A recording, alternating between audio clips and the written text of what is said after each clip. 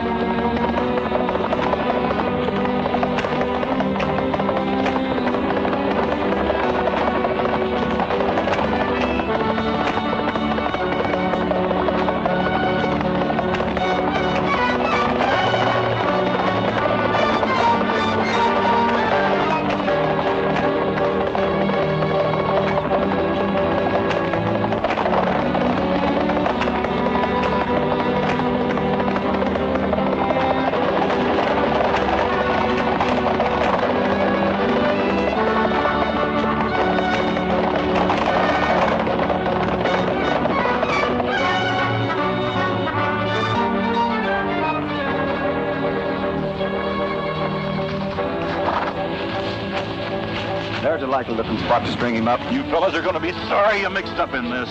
This is one time we ain't taking orders from you.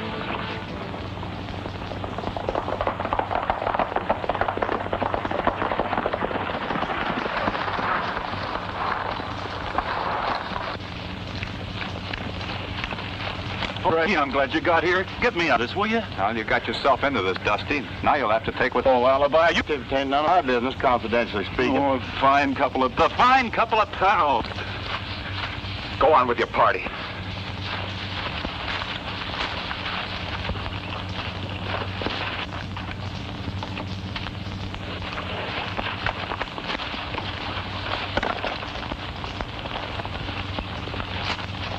Cactus, get clear.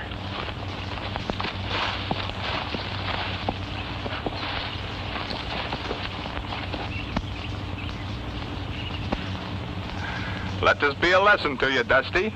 Oh, hard crash. When you make a bet to sing a song upside down, be sure you don't lose the bet. Now start singing. There was a gal, her name was Sadie Mae. She packed her grip and slowly walked away. She hadn't more than parted when all the trouble started. If she hadn't then, she'd be here today. Now Sadie took the road down by the creek and came face to face with a city chic. Now Sadie was a beauty and the chic, he was a cutie. So she made a dive and nabbed him the feet. Oh, the grass grows high on the mountain. There's a grave in the valley below. He got her on the run with a long squirrel gun. She's gone where the good hillbillies go. Oh, gee. Now, Elmer, he loved Sadie all his life. He wanted her for her to be his wife. There sure was trouble brewing when much he was doing. Uncle Larry, are you sure we're on the Rangebusters Ranch? Now, Well, I'm Elmer sure this is their ranch. Looks more like the annex to an insane asylum. I'm not saying it isn't. And Sadie seen him Those are the Rangebusters over there. We'll see what's up. but the gun went off and knocked her in the creek. Yodeling. Yodeling. Oh, the grass grows high on the mountain. Oh. Go on. What do you start? Oh. Howdy, Crash. Larry, you old buckaroo. Cut him down, boys, and let him drop on his head. It's about time you came to see us. Crash, this is my niece, Miss Willard. When she heard I was driving out from Phoenix, she figured she'd like to come along for the ride. You're the Rangebusters? That's right, ma'am. My name's Crash Corrigan. And that's my partner, Dusty King. Howdy.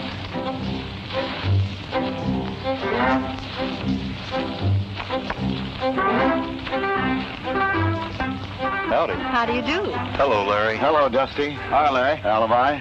He sings much better right side up. I'm sure he must. And this is my other sidekick, Alibi Terhune. Hello. How do you do? Oh, can I show you around the ranch, Miss Willard? Now, wait a minute, Dusty. I came out here to talk to all of you boys. He is a great-headed roundup. I'll bet you chase them and Dusty rounds them up. Bullseye from the start, ma'am. They've always been like this, Dory.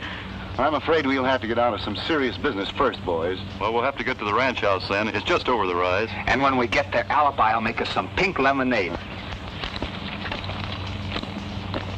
Well, I reckon you boys know that I've been a lawyer for Wells Fargo and these folks for a long time. Well, don't tell me they turned you loose. No. I'm really in deeper than ever. That's why I drove out to see you boys today. I need your help. We're at your service, Larry. I only hope you don't want us to act like lawyer folk. Nothing as easy as that, Alibi. I want you boys to run down a band of highwaymen. Now, that's more in our line. There's a gang of outlaws active in the neighborhood of Stony Creek. Stony Creek, that's 100 miles or so north of here, ain't it? Up near the border? Yes, and the stage has been held up 3 times in the past few months. Always with a large shipment of money aboard. And Wells Fargo has to... Every dollar. The law in Stony Creek hasn't had much luck in tracking down the outlaws. So the company put it up to me to get them corralled. I couldn't think of anyone better able to tackle it than the range busters. We were just saying today, if something would only happen. Yeah, and you give us a nice band of renegades to trail. Larry, you got yourself a 3-man posse. Wells Fargo will make it worth your while. You'll be able to buy plenty more cattle after this job. I'm glad you're all going to be in Stony Creek. Don't tell me that you're going to go outlaw hunting. Nothing like that. I'm going by stage to visit my brother Ernie, who has a ranch near there. Be sure and look him up, Crash. You'll find him at the Diamond W Ranch. Yes, sir. We sure will.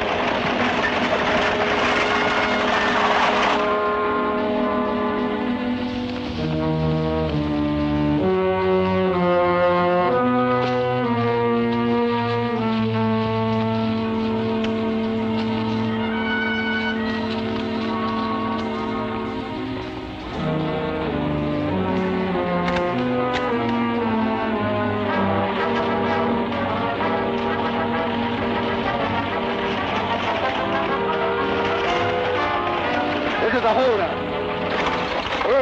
Put down that rifle. Stay inside or you'll get hurt. Now get moving. Here! Help! Help! Here!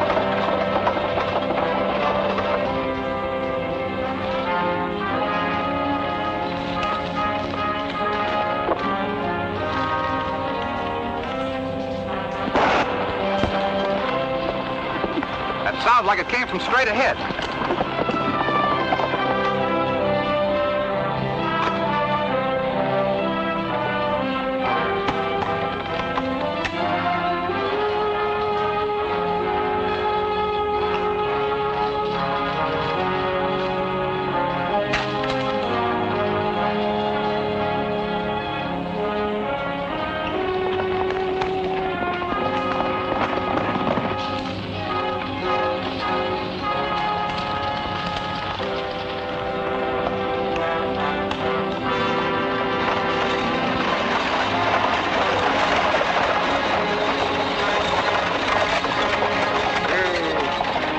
Dan, you better get down and ride with the ladies. She's bound to be a little nervous.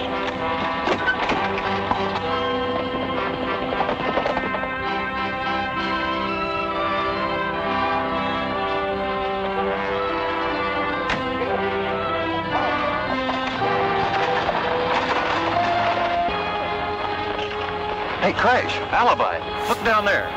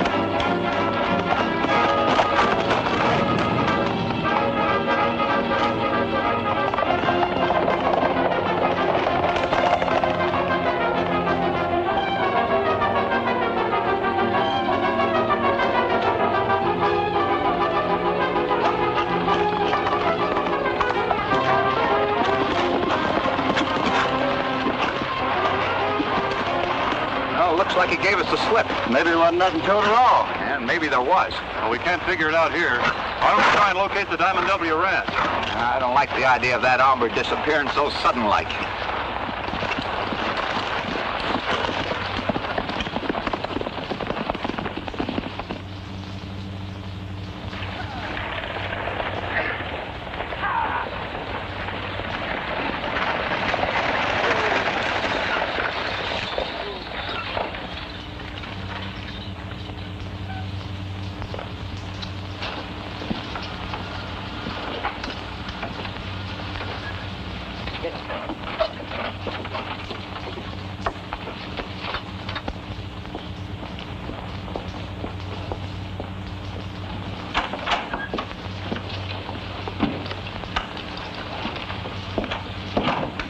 There's been a holdup, Mr. Douglas. I had hoped those outlaws had pulled stakes. Was anybody hurt? No, boss, but the bandit got the money box. Dan, you get over to the sheriff and make a report of it. Jake, take care of your horses. All right. Say, Tim, you're sitting there. I'll go over and break the news to her. I'll do it. You see that Jake makes a full report. Miss Willard? Yes. I'm Tim Douglas, Wells Fargo agent. I promised your brother that I'd see you safely to the ranch. Oh, couldn't Ernie come? Is he all right? Of course he is. And I'll see that you get to him pronto. Thank you.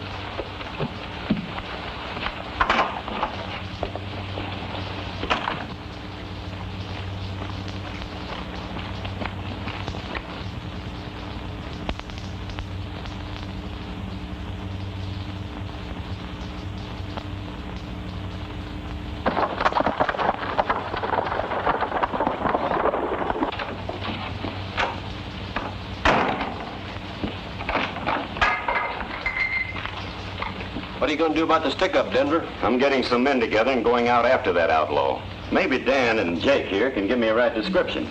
Well, I reckon it can.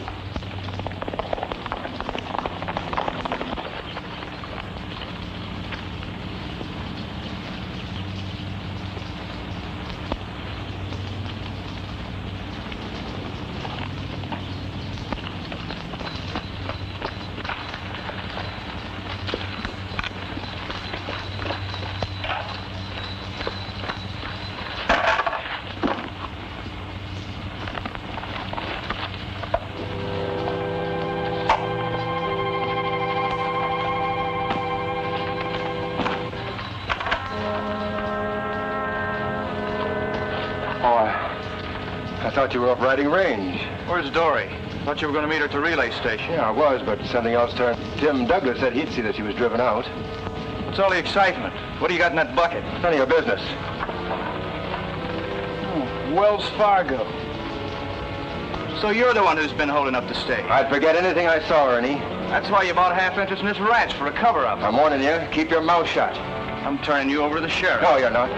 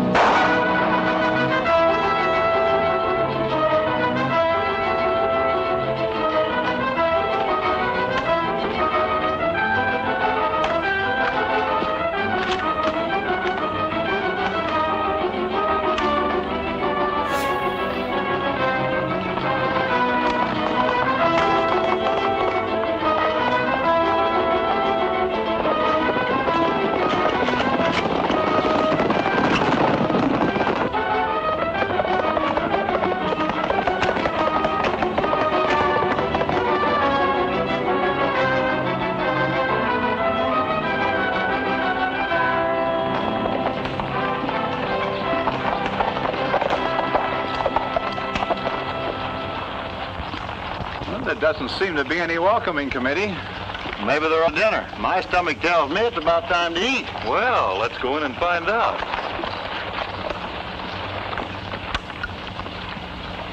Hey, fellas, look.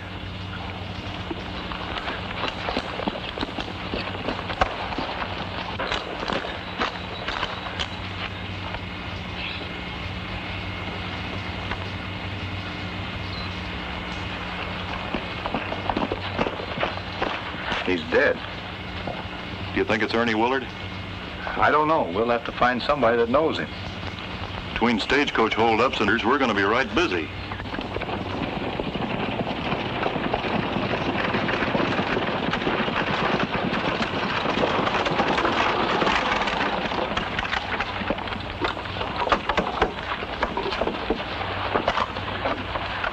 You better take it easy, miss.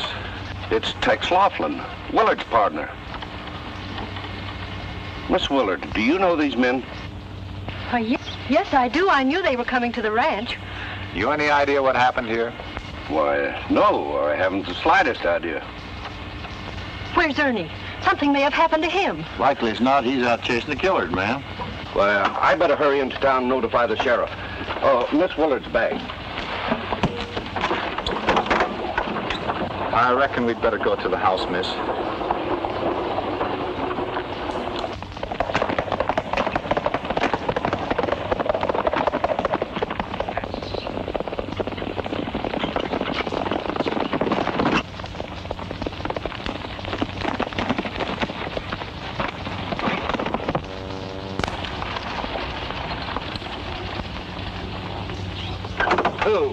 I just came to the Willard Ranch. Tex Laughlin's been shot and killed. Yeah, we're just explaining that to the sheriff. Let me see your waste of time, men. He's a renegade and a killer. I'm taking him in, and that goes. We got the say now, Sheriff. We'll hang him up.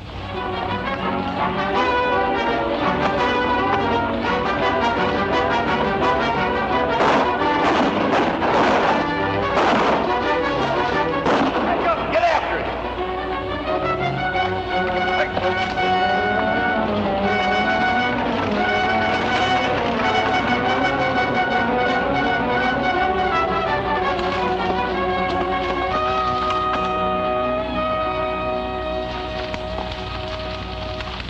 Valley, you're leaving. We will miss your bright eyes and sweet smile. For you take with you all of the sunshine that has brightened our lives for a while. For a long time, my darling, I've waited for those sweet words you never would say. Now, alas, all my fond hopes have vanished, and they say you are going away.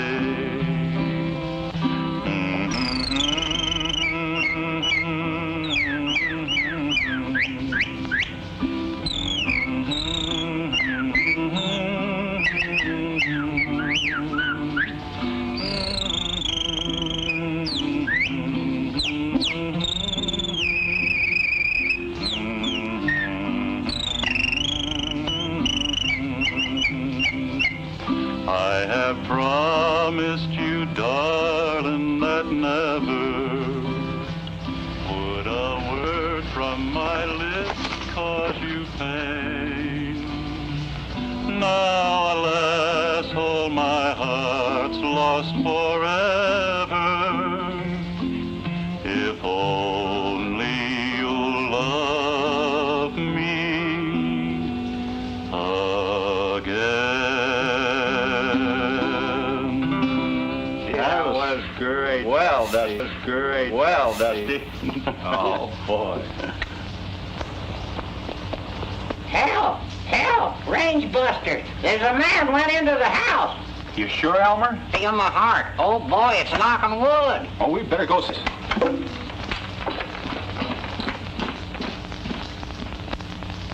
Let's just take it easy. Everything's gonna be all right. I just had to see you. Ernie, tell me. Now my brother can tell you what happened. These are friends, Ernie. They're the range busters. Maybe you can set us straight. Do you know who killed your partner? Yes. Tex is the one who's been sticking up that stage. He came in this afternoon with the money. I caught him red-handed. We shot it out. I was on the way into town with the stolen money when I ran into the sheriff and his posse. They tried to pin the holdup on me. They were going to string me up. I had to make a getaway. Well, you'll just have to keep on being a fugitive until the outlaws are rounded up. But I know Ernie didn't hold up that... I was on it, and the bandit's voice was not Ernie's. Well, we believe you, ma'am. But you being Ernie's sister, the sheriff would naturally suppose that you would say anything to clear him.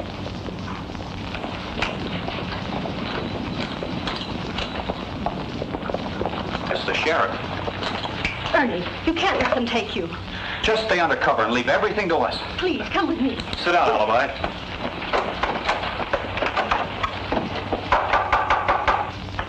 Come in. Why, hello, Sheriff. Howdy. Howdy. Who are you fellas? I've never seen you around here before. We work here, but we haven't been here long. I'm the new foreman of the Dime W, and these are two of my men. Anything I can do for you? Yeah, we're looking for Ernie Willard. Oh, well, he's out riding range this afternoon. He should be right back. Well, I'll look around, Sheriff. Is that you, Ernie? Oh. Howdy, man. How do you do? Oh, Sheriff, this is Ernie Willard's sister. She came to pay him a visit. I'm glad to know you, Sheriff. And I'm glad to know you too, ma'am. Did my brother come with you? Well, no, he didn't. Well, Strike, I reckon we'd better be riding. And I'm sorry I bothered you, ma'am. No bother at all, Sheriff.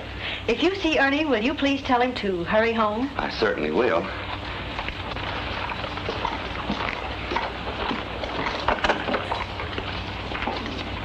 Good night.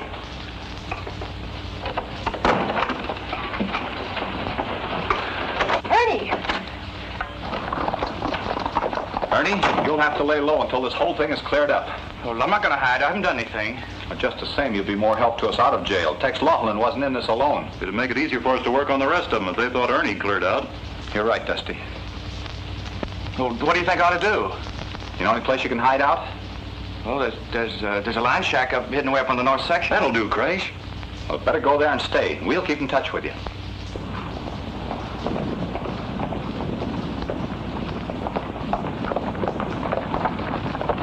I think I'll do a little tailing on my own, Sheriff. Report in the morning, Strike. We're riding till we run him down. Come on.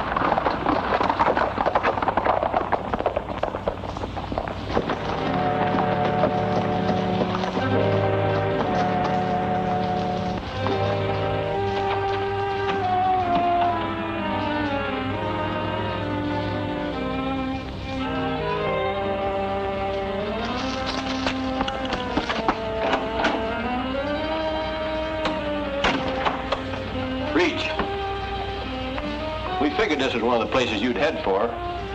We got more for you than the sheriff has. What are you fixing to do? You'll see. So you were tied up with that crooked partner of mine. You'll find out.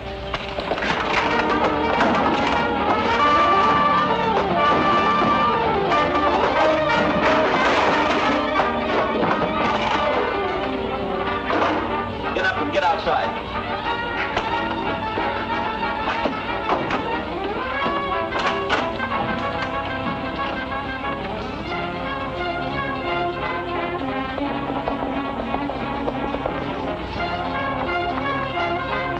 Get down and get in that cabin.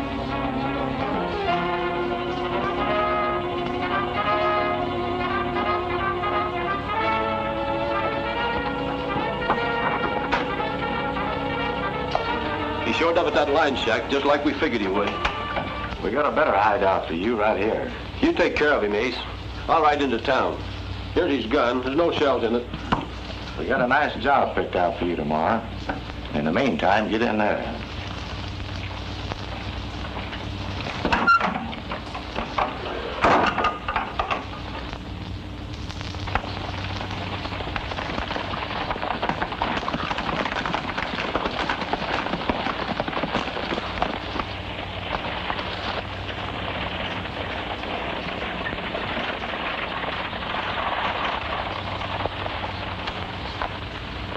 What are you up to? You'll see. The boys are aiming to make this stick up a good one.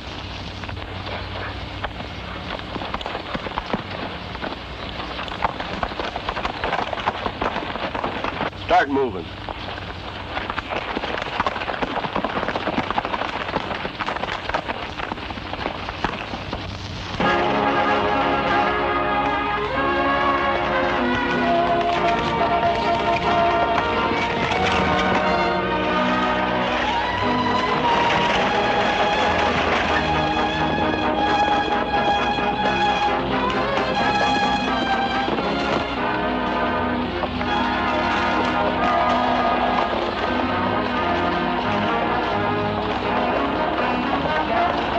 Texas, that's the cop.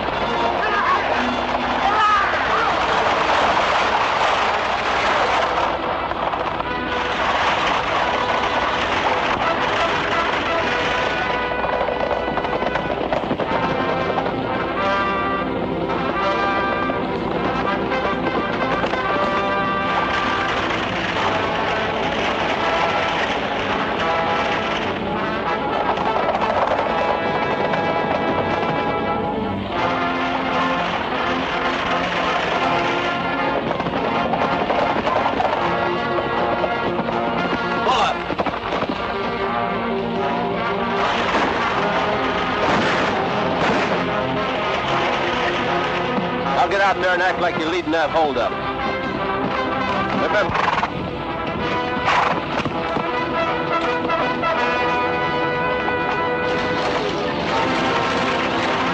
We want that strong box.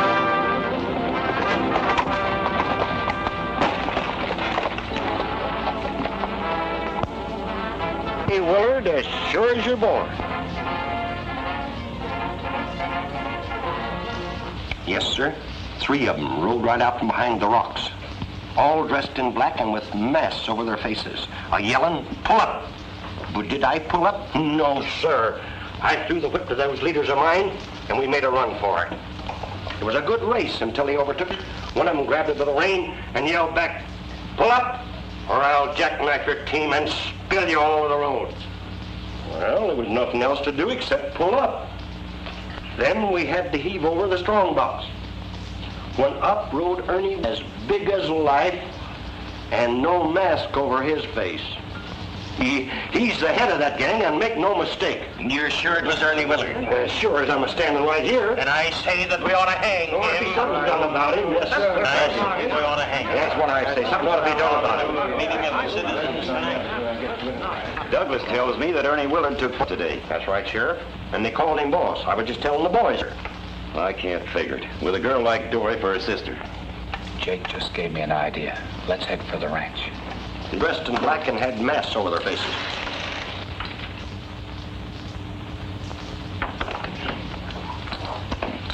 Dory! Oh, Dory!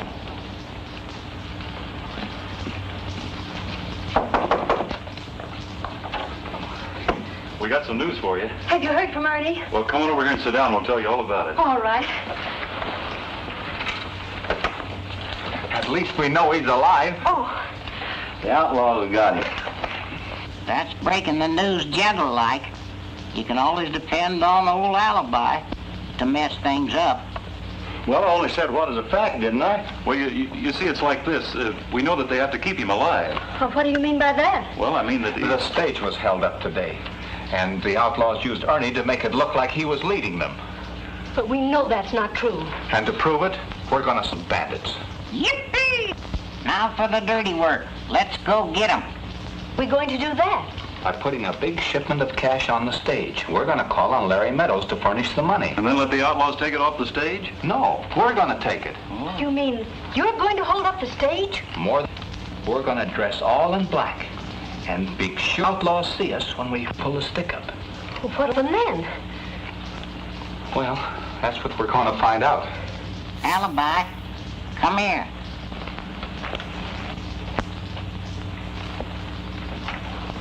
What's a bothering you now, Elmer? Who's going to take that money to the stage office? Well, I am, I reckon. That's what I was afraid of. You better take me along to protect you. What if you'd get held up? I could hide the money. Well, that's a good idea, Elmer. Take your fingers out of my mouth. What are you doing, pulling a tooth? No, I'm not pulling their tooth. Just trying to get this money out of here, Elmer. After all, it's your idea.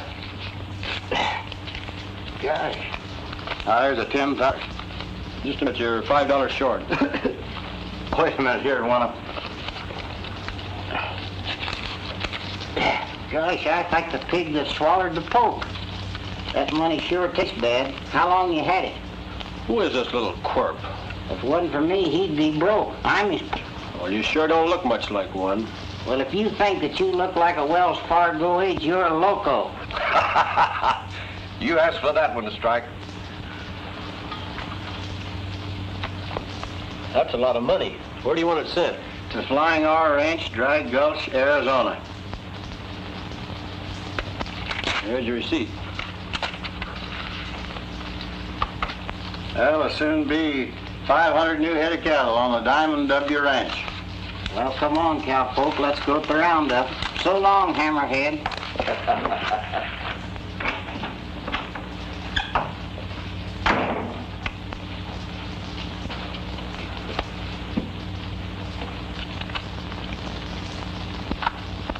You better notify Ace and the boys they're riding this afternoon.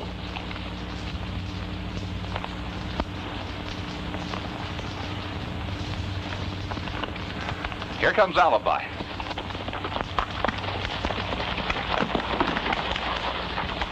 Sure hated to hand over all that good money. Well, what are you worrying about? It wasn't yours. How do we look? Colossal, in a small way. If I didn't know you fellas so well, I'd swear you're no outlaws. Here, get into your outfit.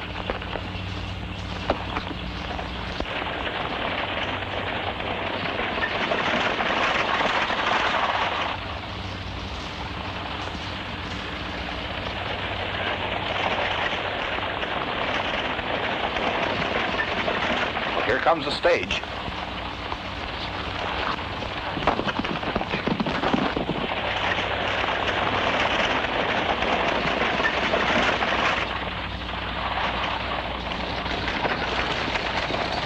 Halt! Drop that strong box. This ain't the place for the stick-up. But I like this spot better. Now get going. Hold it! Help! Yeah. Hit it!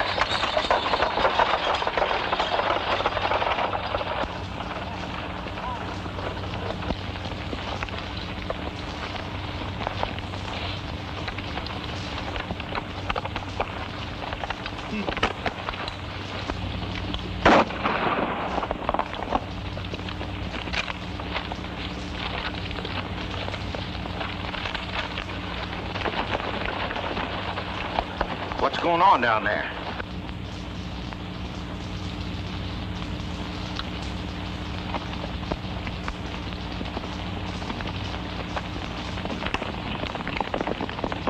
We better get them hombres.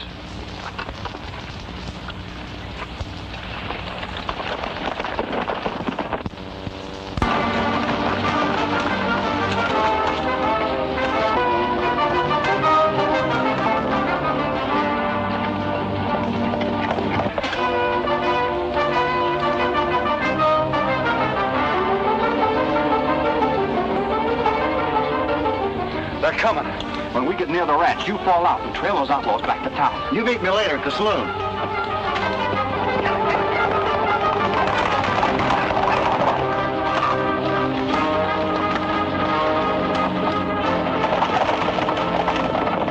That was them. They changed their clothes.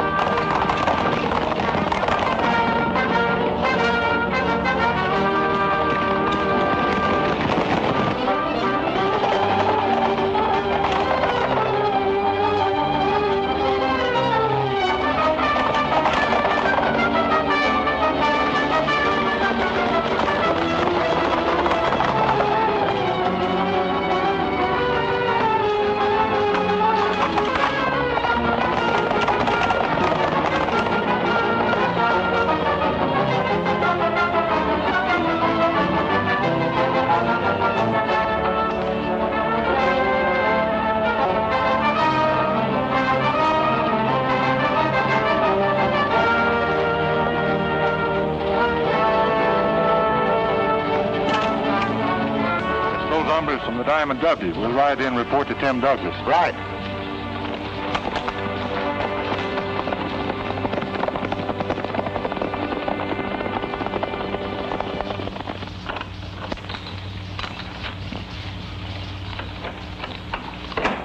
Reckon nobody's home. Oh, so now I'm nobody. Howdy, Elmer. Where is everybody? Listen to him. Where's everybody? What he means is where's that pretty girl? If you two weren't love blind, you'd see that note propped up on the door. It's from Dory. I've gone into town with Tim Douglas. He thinks he knows where Ernie is. Dory. Oh, we're as dumb as a couple of locoed steers. Something hit you? Yeah, when I was reading this note. Tim Douglas. Why, that's what that stage driver said to me. This ain't the spot that Tim set for the stick-up. Tim Douglas? Sure as shooting. Oh, Christ, we gotta prove it. Yeah, but first, let's go into town and get alibi. Then we'll find a way to it. Now, you'll have to do exactly as I tell you, Miss Dory, if you want to get your brother away safely. Go to Ernie? I'm positive of it. Now, one of my men found out where they're holding him prisoner, and I've sent out enough men to take care of the outlaws. I'll always... Come on in, Ace. What's wrong with you? Plenty. There's been a stick-up. Well, I knew there would be. But it wasn't us. Those hombres from the Diamond Dudley beat us to it. Well, I expected something like that would happen. Do you know who they are? Some no-good drifters, if you ask me. No. Miss Willard, that they're the range busters. The range busters? Why, I'll fill them... Not so fast. Everything in its time. First, we'll let Ernie Willard be found. That'll satisfy public curiosity. But Ernie Willard knows enough to hang all of us. Not if he can't talk. Now, he'll be leaving the hideout this afternoon, headed south. You'll see that it doesn't get any further than High Point. He'll be driving a buckboard. High Point, huh? Wait. You better let Red and Panhandle take care of it, and you stay at the hideout and see that Miss Willard doesn't go with her brother. I'll be out later. What about the range busters? That's why I want Miss Willard to remain. We'll use her to set up for them. You think of everything, don't you?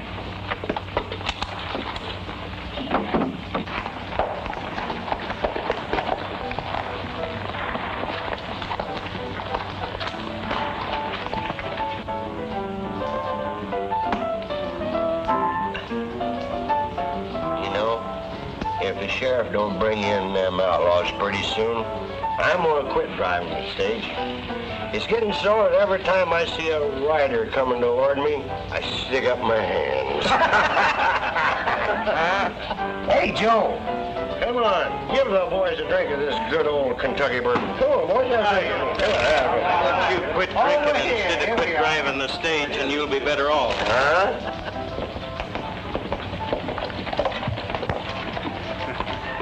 Looks like Alibi's parked himself inside the saloon, all right. Yeah, let's have a look.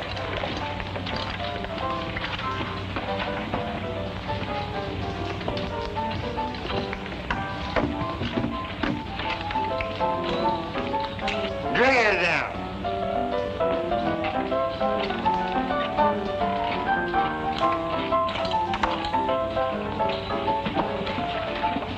Any luck? A little. They stopped and got into the regular togs at a shack in Pine Canyon. Then they rode into town, and one of them headed straight for the stage depot. That checks. Cargo office. Bring that stage drive about 5 minutes.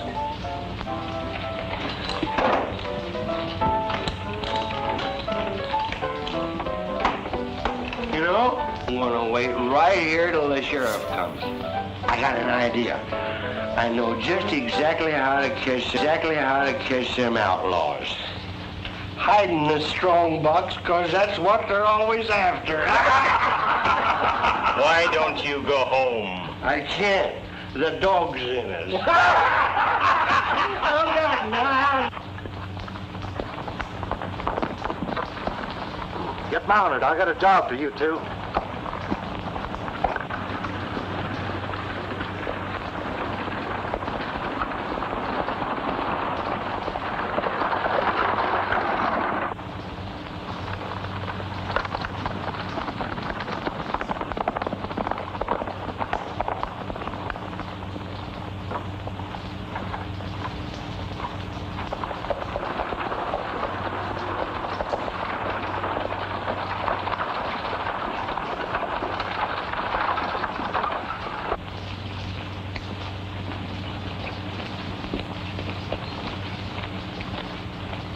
Hey, wait a minute.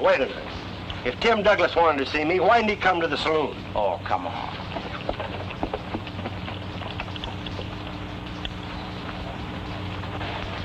I hope Alibi gets here before Douglas shows up. You're telling me. Oh, here he comes now with the stage driver. Here's your stage driver. Where's Tim? This wasn't the spot that Tim set for the stick-up. Who told you to say that? Why, that's what you said to the hombre that held up the stage. Ah, you're loco. Maybe so, but just the same, that's what you said to me. Oh, so you was a stick-up man. And you talked yourself right into a tank. Now come clean. Well, what do you want from me? Who planned that stick-up? I don't know. Did you do it? No, I didn't have anything Well, then to do who did it? Well, it was, Who was it? was Tim Douglas. And who else? Strike Cardigan. Turn him over to the sheriff. And let him talk all he wants to.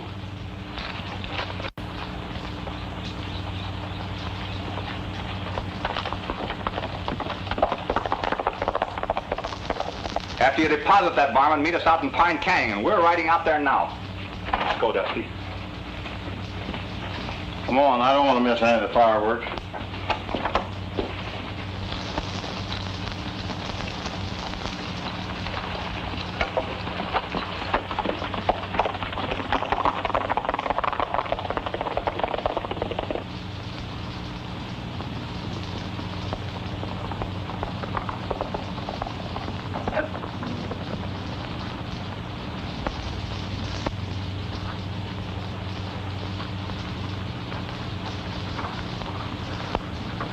Did Strike get here?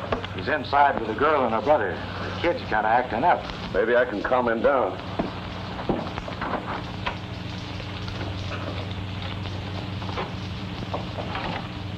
I tell you, sis, I'm not going to run away. But Tim Douglas wouldn't advise you wrong. I'm sure it's for the best, Ernie. Well, it looks like you all can't agree. I tell you, I'm not running out.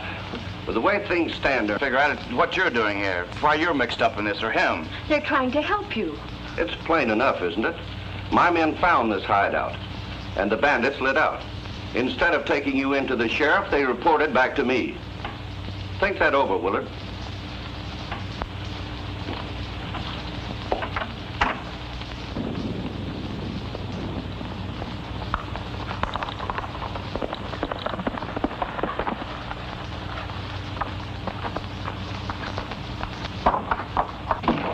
They got Jake. Keep your voice down. Now, what is it? Those hombres from the Diamond W. They cornered Jake and made him spill everything he knew about the stick-up.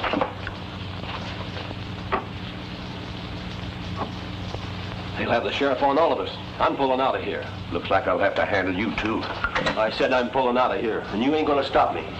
I'll catch up with you, Strike. Not this time, you won't.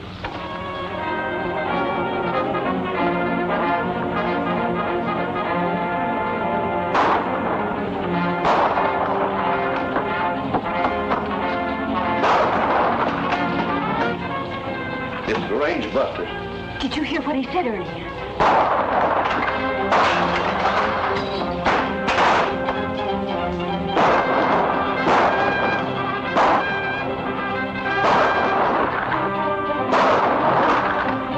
Don't go in there. Here! Help! Help!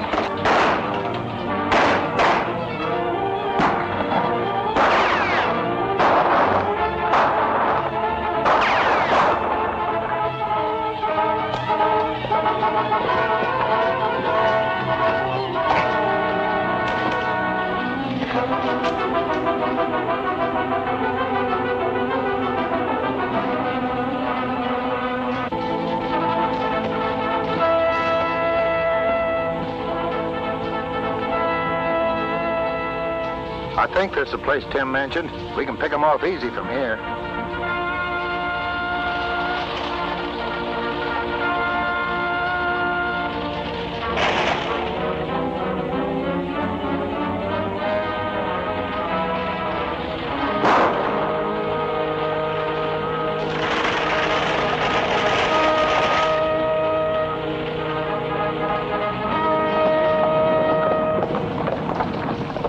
It came from that direction.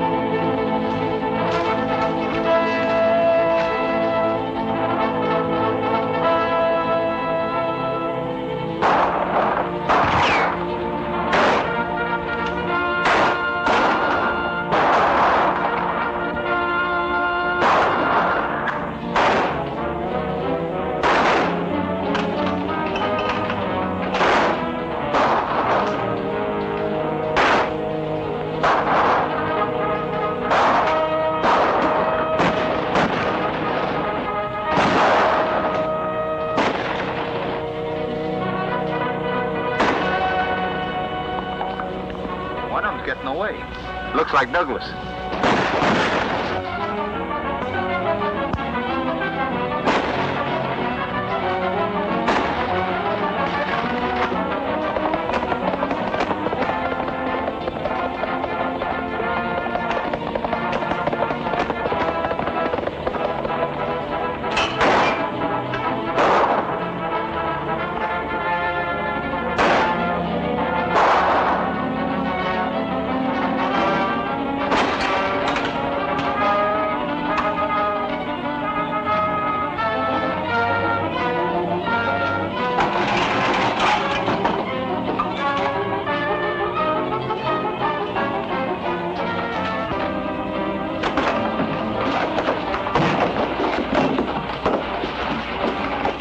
Nice work, Ernie.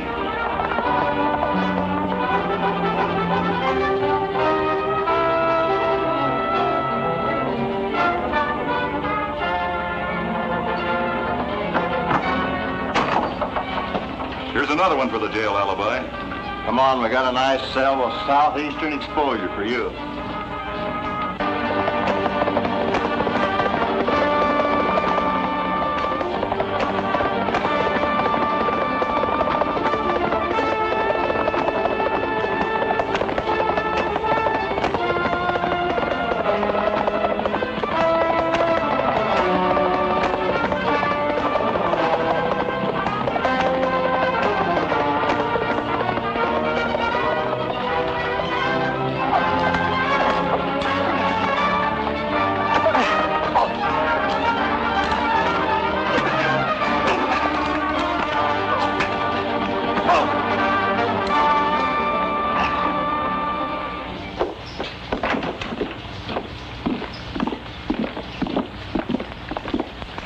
Well, so long, Ernie. So long, Alibi. I'm sure glad we can leave Diamond W with everybody knowing you was innocent. Well, I can thank the range busters for that. And Tim Douglas can thank them for being in jail for the next 10 years.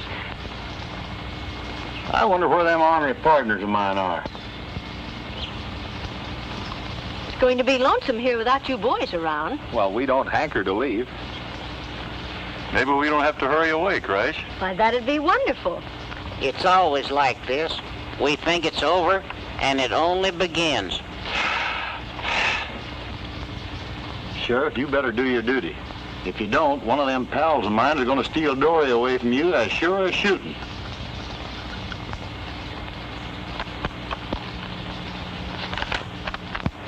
This ought to do the trick.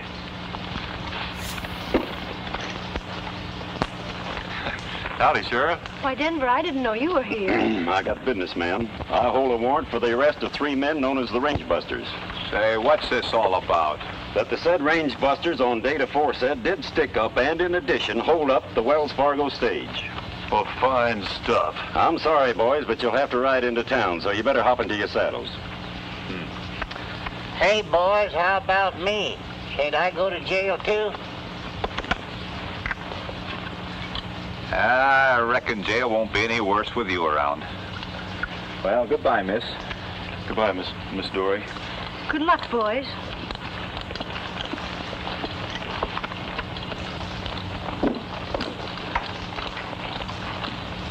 Here, take care of your offspring.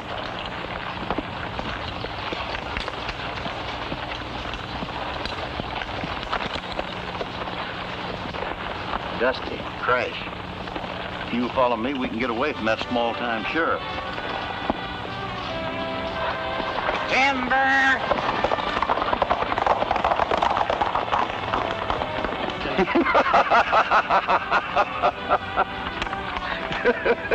Why, it's nothing but a blank piece of paper. I know it. It's just something alibi framed up. It's the only way it could get him to ride. You know, Miss Story, it ain't easy for a man to leave a pretty girl like you. Does that go for you too, Denver? It sure does. We'll be seeing you, folks.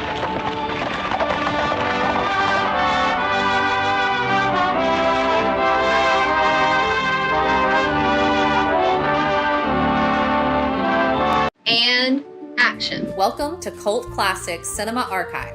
Subscribe and follow along if you love silver screen classics like I do. Not only will I be sharing cult classic films, I'll also be exploring the history and behind the scenes. Whether you want to watch with me, learn more about cinematic history, or share your love of the cinema, you can find it all here. Thanks for joining me. Grab some popcorn and let's press play.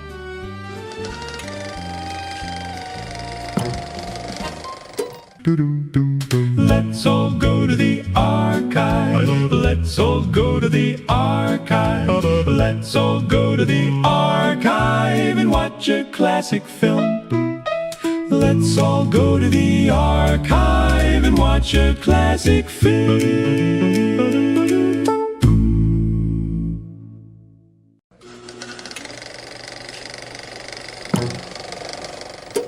Welcome to Cult Classics Cinema Archive. The Brand of Hate, released in 1934, is a tight 63-minute Western from Supreme Pictures, one of the small independent studios that helped define Hollywood's Poverty Row years. What makes this one stand out is that it plays less like a wide-open frontier adventure and more like a family menace story, with outlaws forcing their way into a home, framing an innocent man, and turning a romance into a fight for survival. It is also a fun one for Western fans because George "Gabby" Hayes shows up on the dangerous side of the story, and Bob Steele brings the kind of fast-moving physical energy that those early B-Westerns lived on. And without further ado, here's the movie. Thank you for stopping by. Help! Oh, help! Help! Help!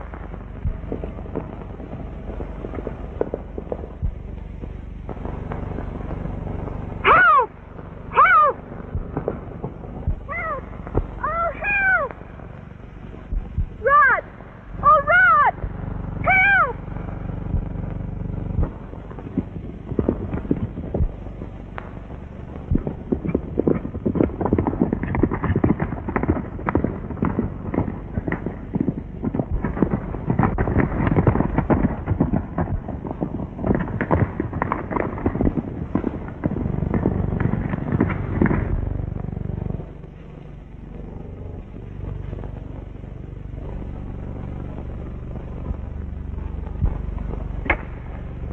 Hurry, Philip!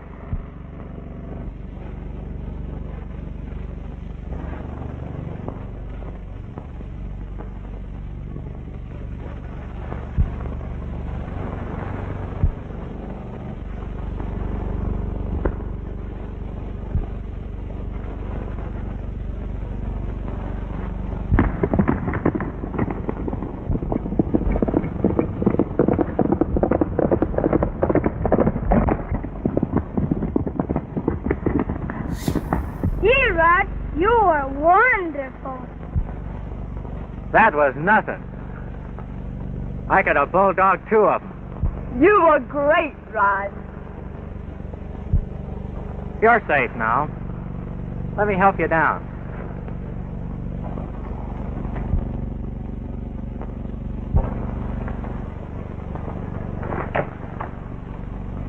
My, you're strong. For a boy, I mean. Boy, well, I'm as strong as any man in Alamo County. Oh, Rod, you haven't grown up yet. Who hasn't? Didn't I just bulldog that steer? Can I throw a rope and ride bronc? What else can a man do? Nothing, I guess. You're just perfect, Rod. Rod! Rod! He's coming back!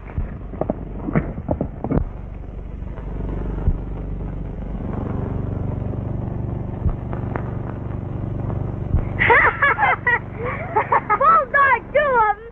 You bulldog that big steer!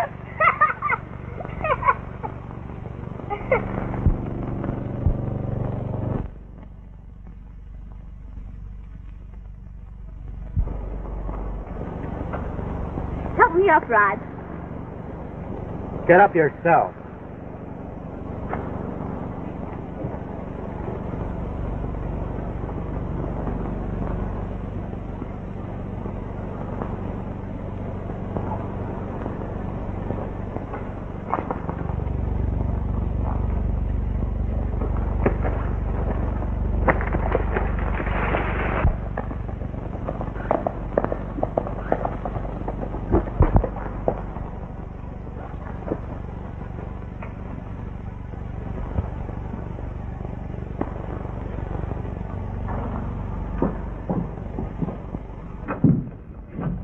You better take this. What's that? A little present from my mother. Hey! That's for your mother. Well, haven't you got one for me? Howdy, Mr. Orkin. Howdy, mister. Yeah, how's the cattle business? Fair to middling. Fine. Oh, Margie, by the way, there's a barn dance down at Farley's Ranch this evening.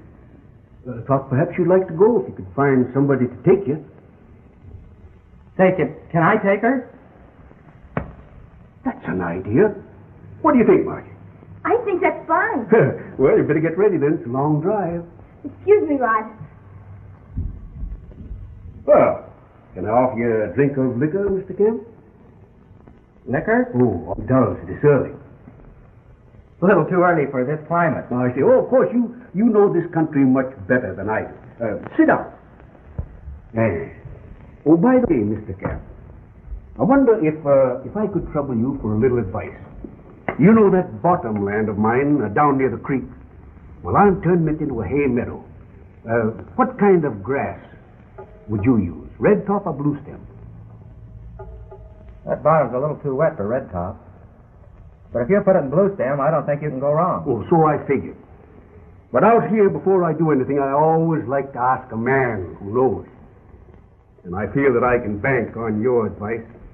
You know, you Camps are the very best neighbors I ever had anywhere. Moved around quite a bit, haven't you? Yeah. Yeah. Always hope to settle down, but things go wrong after a spell. So I have to pick up and move on. Well, don't worry. You'll make a go of it this time. You have friends here. Yeah. Well, if it was just myself, I wouldn't mind. You see... Oh, buddy. Hello, Dad. What you doing, Rod? Just talking to your dad, Bud. Got your old Barlow knife? Sure.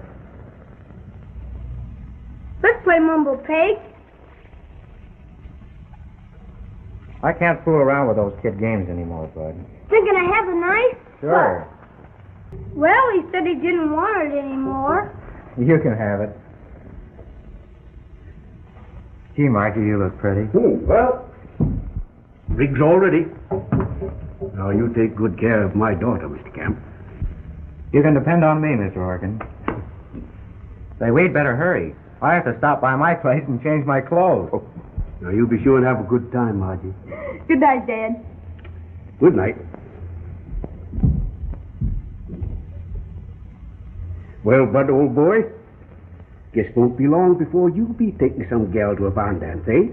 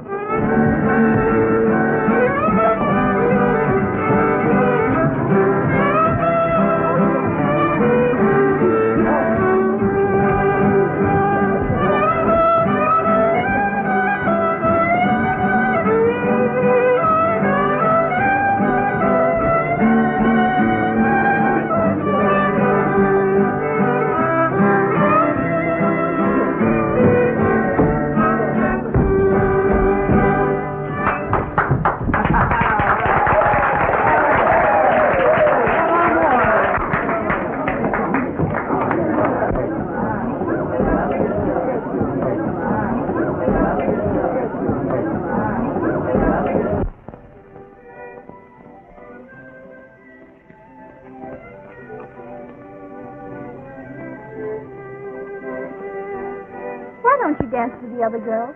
They're awfully pretty. You're the prettiest one, Margie. You're just saying that because you're a nice boy. I'm not. I'm going to marry you one of these days. When you grow up. I am growing up. You're not. I am too. You're not. But I like you just the same. Better than anybody? Well, maybe. When you grow up, I'll tell you. Why, you're all grown up. I told you so. Let's dance.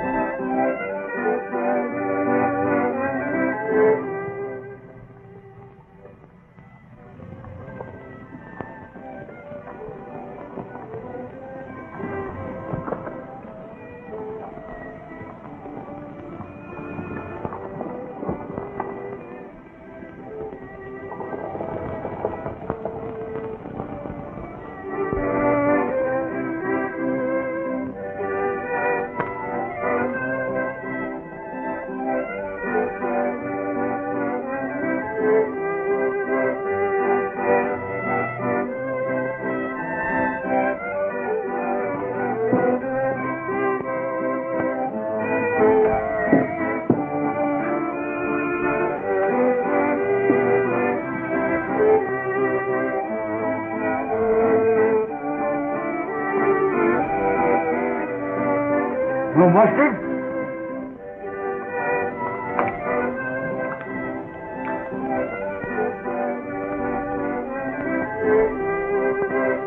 Hey, hold. Get the nifty piece of gingham over there.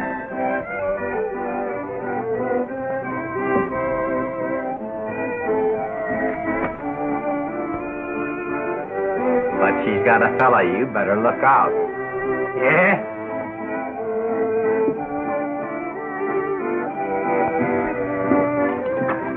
Where's your manners?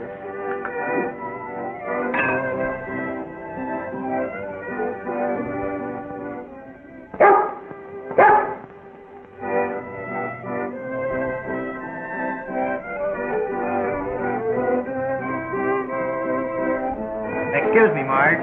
I'll have to take him out and tie him up again. Come on, partner.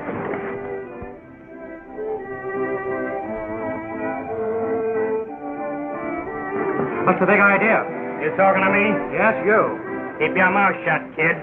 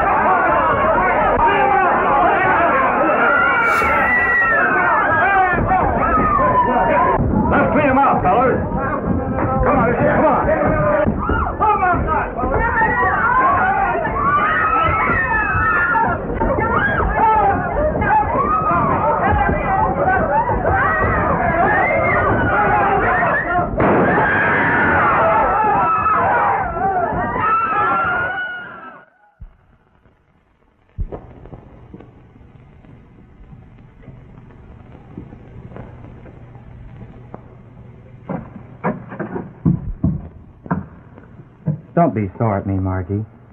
I didn't mean to break up the dance. But after what he did to partner, I just couldn't help it. I'm not sore at you, Rod. Good night. Good night.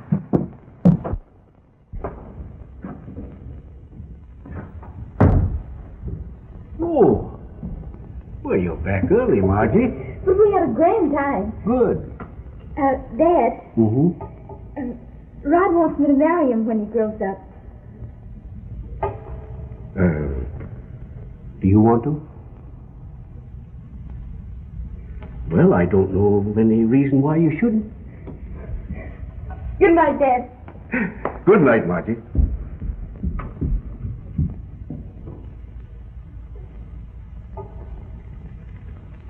Well,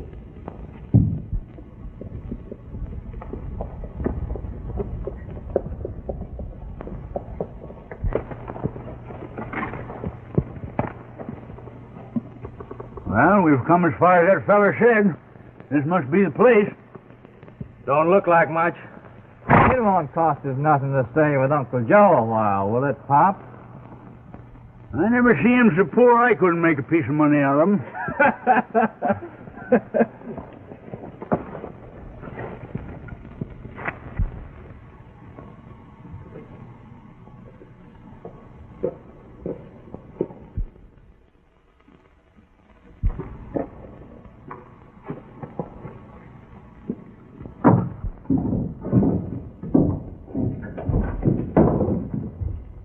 Well, brother. Well, ain't you going to welcome us? Can't you see he's tickled to death to see us? Why, I've been sort of expecting you sooner or later. Oh, I just couldn't stay away any longer. It's been 10 years since you even wrote to me. Not a very brotherly way to act, was it? Oh, it's not like you was my brother. Same thing. I'm your half-brother, ain't I?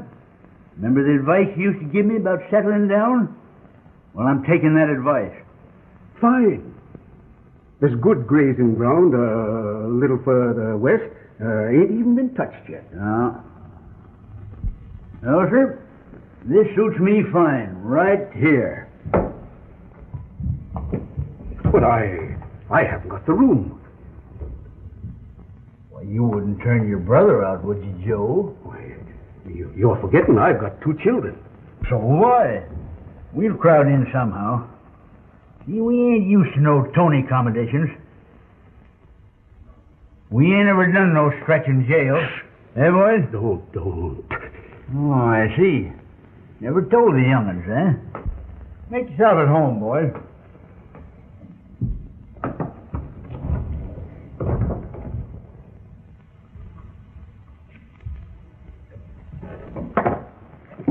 Does your old woman still make that good apple pie, Uncle Joe? My wife died last year. Oh, that's too bad. But that sickly kind of woman ain't much good out here.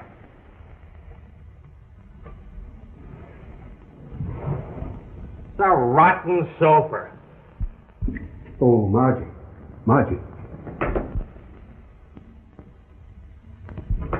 This is your Uncle Bill. And your cousins, Holt and Slim. Hello. Well, that isn't a nifty little piece of gingham. They'll be staying on with us for a little while, and so perhaps you better put Bud into my room. And she can have the sofa. All right, Dad.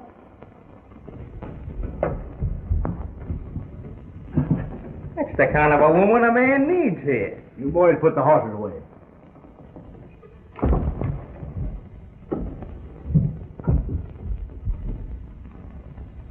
Saw some mighty fine steers coming down the trail. They happen to be yours? No, they belong to the camps. I'm running just a few head down on the bottom. Oh, you'll never get rich that way. We'll have to build up a big herd for you. No, I never went in for that sort of thing. You're entitled to all the cattle you can get your brand on.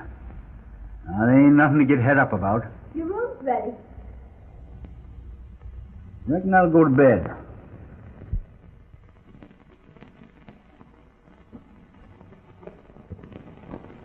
Margie's the finest girl in Alamo County. What do you think, Father? Congratulations, son. Thanks, Dad. Thank you, too, Mother.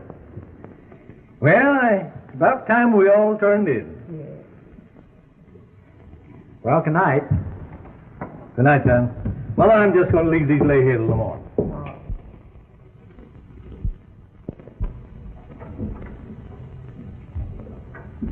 Well, look who's waking up to kiss me good night.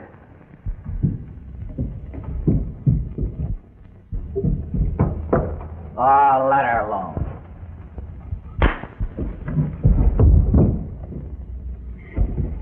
Let me go, will you? Take your hands off her. Get out.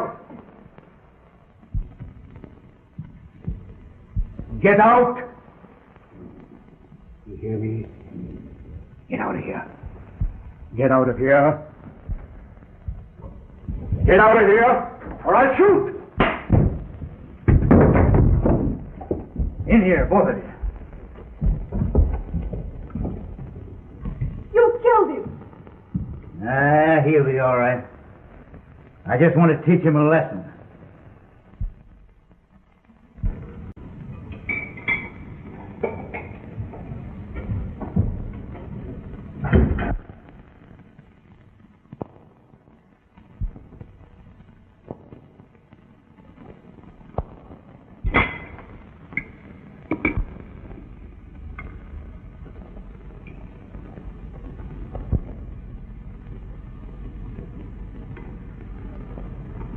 Hey, Dad, Mm-hmm. are you going to need me for a couple of hours? No, why, son? I'd like to ride over and tell Margie that it's all right with you and Mother. All right, go ahead, Rod.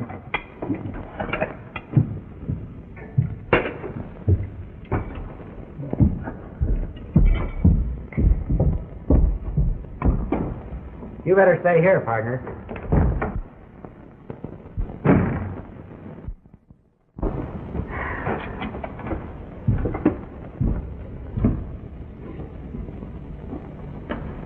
Why, Mother, that's nothing to cry about. He's getting engaged. But he was only a boy yesterday, and today he's a man. I know. They have a habit of growing up. But you're going to get a daughter. Look, Mother.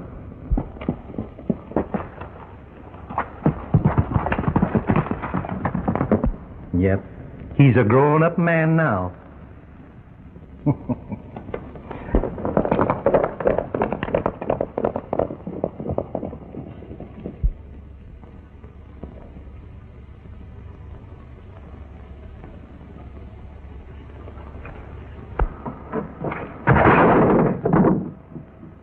Pick up that wood.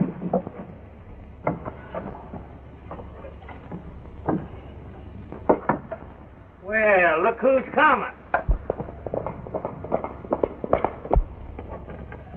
Margie! Rod's coming. He's right outside. I'm afraid there'll be trouble. Rod had a fight with Holt and Slim at the dance last night. I bet he licked him. Oh, Bud, take that into the kitchen. I want to talk to Margie. We've got to keep Rod out of this. I'm afraid they'll shoot him. Well, you must tell him to go away and keep away while they're here. Yes, but there's only one way to do that. And I can't hurt Rod. I can't. But you've got to. I can't. Well, all right. I'll talk to him.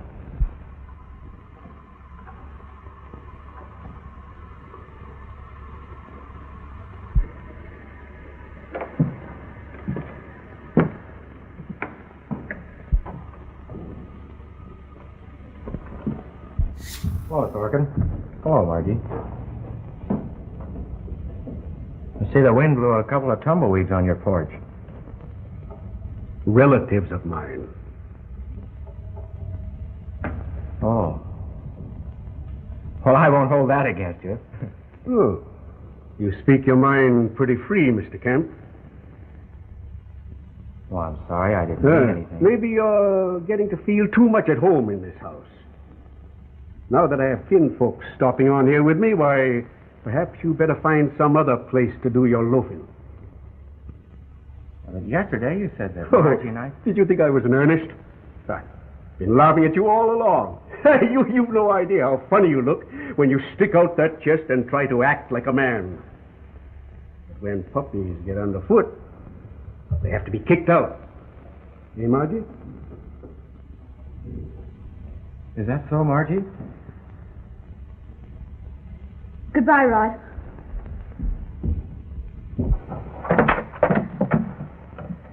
I won't go until you explain. You heard your orders.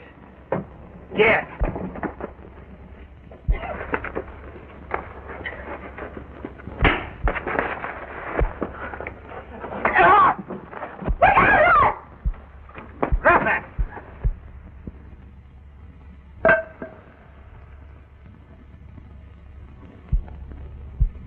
Get out of here.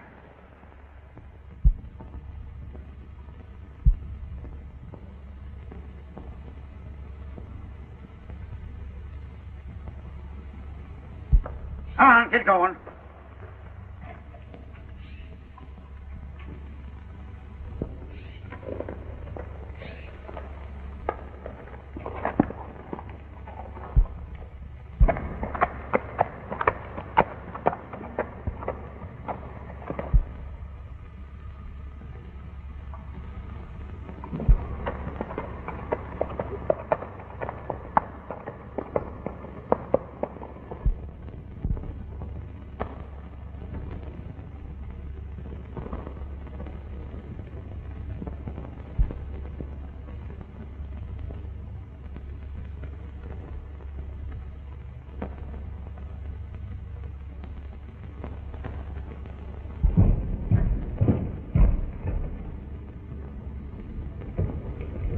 What's the matter, son?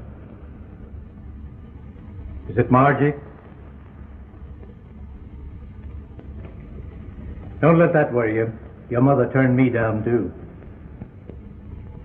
Did she? Mm-hmm. A couple of times. But a man don't let that stop him.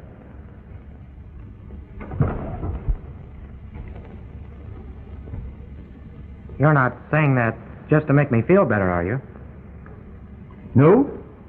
In fact, I've been aiming to put you on regular wages, if you want to work for me. When do I start? Well, you might as well start right now. The boys have been telling me they've been missing some cattle down on the bottom. Let's find out where they're strayed to. Can I go? Sure. Come on.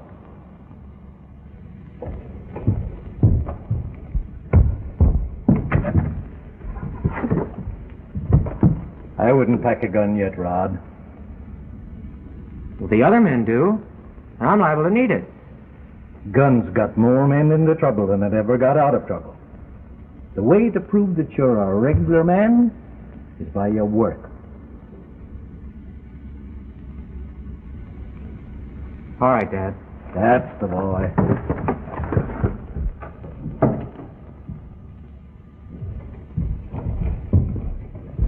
Come on, partner. Come on.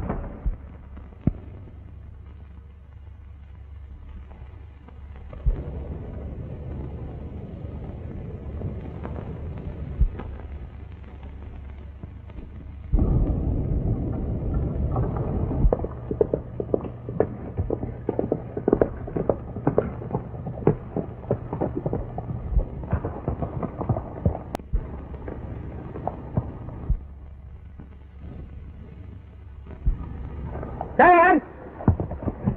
Dad!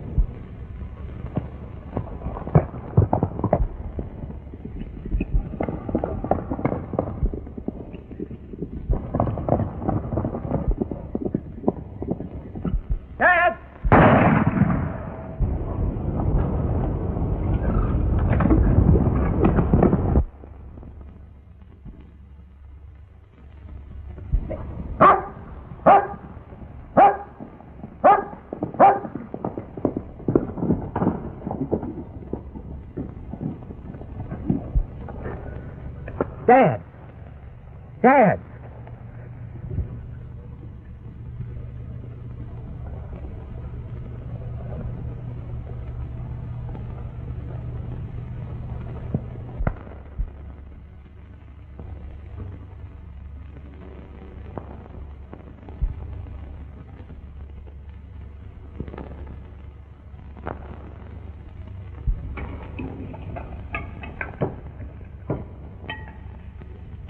Gives means good, Dad. Can Mark and me take them over to the camp? No. Oh, Dad.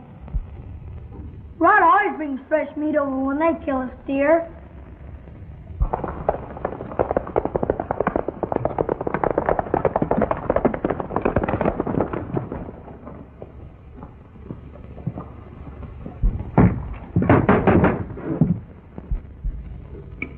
Who's there?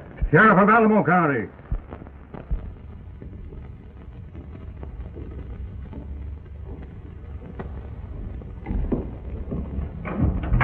Well, come right in, Sheriff. Howdy, Sheriff. Howdy, Joe. I'm Bill Larkins. Them's my boys. What can we do for you? Well, what you can do for most anybody at dinner time. Pull right up. There's plenty for both of you. I'm not hungry. Suit yourself, son.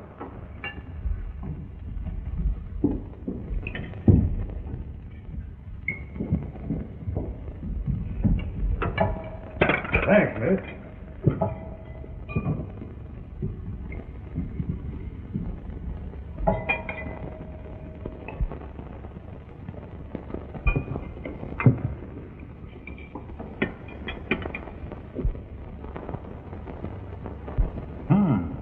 Good meat. Yeah. Little fresh, though. Hill today? Yeah. Some of your own raising, I suppose. Anybody say different? You don't have to get so touchy. Ain't nobody accusing you of rustling. But of course, if you want to act suspicious, you're bound to be suspected. We ain't worrying none, Sheriff.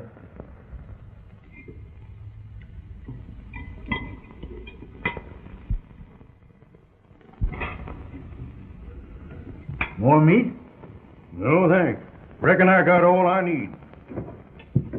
Well, good night, Sheriff. Drop in any time. Thanks. Maybe I will. Say, by the way, there's something else you can do for me. I broke the firing pin out of my carbine, and Rod here says you got a 30-30 rifle. Oh, that's my brother's gun. Mind if I borrow it? Why, no, of course not. Get your uncle's rifle from his room.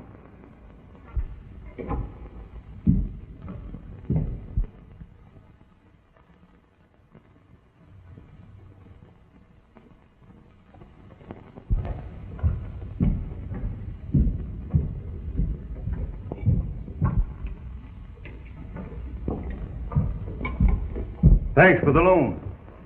Is it in good working order? Oh, yes. Have you used it lately? No.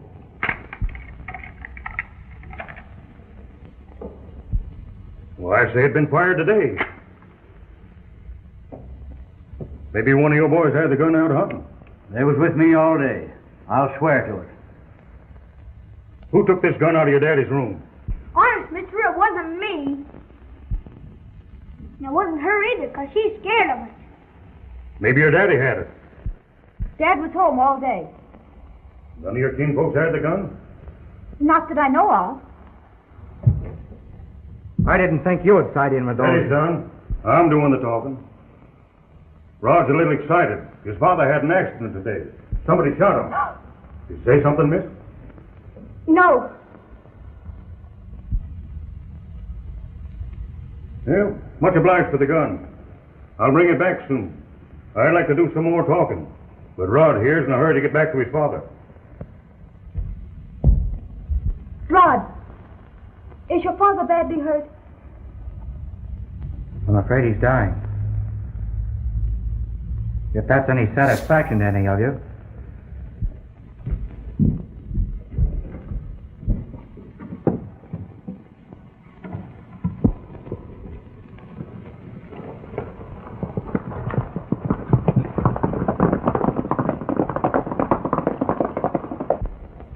Did you... Shut up.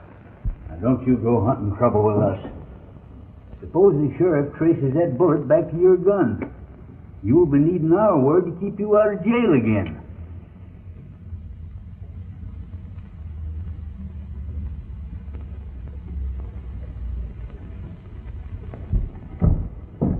The wagon's ready. Did you get plenty of blankets? The baby never had her sulfur cradle, ma'am. I'll help. You go and get your things on and pack your bag. We'll take care of your husband. Take him away, boys.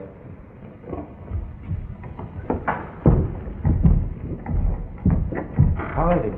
He might pull through. Did you get the bullet out? Here? We must take him to the hospital, Watford. Well, there goes my evidence. And you can't do anything? Not till I can prove the bullet come from this gun. Well, I can't even hold him for rustling till I got more to go by than fresh meat. And you can't do nothing to protect my boy? Looks like we'll just have to get them roping up to hang themselves. You're ready, Mother. Oh, don't worry. I'll take care of everything. Well, I'm not worried about the ranch, son. It's you. I'll tell them you'll be right out. Oh, I'm so afraid they'll make trouble, and you'll get hurt. I promise I won't start anything. Now you must hurry, honey. Please. All right, son.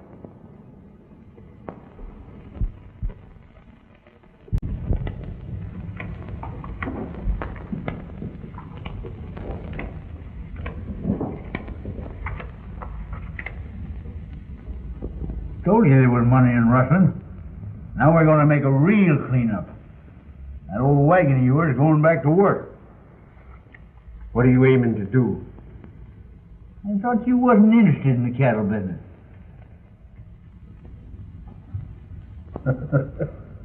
Hook up them new broncs, boys. We're going to town for supplies.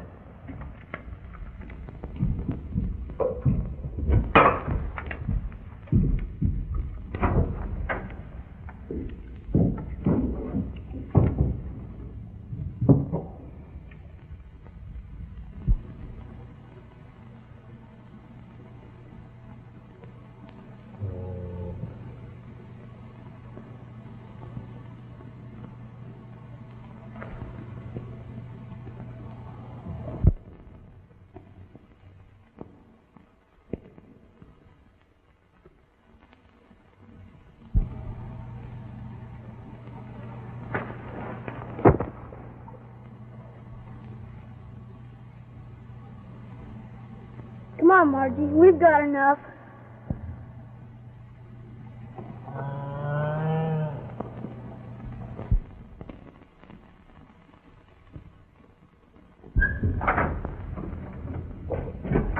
What's the matter, Margie?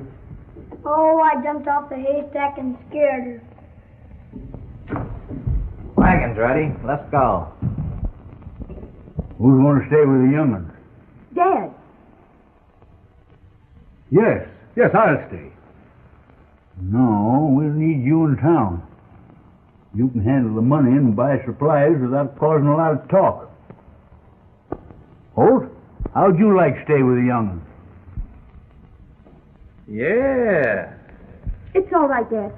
I'll fix some lunch for you to eat on the way to town. Come help me, Bud.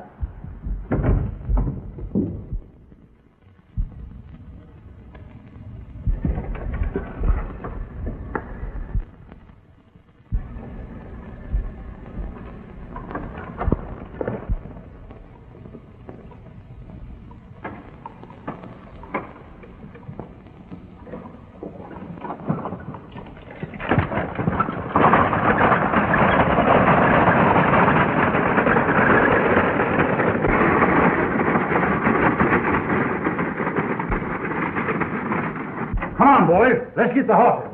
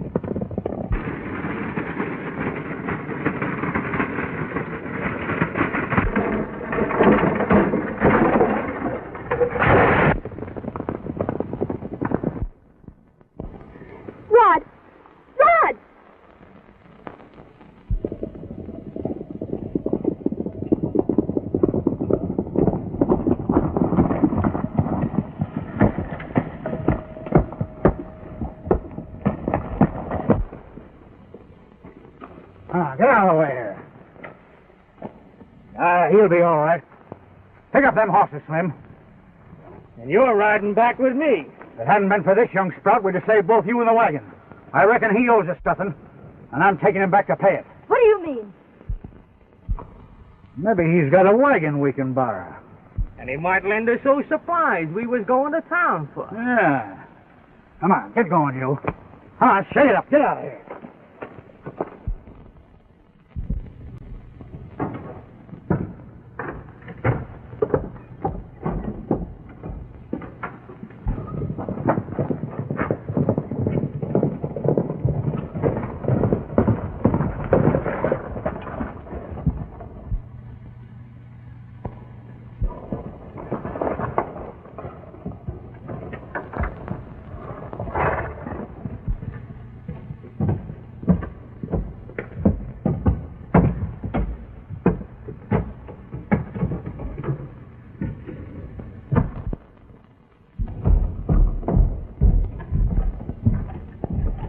What happened to you? Why, just a bump? Good. No. I've had no fight with them. I'm lending them our wagon and some supplies. Don't you know the sheriff figures him's the men that shot your dad? That hasn't been proven. We're not scared of them, are we, boys? No. I'm looking for trouble. Yeah? Then start it. If there's any shooting around here, that boy might get hurt. Accidental like. Yeah, bluff wins. It ain't no bluff. But as long as you're backing down, you might just well go all the way and hightail it out of here. You mean leave the ranch? Yeah. I figure your boss here'd be a lot safer without a lot of gunmen around, so get going. Those are my orders, boys. If you'll stop in town, my mother will pay you off. Well, I never thought I'd back down to any yellow-bellied coward who'd hit at me through a boy. We'll see you on your way. Get out of here.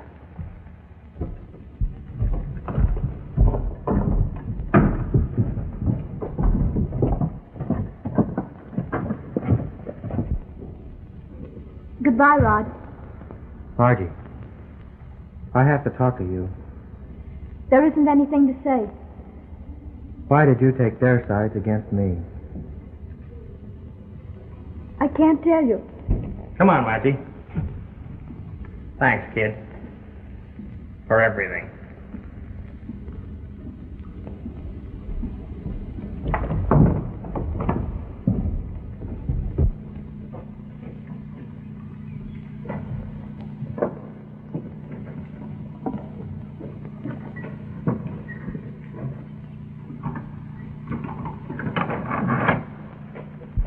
Get it. Hit it.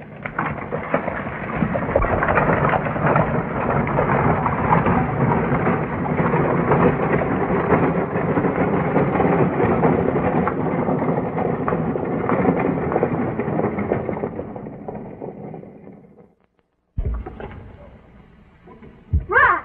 Hey, Rod! Gee, I was scared they'd see me. Why can't we be friends anymore?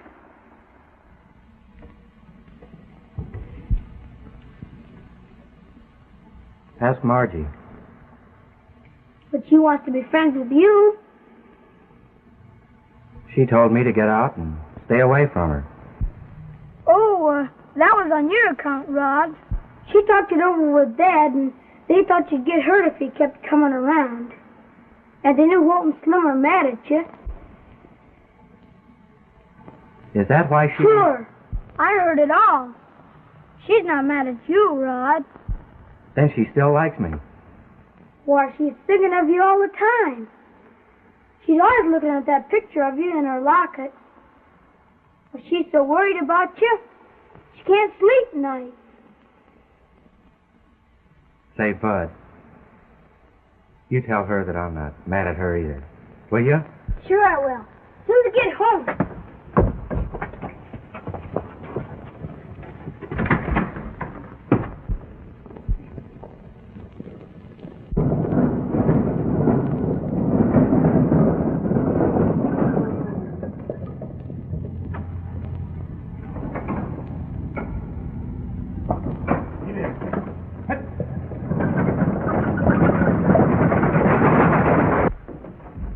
But Margie, I thought you got away.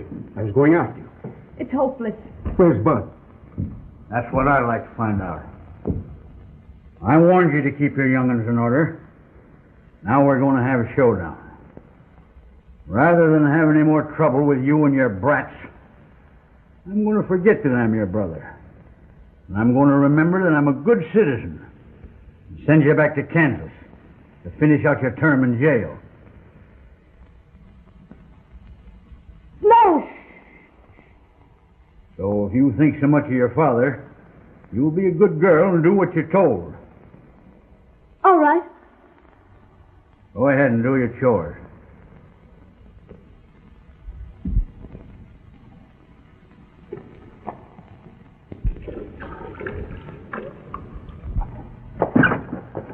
That was a good piece of business with young Camp. We ain't begun to make money off him. I don't know. I'm worried about the old man. Nobody's got anything on us. It means trouble. It means trouble if they get the bullet out of him. It come from our gun. Trouble for Uncle Joe. It's his rifle.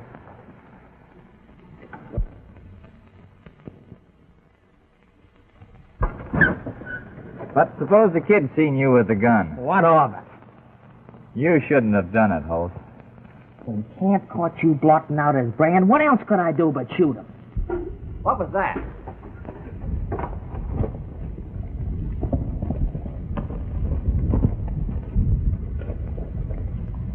Did you hear what we was talking about? What are we going to do with her? There's one way we can keep our mouth shut. What do you mean? A wife can't testify against her husband.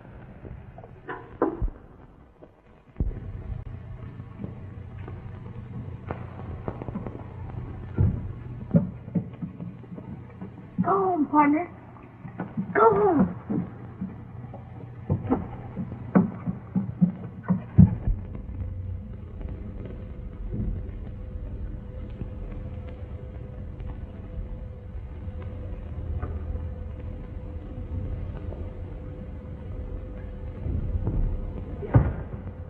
Bud, what are you doing up at this hour of the night?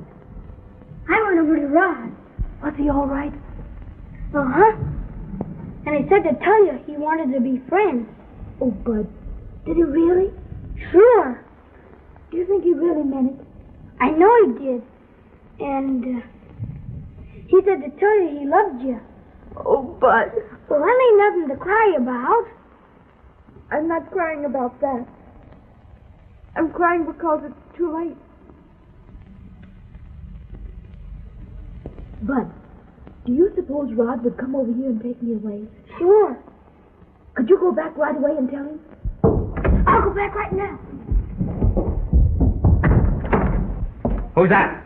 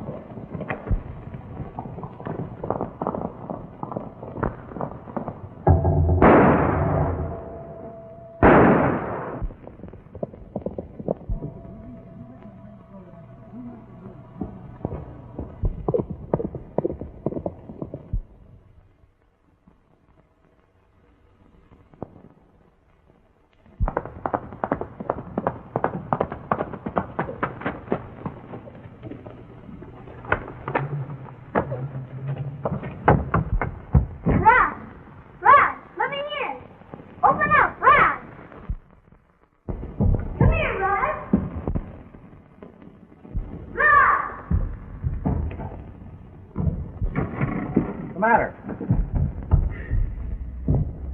Gosh, I was scared they'd catch me. What happened, Bud? Well, I was telling Margie what you said, and Hope woke up and I ran. You told Margie? Yeah, and she cried. But she cries a lot anyway. Most every night.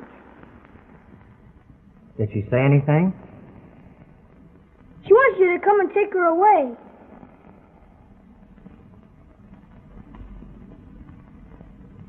I can't have any more trouble with your folks, Bud.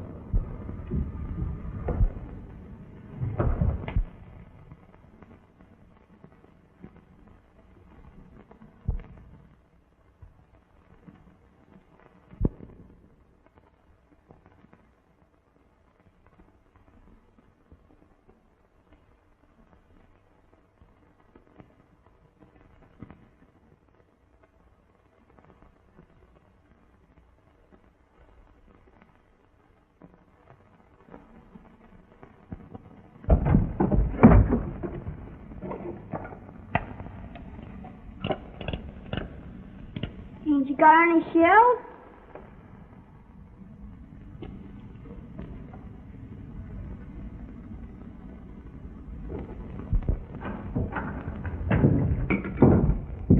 Horses are ready. All right, let's go to town.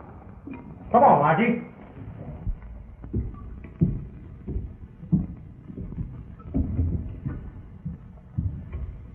I'm sorry, Margie.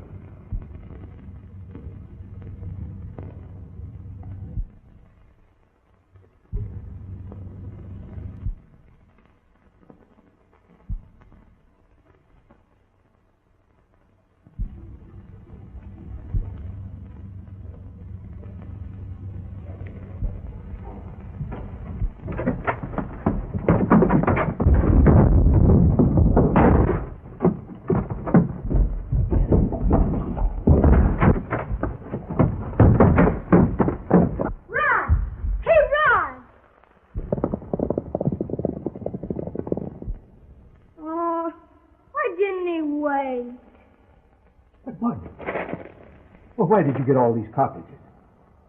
Out of their guns. Dig.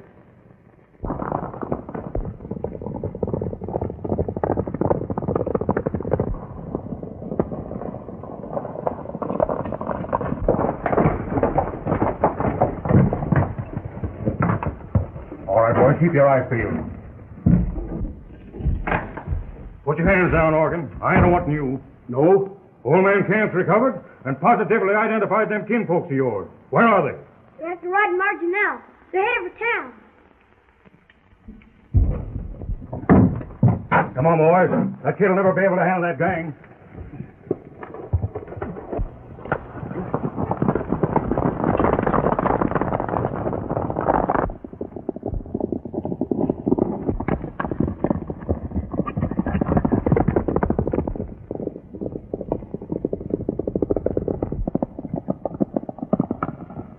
I'll head them off.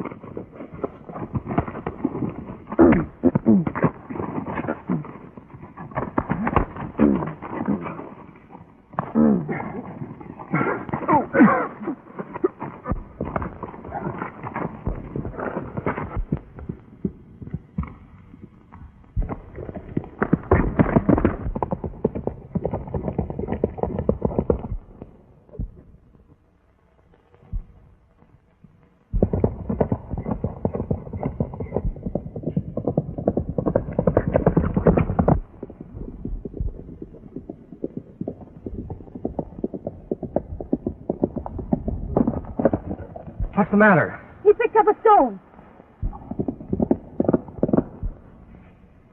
You take my horse and go on to town.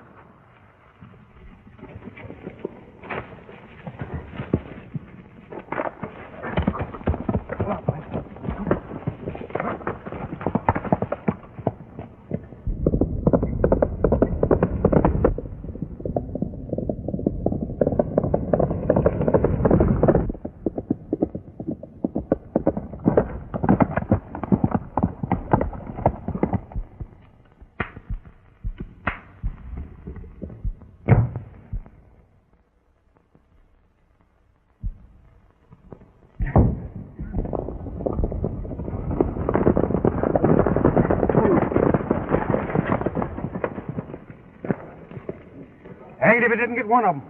All right, boys, bring him in.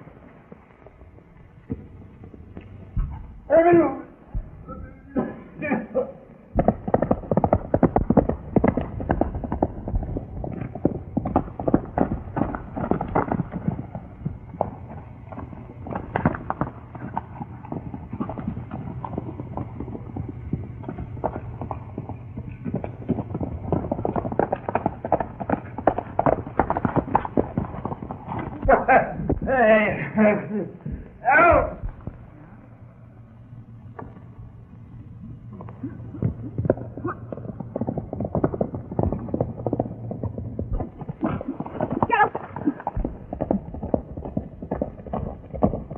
Let me alone! Let me go!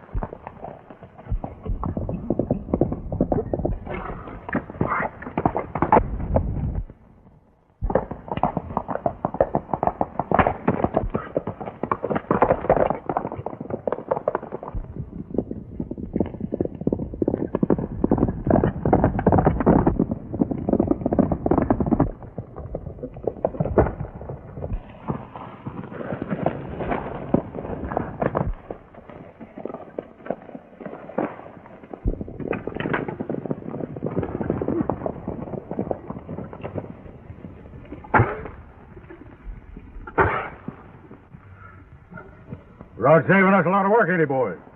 Looks like he's done a pretty good job on this one. Come on, let's bring him in.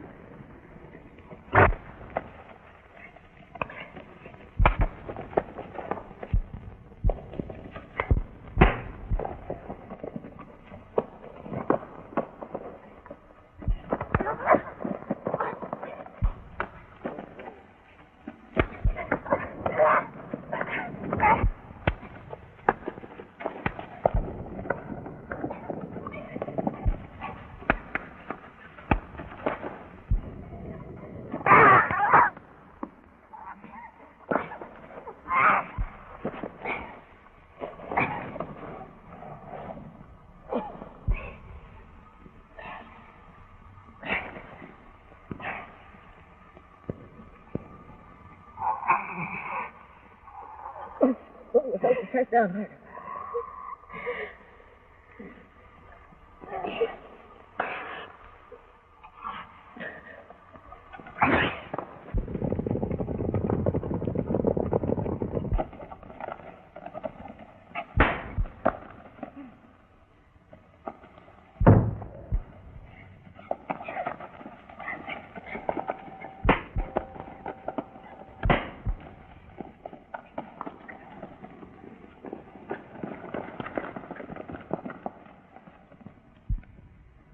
To think that I was worried about you. Thanks, Sheriff.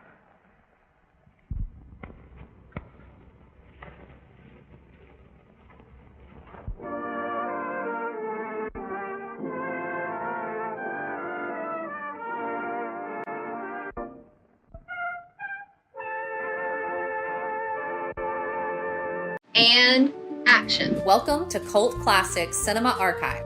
Subscribe and follow along if you love silver screen classics like I do. Not only will I be sharing cult classic films, I'll also be exploring the history and behind the scenes. Whether you want to watch with me, learn more about cinematic history, or share your love of the cinema, you can find it all here. Thanks for joining me. Grab some popcorn and let's press play.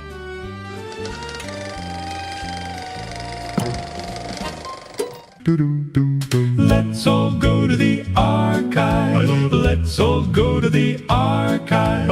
Let's all go to the archive and watch a classic film.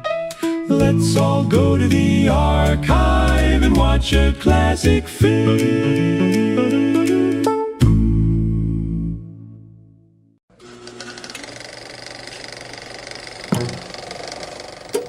Welcome to Cult Classic Cinema Archive.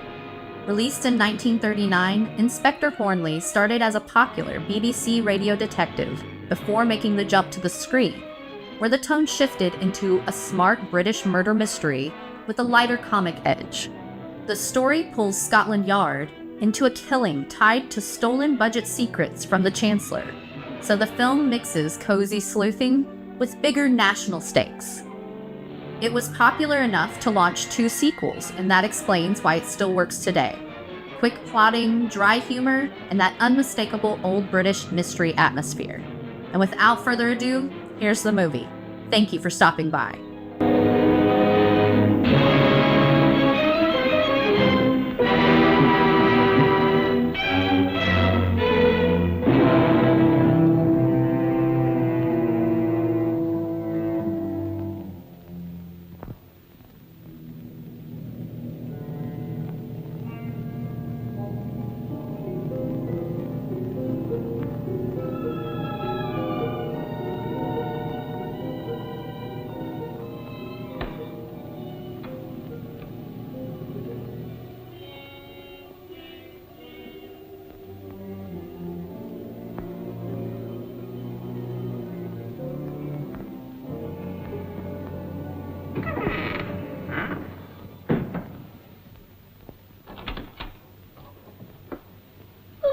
How should I know? I ain't got eyes in the back of my head. You ain't even got a head to have eyes in the back of.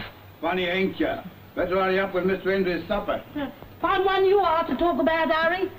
Something you've never done in all of your life. Harry, he says, lays down on the sofa, just like a man, expecting a woman to slave herself away to a shadow. I don't know. They're all alike, husbands and lodgers. Mr. Hendry, is the supper you ordered? Mr. Hendry, don't let it stay out here and get cold. Oh.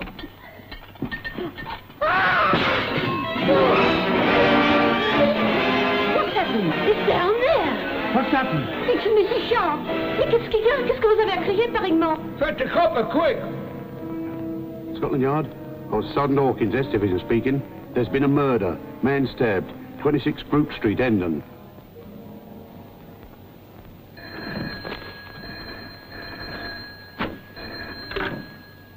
Hello? No, Inspector Hornley's not in. Well, he's busy in a very important job. Well, he told me that he was looking for a dull red Indian with a pointed bust. Ladies and gentlemen, will you turn to page 2 of the catalogue? Lot 17. Dull red Indian with pointed bust. A very fine specimen. Have I any offers, gentlemen? Well, shall we start with 5 shillings, a most ridiculous figure. 6, thank you, sir. 7, 8, 9, 10. 10 shillings I'm offered for this rare stamp in excellent condition.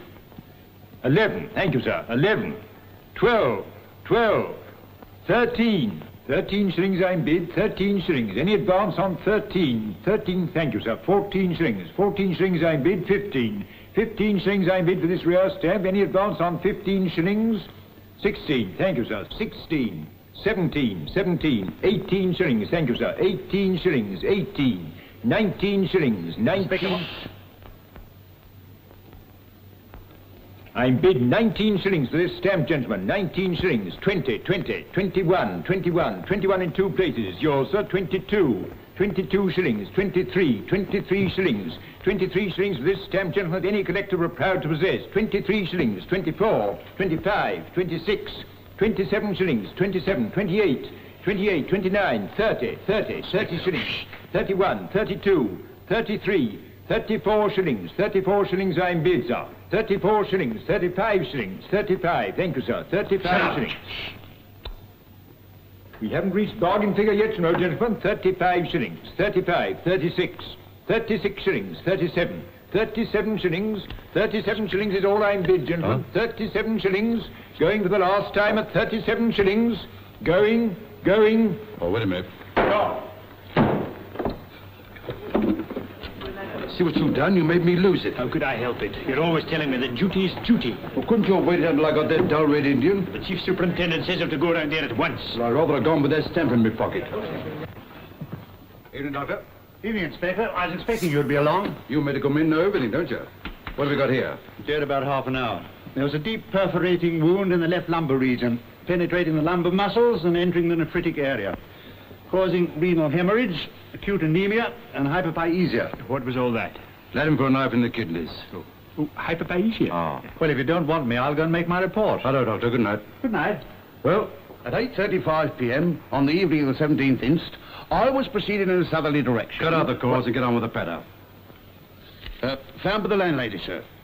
Can't locate the instrument what done it. The lady of the house reports deceased portmanteau's missing. Name? James Henry, sir. According to that receipt, produced. £19, 17 and sixpence on him, sir. Produced. Better keep an armed guard over that. And a piece of chalk, sir. Produced. Bring in the landlady. Right, sir. Well, I don't think much of his choice of apartments. I wonder what he was. Hotel porter. Hotel porter, I thought that. How do you know? This piece of chalk has got blacking on it. He used it to chalk the room numbers on the boots he cleaned. See? Oh, marvellous. All life's problems solved. No, I have been wrong. Last week's football pools, for instance. That? Well, the whole of Scotland Yard couldn't deduce what Chelsea will do next. This room hasn't been dusted for days. I wonder why. I can tell you why. I couldn't get in, see? How's that? Kept his room locked. Mysterious bloke he was. That tight-lipped he'd have to have a shoe on to eat a banana. No, that's all right. Oh, no, it ain't all right. I've never had any trouble with the police before. You surprise me. How long has he been here? 3 days. Came in the night before last. And now look at him. If I'd have known that was going to happen, I'd have cleared him out straight, I would. Well, I don't think he had this in mind when he came here. Your inspector. Oh, look what I've got. Letters. Mademoiselle Eloise de Parmentier. Oh, cherche la femme. How much? In French, for there's usually a woman in the case. Paris postmark. Yes, it's a French, stamp, all right. Here. Do you know anything about this, what's her name, Mademoiselle Eloise de Parmentiers? Yes, the tenant before him. Oh. And a nice, quiet lady she was, too. Well, did he have any visitors? Visitors? What kind of place did you take this for? Well, if he lived alone, he had no visitors, and there was no weapon, it isn't the murder, it's a blinking miracle. Half a mo. I did hear the door go when I brought the supper up. Oh? It must have been him that pinched the bag. Well, how'd you know the bag was gone if he couldn't get in? Because I saw it come in with him, and it ain't here now. Huh. What do you think I was giving my head for? I'd rather not specify. How big was the bag? Oh, the kind easy to get away with on rent day. Hello? Suddenly been taking all this metal piece lately. Could it have been the bag? No, this is a clean round space in the dust. Oh, Hercules. Hercules? Him with the muscles, my statue. She means Hercules. Was it valuable? Valuable? I'd weighed a couple of stone. What was it made of? Oh, iron or something. I see. A bloke's murdered, and 19 quid left in his pocket. But a heavy statue and a suitcase were pinched. What do you make of that? Simple enough, Inspector. I can reconstruct the whole thing. Oh, go on. Well, now, you see, these statues are always hollow, and somebody had put a roll of banknotes inside. What's that? Oh, shh, the woman. Now, the thief knew it was there and came in to burgle the place. He put the statue in the bag, and the deceased came in and caught him. They struggled. He grabs the bag. And stabbed this poor bloke in the kidneys with it. Wrap up. Sergeant? Sir. Any ponds, rivers, canals about here? There's a well shop just beyond the Dog and Drake. Well, get a boat and dragging irons, quick. Yes, sir. Half a mo. What about my statue and my banknotes? What are you going to do about that? I'm going fishing. Where's Sergeant Bingham now? I think that's them just coming in, sir. Well, about time, too. They've been gone about a couple of hours. Got anything, Sergeant? Only half the well sharp in the boat. All right, come along in. Right, sir. I don't know why these things always have to happen on a cold night. Well, we've better turn it up till daylight. And we'll get more light on the scene. Go on. Keep the boat steady, sailor. Yeah.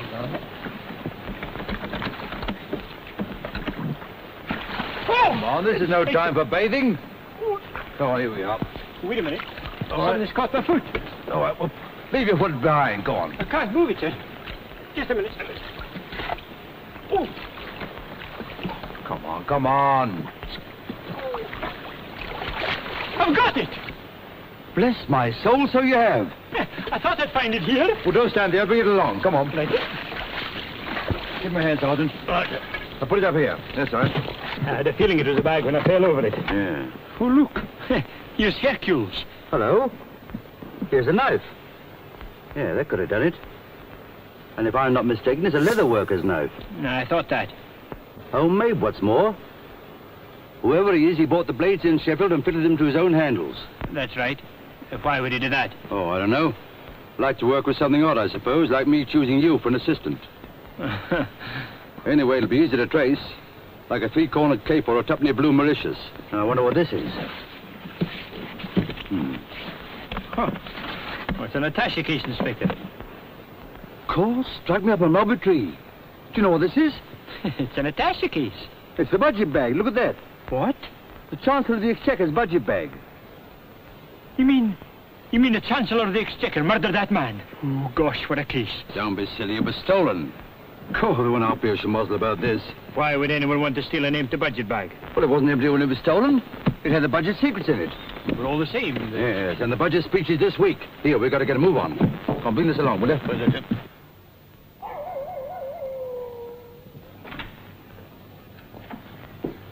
There's an Inspector Hornley to see you. Did you say Inspector? Yes, sir, from Scotland Yard. Well, what on earth? Show him in. Yes, sir. Inspector Hornley, sir. Good evening, sir. Good evening. I trust you'll pardon the intrusion, sir. A little matter of lost property. That's very kind of you, but I'm not aware. Your budget bag, sir. Budget bag? Yes, sir. But really, Inspector, I should have thought a man from Scotland Yard would have known an official bag when he saw one. There are bags within bags, sir. Now, sir, what about that? Well, that's my budget bag. That's what I was saying, sir. Where'd you find it? In the Welsh Harp. The Welsh Harp? Yes, sir. Fantastic. Just a moment.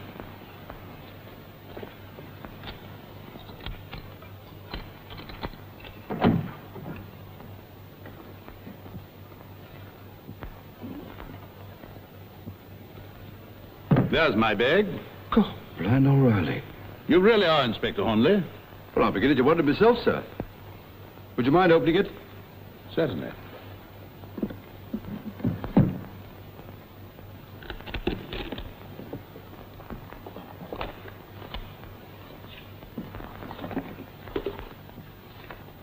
Anything missing, sir? Nothing whatever. I see. It certainly is a remarkable imitation. Dent, have you any explanation of this? Aye, sir? No, just doesn't make sense to me. Why anyone should want to make a replica of my bag, I simply cannot understand. But they wouldn't have deceived me. I know that bag anywhere. Is that your bag, sir? Of course it is. You're quite sure, sir? My dear Inspector, I may be only a politician, but I can identify my own property. How, sir? Well, but that stain, for one thing. It's tea. I spilt some on it this afternoon. Yes, sir. But that's the dud. I mean the duplicate. What's this? Yes, sir. Look. That's astounding. Now, sir, where did you spill this tea? The place called the Pheasant Inn. I usually drop in there on my way down here for a cup of tea each day. I think I've got it. Someone had switched the bags. When you were having your tea at the inn, it was the duplicate you have with you. That accounts for the stain. This was the real one. Where was that? Well, you see, sir, the thief was having a look at the documents. And when he learned all he wanted to know, he returned your property. In other words, someone is in possession of the budget secrets. I'm afraid so, sir. I don't like that, Inspector. Well, I'm not exactly ecstatic myself. But you realize how serious it is? I make my speech the day after tomorrow, and I can't change the budget. You must find this man. Very good, sir. I'll go down to the Pheasant Inn right away. It might be a good idea if I go along with the inspector, sir. I'll be able to show him exactly where you were sitting. Excellent. Mr. Dench is my private secretary. Might be able to help you. No doubt, sir. Fine, I'll get my hat. Oh, by the way, sir, was there any particular item in this budget which might make someone anxious to get an early tip? My good man, one glance at those papers would enable anybody with a knowledge of finance to make an enormous fortune. Uh-huh. At the same time, he might do irreparable damage to this country's credit and banking systems. Well, in that case, I'd better get hold of him before he lays hands on my post office balance. Oh, have you any idea, sir, who could have substituted the article? Not in the least. But it seems incredible to me that anybody should be allowed to rob the Chancellor of the Exchequer with impunity. Quite so, sir. Generally the other way around. Pheasant Inn? Let me speak to Miss Gordon, please. Oh, hold on a minute. Is that for me? No, Mr. Gordon, it's for Miss Anne. Boyfriend, I suppose. Hello? Hello, Peter. I haven't time to explain now, but the police are coming down to your place and I'll be with them. All right. Yes, I'll come in and play cards another evening. Right. Goodbye. I'll be with you in a moment, Inspector. Well, hurry up then. Hello. I wonder what game he plays, sir. Rummy? Peter seems to be a man of few words. I can't understand what he meant. That's because he's a politician. Bill, Hmm? have you had any trouble with anyone lately?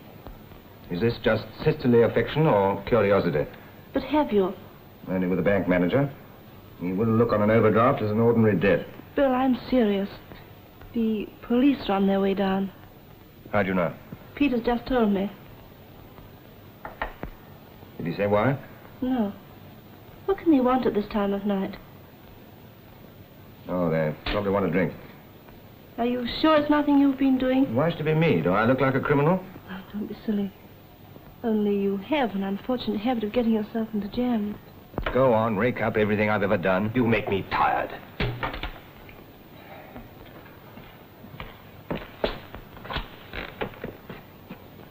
Am I intruding? Well, I wouldn't exactly call it that. I don't understand. Don't you? Well, think it over. You'll probably get my meaning.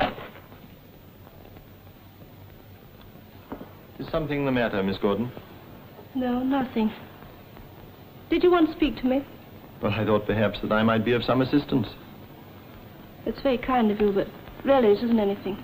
But if the police are coming down? Then you did hear what we were saying. I happened to pick up the extension phone. I couldn't help hearing what Mr. Dench said. Will I be locking up, miss? Not yet, Alfred. We're expecting the police. The police? And what are they after? I don't know. Have you anything on your conscience? Ne'er a thing, miss. When will they be here? In a few minutes. All right, miss. I'll keep an eye out for them.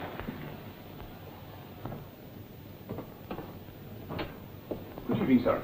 Anything? Good evening, Mr. Dench. Good evening, Alfred. Quite a nice wee pub, this. All wee pubs are nice, given the time and place. Speaking of time, have you got an extension here? No, sir. Why? Well, it's after hours, you know. Oh, there isn't a customer in the place for all that. We kept open for you. What, you expected us? Not me. Miss Anne did. Who's she? Miss Gordon, sir. She owns the hotel. And you wouldn't want anyone better. Did she say what we were coming about? She did not. And I told her there was no knowing what the police does be after. Well, sometimes even the police themselves don't know what they are after. Will I tell you here? Please. Ever heard of telepathy, Sergeant? Telepathy? No, it's what we in Scotland call the second sight. Lots of us possess the gift. Nearly all the savage races have it. And that's true. What do you mean? I make a remark to the Chancellor of the Exchequer, and it's heard miles away out here at the Pheasant Inn. Now, how could that happen? Look here, Inspector. You don't have to waste any more time. I telephoned Miss Gordon. Well, I don't want to seem inquisitive, but I'd like to know why. Well, she happens to be a friend of mine, and I wanted to protect her. Superfluous, Mr. Dench. I'm no terror to the female sex. That's right. Good evening. Good evening, miss. And this is Inspector Hornley, Miss Gordon. I must apologize for this late call, miss, but I've come to investigate the stealing of the budget bag from the Chancellor of the Exchequer this afternoon. Peter, is this true? Yes, and the inspector believes that it took place here in the hotel. But how could it happen? Well, that's what I'm here to find out, miss. Are you the owner? Yes, my brother's a sort of partner with me. What sort of partner? Well, he has other interests that keep him busy. He's away from home quite a lot. Then you run the hotel yourself? Well, Miss Gordon has an experienced manager, a Mr. Whittens. Thank you. Were you here this afternoon? Yes. Did you happen to notice some tea spilt on the Chancellor's bag? Everybody did. He was quite upset about it. I suppose you don't remember where he was sitting, do you? Yes, I do. I'll show you. Thank you.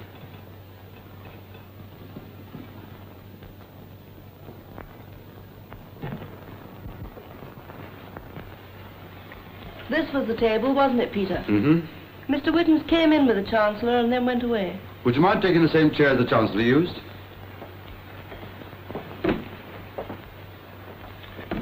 He sat here and I sat opposite. I see. Sergeant, give Mr. Dent the budget bag. Right, sir. You might place it in the same spot it was this afternoon.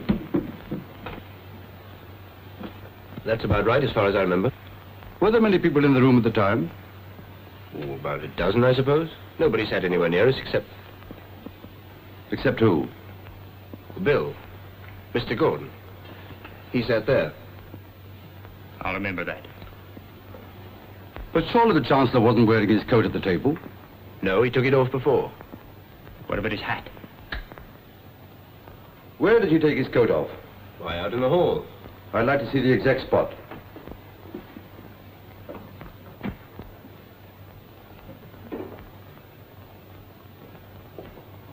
And the Chancellor always carried the bag himself, eh? That's right. Yeah, did you happen to notice Britannia's got...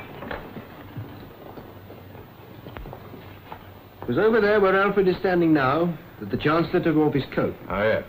Well, would you mind showing me exactly what he did? All right. Now then, we came in together. I stepped over to that side of the table to speak to Whittens. The Chancellor moved over here and gave his bag to the porter. Then he took off his coat. The porter gave him back the bag, and we went into the dining room. That right, porter? Quite right, sir. Only it wasn't me. It is me assistant and understudy, so to speak. Henry, his name is. Henry, that's the man.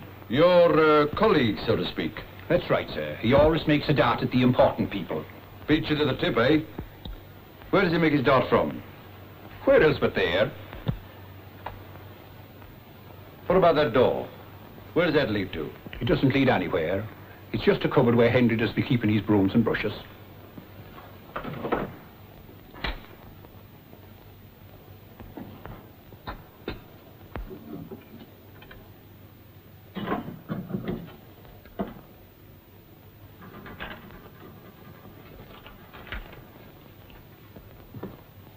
Do you happen to know where Henry is now? I do not. All I know is I'm doing his work. Then he doesn't live on the premises? Oh, yes, he does. But every night since Sunday, he's gone up to his sister's place in London, with Mr. Whitten's permission. Where is his sister's place? Sure, I don't know, but it's somewhere in London. Miss Gordon, do you mind if I take a look at this man Henry's room? Not at all. Alfred will show you the way. Thank you, miss. This way, Inspector. Oh, take the budget back to the car. We'll leave with the driver. Right, sir.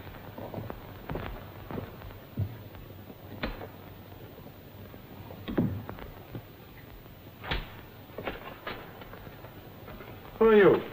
Well, I'm not the under-porter, and I take it the same applies to you. Oh, Mr. Whittens, this is one of the inspectors from Scotland Yard, the manager of the place. May I ask what you want up here? Sure, hasn't the Chancellor of the Exchequer lost his little bag full of taxes? And he sent this gentleman to find it for him. The under-porter's bedroom is rather a curious place to look. About as curious as finding the manager in it. Why, are you the valet as well? I'm just going to lock up the petrol pump, Inspector. There's been a lot of petrol stealing from cars and pumps around here, and we like to assist the police in the prevention of crime. A very laudable attitude, Mr. Whittens. But perhaps you wouldn't mind answering me a few questions. I've no objection to helping the forces of the law. How long has Henry been here? About 6 months. Did you engage him? I'm the manager of this hotel, so naturally I engage the servants. References all right? They satisfied me. No doubt. I think that'll be all, Mr. Whittens. Don't let me keep him from your petrol pump. Oh, yes. Of course. Smart businessman, your manager. Keeps an eye on everything, I should think. If you mean he's one of them fellas that does be snooping all over the place, hoping to catch you on the hop, then you're right. Will this get you into trouble? I don't think so. They can't possibly think I'm involved. I didn't mean that. I was thinking of your job. Darling, don't worry about that. The main thing is to keep you out of it. Do you know anything about what Henry does in his spare time? Divil a thing. He's never one to talk a lot. Ah. Uh-huh. That seems to settle it. Do you mean Henry done it? What'll I say to him when he comes back? When do you expect him back? He knows if he isn't back in time for the boots and knives at the crack of dawn tomorrow, there'll be the curse of Cromwell waiting for him. You're not Welsh by any chance, are you? Me? From Wales? With me name O'Callaghan? What kind of a detective do you call yourself? I'll be able to tell you that tomorrow night.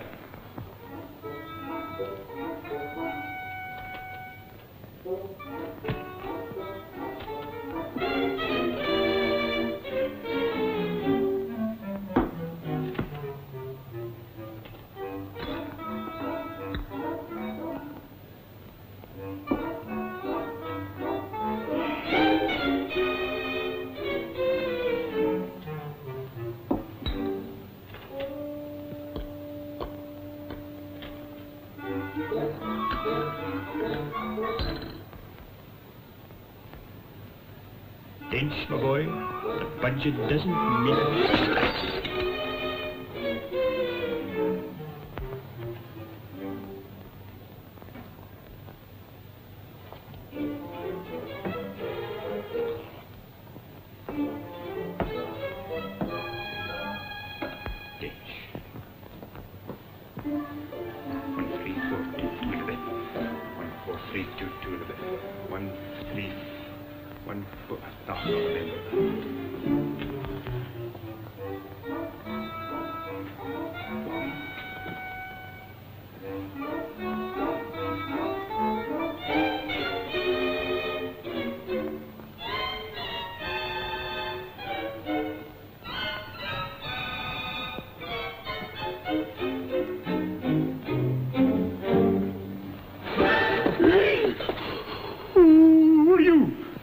Allow me to introduce myself. Holt's the name, travelling representative of Messrs. Thurby and Smith, textile manufacturers. And what were you representing out there? I just stepped into the garden to see the curtains. Oh. Do you have to be in a dark to do that? It helps. You see, you can tell what sort the material is by looking at the light through it. Well, it looks pretty thin to me. Thick or thin, there's nothing I don't know about textiles. I can clothe you from the cradle to the grave, sir. Oh, could you? Well, you're a bit late for the first and a bit premature for the second. Oh, here, Inspector.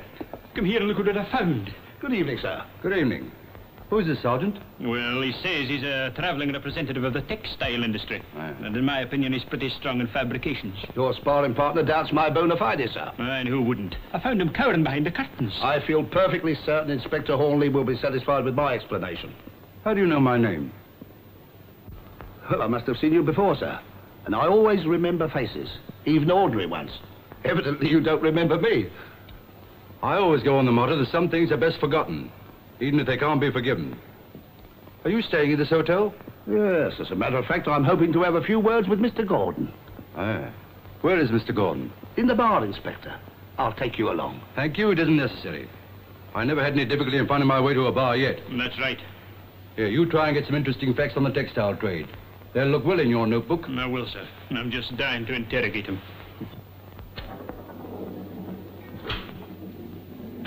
Hello. Am I right in supposing all the gentlemen from Scotland Yard? Quite right, sir. You're Mr. Gordon, I presume. That's right. If I didn't know you come about the budget bag, I'd take you for one of the vice squad. Well, I hope it isn't familiarity that caused you to make that error. But how did you know I came about the budget bag? Mr. Dench has told me in accents of statesmanlike gloom, my sister in tremulous tones, and Mr. Whitten's been flapping about like an old hen. And in fact, you're the only one that doesn't care. Exactly, Inspector. I've made so little money in the past year, the budget doesn't mean a thing to me. I congratulate you. Now, sir, if you could spare a minute from this game of chance... Skill, Inspector. Look, I'm home. Yeah, but the point is, were you at home all the evening? No, Inspector, I wasn't. I took my sister up to town. She went to see some friends, and what do you think I did? I wouldn't like to say. I went to a show. A variety show. There's the counterpart of my ticket. That's the perfect alibi, isn't it? Yeah, it would be if this ticket came out of a time clock, which it doesn't. Have you asked our very efficient manager, Mr. Whitten, how he spent his evening? All in good time. Because when you do, ask him who he took up to London with him. Right. We'll go and ask him. Nothing could give me greater pleasure. Excuse me, Inspector, but it's getting very late. Can you tell us how long this investigation is likely to last? Well, the Chancellor's speech is the day after tomorrow. But if you'll answer me one question, we'll call it a day. Go on. Did you drive someone to town tonight? As a matter of fact, I did. Who? Henry. I picked him up outside the hotel and gave him a lift. I dropped him in Oxford Circus, and that's all. And I suppose you've got half a dozen witnesses who saw him get out and walk away. At least 50 people must have seen him. But they don't know it, and I don't know them. Was he carrying a suitcase? Yes, an old brown one. That seems to settle it. Well, now, I kept you all up pretty late, and it's only fair to tell you why. Sergeant Bingham, I want you to help me to demonstrate. All right, sir. Nothing like a good reconstruction. Now, get over there, will you? Now, you can be the Chancellor of the Exchequer. Now, according to Mr. Dench, the Chancellor came into the hotel this afternoon with the budget bag in his left hand. No, left. He handed the bag to the porter. And as he turned to take off his coat, The porter placed the bag down here behind this umbrella stand. After taking the coat, the porter produced a duplicate bag from here, which he had already planted, and handed it to the Chancellor, who went into the dining room. Go on, go on, go on. Henry then slipped into the cupboard with the real bag, where he made notes on the budget. And when the Chancellor returned from the dining room, he gave him back the real bag, having reversed the whole process.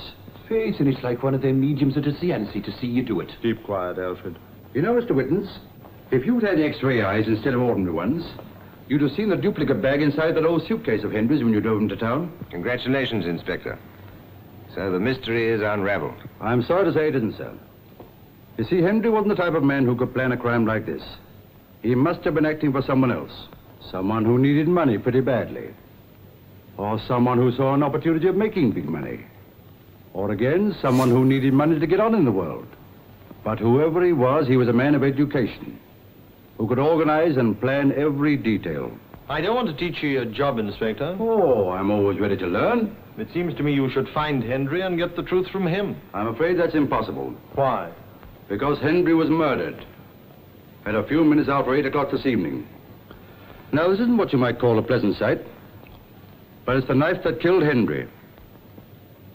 Has anyone ever seen it? Or one like it before? No? Ah, well, I didn't expect any other answer. Mr. Dench, would you mind driving me back by the Chancellor's house? Certainly. Sergeant, get back to the yard in the car. Put this in the bag and hand the whole lot over to fingerprints. Right, sir. And look sharp about it. Yes, sir. Tell him I want to report first thing in the morning. Yes, sir. Good night, Miss Gordon. Good night, all. I expect we shall meet again very soon. Good night. It's a funny thing. The first time I'm giving a car to myself, and it breaks down. Well, I can't think what's wrong with it. Have you any petrol? Oh, I filled up before we left the yard. Never mind. Look and see. I know I took on 10 gallons. Blimey, it's empty. It's what? Sergeant, listen, this is a miracle. I could swear wrap up. Well, so if it's a taxi, Sergeant? No, they might not allow it in my expense sheet. Now, walk to a bus. Well, what about this here statue? Going to take it with you? What? Me lug that thing all over London? What do you think I am? Monumental Mason? Will I come with you, Sergeant? What for? Well, it's this alley. It's a bit morbid. What's the matter? Afraid of being left alone? Not me. It's you I'm thinking of. All by yourself. With that there bag. You listen. Many's a winter's night I've tramped the lonely moors of bonny Scotland. And it's not likely I'd be frightened in a dirty wee London side street. You stay here and take care of that statue till I send you some petrol. Yes, Sergeant.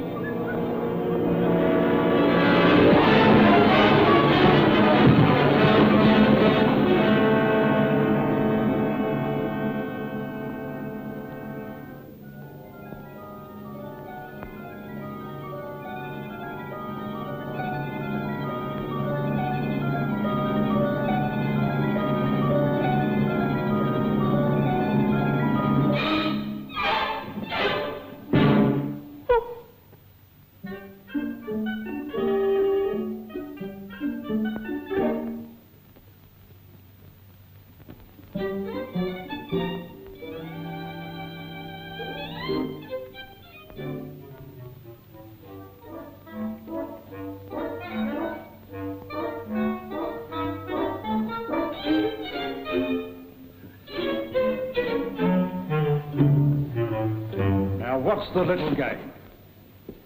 A fine time for you to arrive. But what's it all about? Don't bother me. Huh? Oh, I see. You want your little button. Don't touch it. Now see what you've done. You've ruined the fingerprints in my clue. Oh, it's a clue, is it?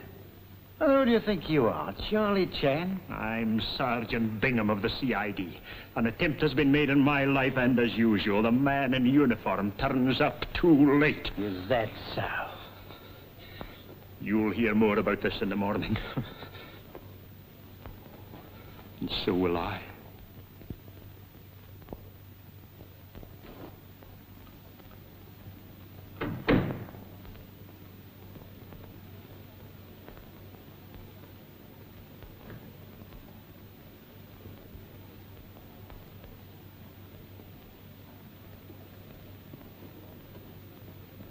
Go on. Say it. Say what you're thinking. There aren't any words for it. Not in any language. I'm very sorry, Inspector.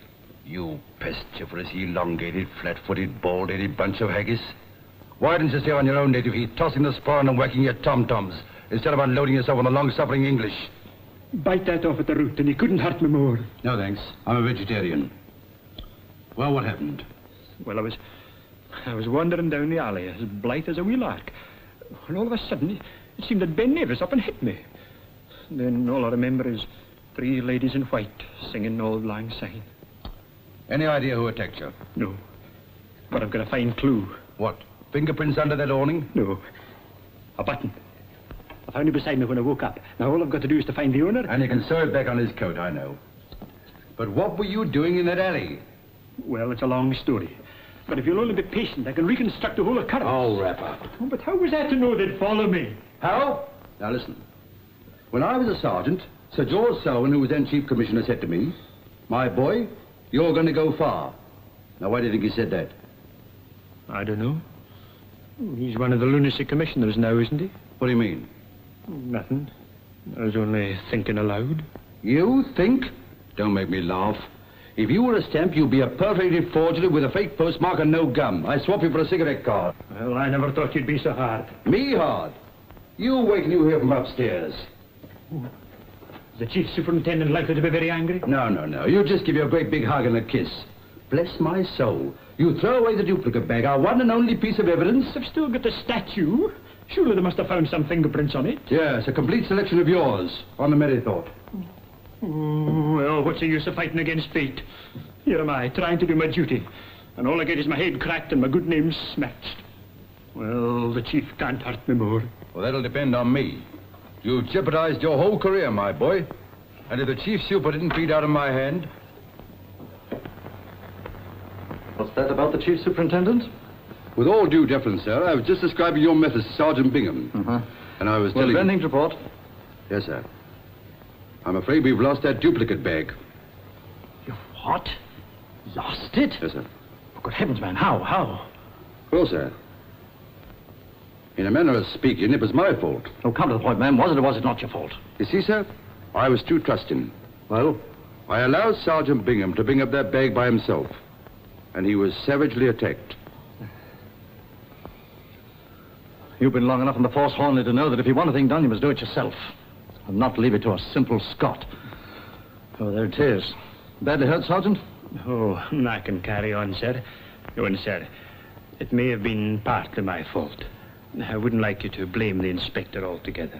No, it's very nice of you, Sergeant. Still, I'm afraid I must take the blame. It was my responsibility. Well, never mind whose fault it is. The point is, the Chancellor makes his speech tomorrow. And before he gets up in the house, we've got to find the murderer. Tomorrow? Yes. Can you do it? Well, if I could guarantee that, sir, I'd be Chief Superintendent myself. Still, I can try. Mr. Whitton's to see Inspector Hornley, sir. All right, I'm just going. Bring him in. Don't let Bingham do too much, till he's all right in the head. Don't you worry, sir. I'll look after him. Well, you certainly did me a good turn there. Esprit de corps, my boy. What do you say? French for the old school tie. Good morning, Inspector. Good morning. What can I do for you?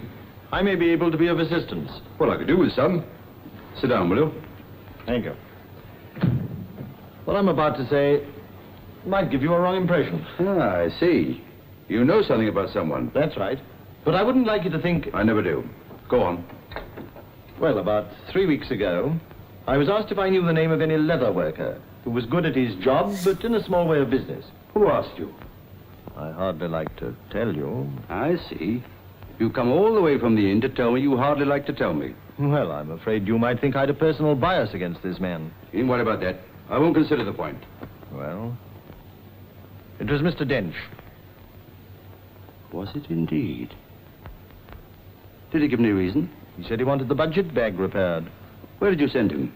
A man called Parkinson, 104 Shepherd's Market. Nothing wrong with your memory, is there? I thought you might be doubtful about my story.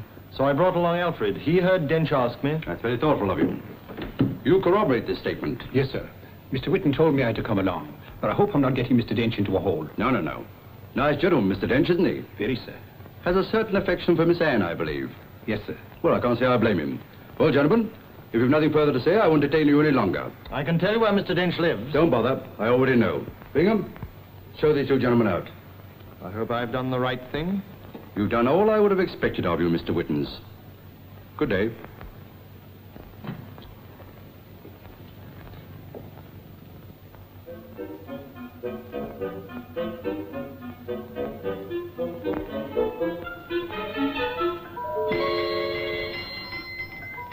Good morning, sir.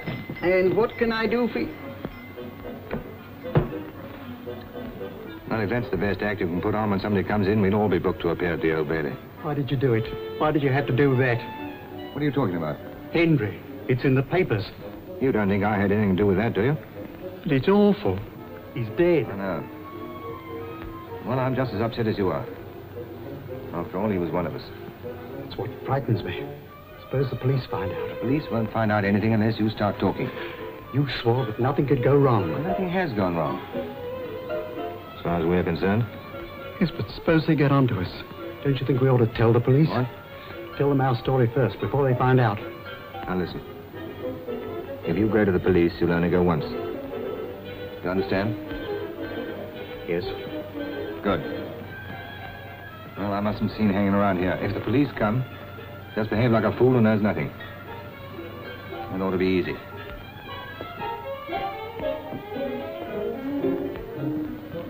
Why don't you go away for a holiday? Holiday? Might be good for your health.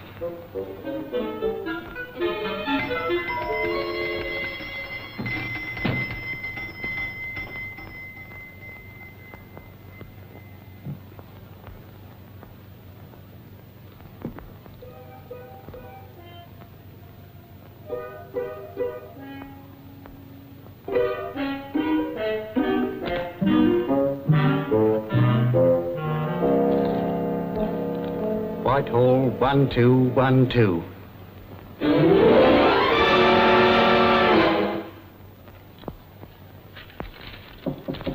Come in. Good morning, Mr. Dench. Oh, good morning, Inspector. You're about early? Oh, we don't call this early over the yard, sir. Tell me, is there any news? No, not yet. But there are one or two things I'd like to ask you, if you don't mind. Certainly. Won't you sit down? Thank you, sir. I'm sorry to trouble you, but it's rather important to get all the facts. And there's something I want to check up on about this budget bag. Oh, yes? I understand you had it repaired lately. As a matter of fact, I did. Why? Well, you didn't think of mentioning it last night, did you? Oh, that was a month ago. Never occurred to me to have any connection with last night's affair. That's a clue, Mr. Dench. And clues are what we are looking for. Yes, of course. Tell me, how did you find out? By listening. Some of your friends are so fond of you they can't stop talking about you. Well, they certainly haven't wasted any time about it. Cigarette? No, thank you. You don't mind if I do? By all means. Tar. Nice girl, that Miss Gordon. Hmm? Oh, yes, very. I understand you and she hope to get married one day. Well, I really don't see what my marriage has to do with the budget. Oh, don't you? The budget's got quite a lot to do with matrimony. For instance, they make an allowance for a wife, don't they? And then there's the little ones. Well, that's very kind of you to take so much interest in my future. Oh, under my somewhat rugged exterior,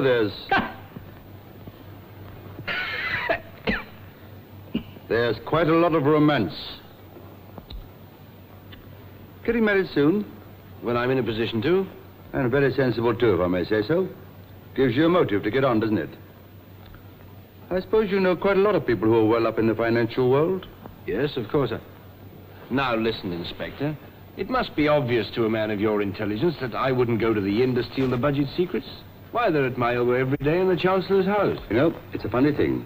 But whenever I arrest a man for a crime, he always starts by telling me a dozen ways he could have done it, and never by any chance of the way it was done. Are you going to arrest me? Don't be silly. Of course not. I wouldn't dream of such a thing. All the same, I'd like you to come along with me. Where to? To this Mr. Parkinson. He'll be glad to see an old customer. Oh, very well.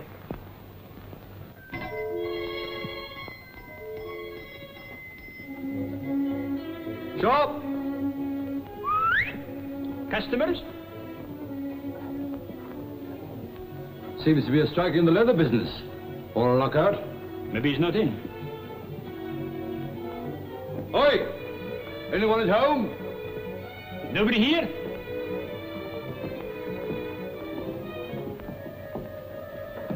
Funny smell. Wonder what it is. Cheese. Oh, no, it's not. I know. It's leather. Go on. Well, did you find anything? Only that Mr. Parkinson isn't in his bar. Is that the bathroom? Yes, in a manner of speaking. Yeah, you better go and... Hello? That's funny. What? Look at that. Oh, what about it? Well, at least we know that he left suddenly. Just what I was thinking. How do you know? Well, he left this off the hook. Hello? Hello? Go away. Hello, is exchange? Yes, I know.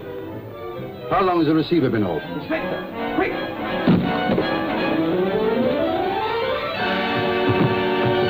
God, Lavarosa. What have you done now? I opened this door and he fell into the room. God.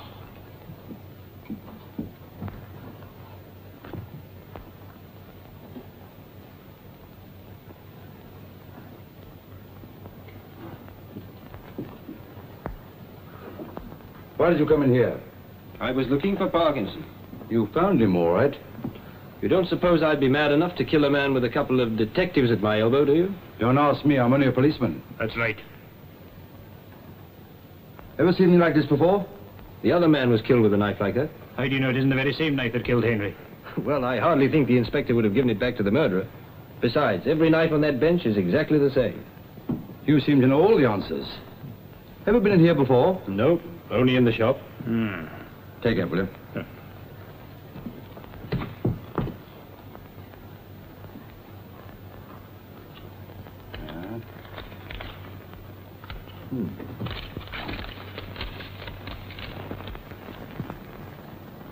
Gosh, what a way to treat money.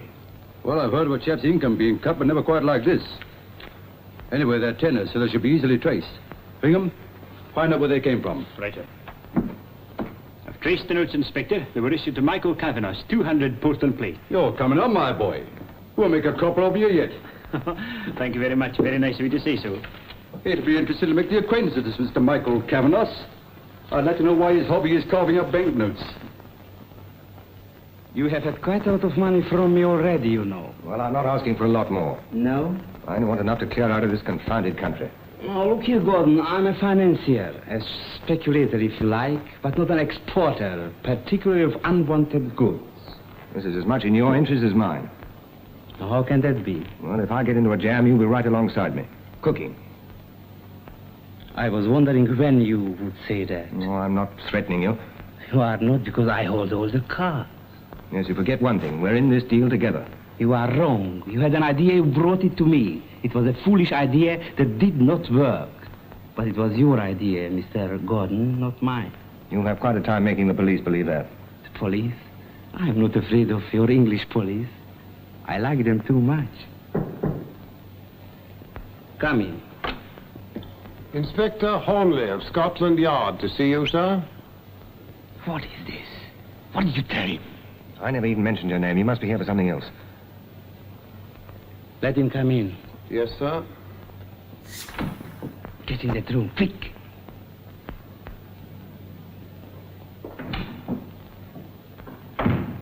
Inspector Hornley and Sergeant Bingham, sir. Good afternoon, Mr. Cavanos. Good afternoon, Inspector. This is an unexpected pleasure. I have never met anyone from Scotland Yard yet. Well, if I'd known that, I'd have brought along the Chief Commissioner. As it is, I'm afraid you'll have to put up with Sergeant Bingham. How do you do, Sergeant? I often see how much I like the English police. British. He's a foreigner, sir, like you. Well, now, after all these little pleasantries, what about getting down to business?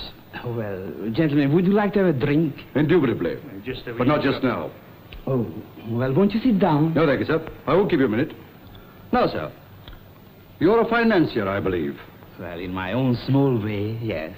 You invest money in all sorts of stocks and shares, don't you? Yes, all sorts of stocks and shares. And commodities? Wheat, oil, rubber, copper? Yes, yes.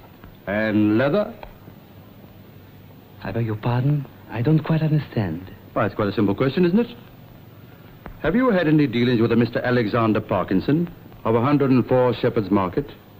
Alexander Parkinson? I don't think so. Why? Because he was murdered a couple of hours ago. I fail to see how that can concern me. And I take it you didn't know him? I never heard of him in my life. But it may surprise you to know that £200 in banknotes was found on him. Why should it surprise me? Because those notes were issued to you a month ago by the Southern County Bank. Oh, that might well be. I have many dealings, you know. In the course of a month, I could have paid them to one of 20 people. Well, don't you keep a record of the numbers? Never. I am perhaps what you call a bit careless about money. Prodigal, I call it. However, here are the notes. And perhaps you'll observe that they've been torn in half. How odd. I cannot think of a reason for doing such a stupid thing. Can't you? I can. It would interest me to know. I prefer to tell my bedtime stories to a judge and jury. I'm afraid I won't be there to hear you. That's a pity. Still, if you change your mind, I'll be happy to reserve you a seat. It's very kind of you, Inspector. I'm sorry I could not give you more information. Don't you worry, Mr. Cavanos. You've given me quite a lot, thank you very much. Good day. Good day, Inspector.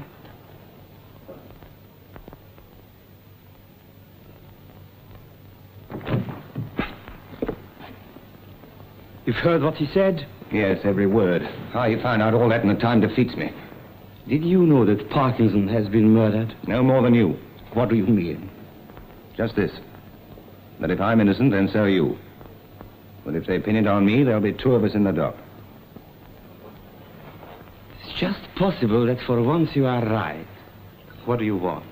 What I asked for before. Give me some money and I'll clear out.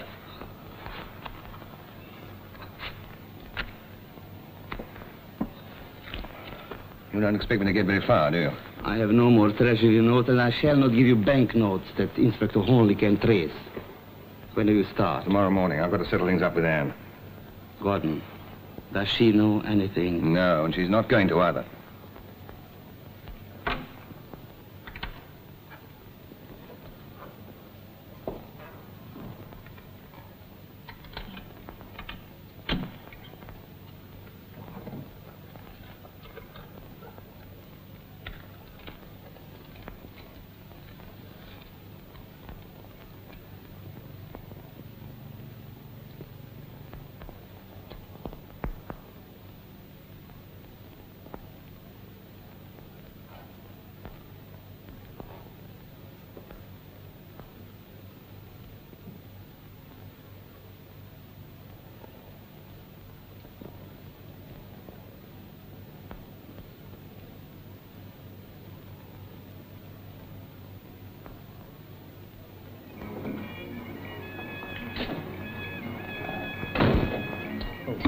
Any luck, Inspector? Do I look as if I've been lucky? Blind old Riley, what a day. Did you get anything at the stock exchange? Only a lot of stories I can't repeat. But I found out one thing. What's that? There's been no unusual speculation there. That means the thief is afraid to use his knowledge. Well, that's one feather in their caps. Well, you can stick your feather where you like. What I want is the murderer.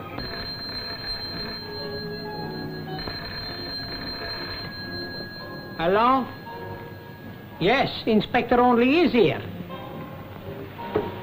What you say? The pheasants are in? Hey, wait a minute. Here's the inspector. Hello. Hello. They've cut off. What do they say? He asks if you are here. I tell him yes. He say you come down, the pheasanty is in, and you are going to be very interested. So. Bingham. This may be what we're looking for. Come on.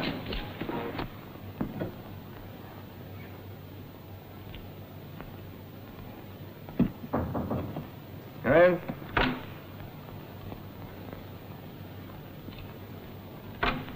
Hello, you come to bid me a fond farewell? I didn't know you were going away.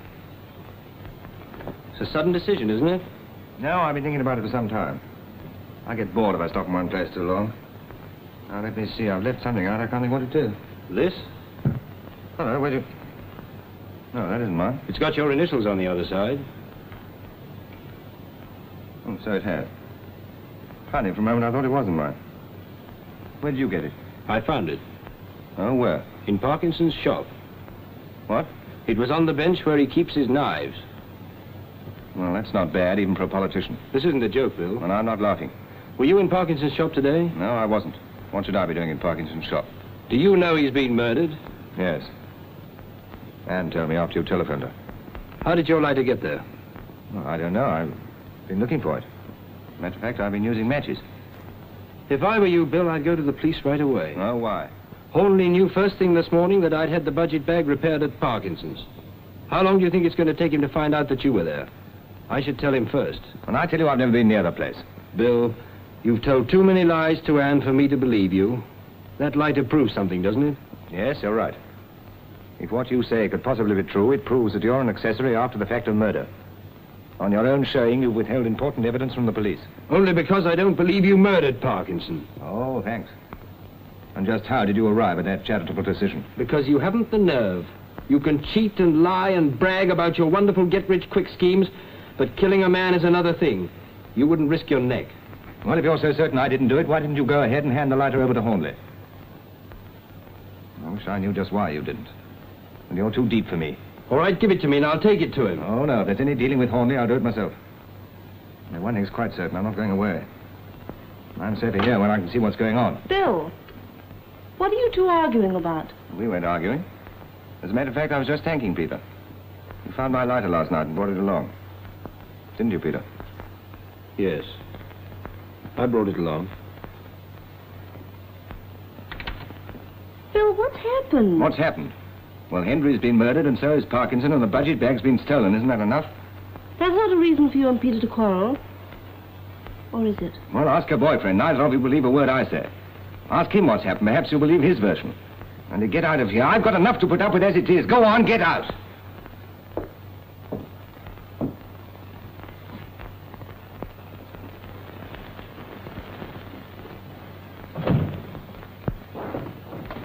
Good evening, sir. Where is Mr. Gordon? He's up in his room, sir. Will I tell him you want him? No, just show me to his room. But who shall I... Very good, sir.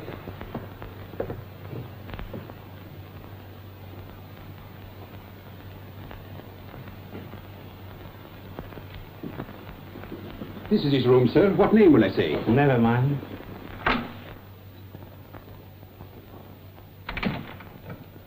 What are you doing here?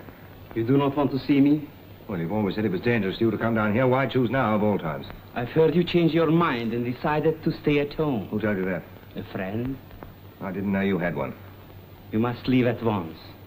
And I suppose your friend thinks that too. What he thinks is nothing. It is what I say. Well, for the present, I stay right where I am. Gordon, I'm thinking for your good. It is better that you go. Whenever you start thinking of anybody but yourself, I begin to wonder why. The reason is very simple. The police will come again and I do not like Inspector Hornley. That's funny. I've taken quite a fancy to him. In fact, I'm thinking of having a little chat with him. What's that? I never know whether you English are serious, joking, or mad. Well, I'm serious this time. It's got me down. Yesterday, it seemed quite easy. Today, it's beyond me. You think it'll be easy if you tell the police? No, it won't be easy, but it's the best way out. I've been thinking things over. Very well. But don't be too hasty. Let me think also. Well, I'm not stopping you. I think much better if I have a glass in my hand. There's a bell over there if you want me. Thanks.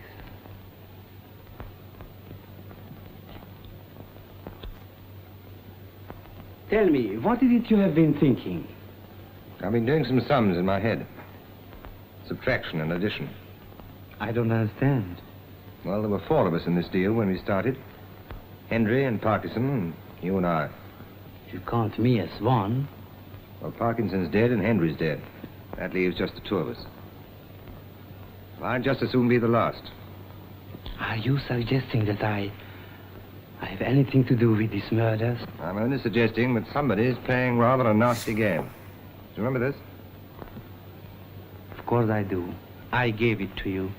After that share deal. Well, strange as it may seem, Dench found it and returned it to me this evening. Well, why shouldn't he? He said he found it in a room in which Parkinson had been murdered. But you told me you hadn't been there. Well, whether I've been there or not, I didn't leave my lighter there. How could Dench find it? If what he says is true, somebody planted it there. Somebody who'd like to see me hanged. And this someone is Dench. Well, it might be and it might not. Of course it is. The story about finding it must be a lie. I wonder. Come in. You rang, sir? Just bring me a white lady, please. And you? Same as usual, please, Elby. Yes, sir. Well, that's odd. What is? Now I know why I thought it wasn't mine when Dench first gave it to me. Let me see. No, it's no concern of yours, old boy. Well, perhaps it is. Anyway, all I've got to do is to put one question in a certain quarter to find out who's been trying to frame me, and that's the man the police are after. What do you mean to do? See Hornley. He'll be glad to know I can put him on to the man that murdered Parkinson. Who cares about Parkinson? I'm tired of his name. I say you better let the police do their own dirty work. And I tell you, I'm going to see Hornley as soon as I can. Excuse me, Mr. Witness, sir, but there's a brandy and ginger and a white lady to go up to Mr. Gordon's room. Has Mr. Gordon a visitor? Yes, sir, a gentleman I never saw before. He's up in his room. Excuse me. Have you locked up the petrol pumps? Wasn't it on the tip of my tongue to say I hadn't? Well, go and do it at once. I will, sir.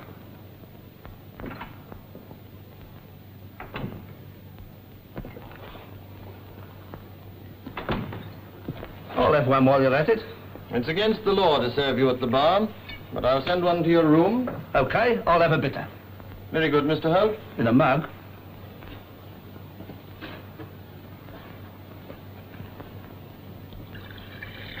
The law doesn't say we can't talk in here, does it? No.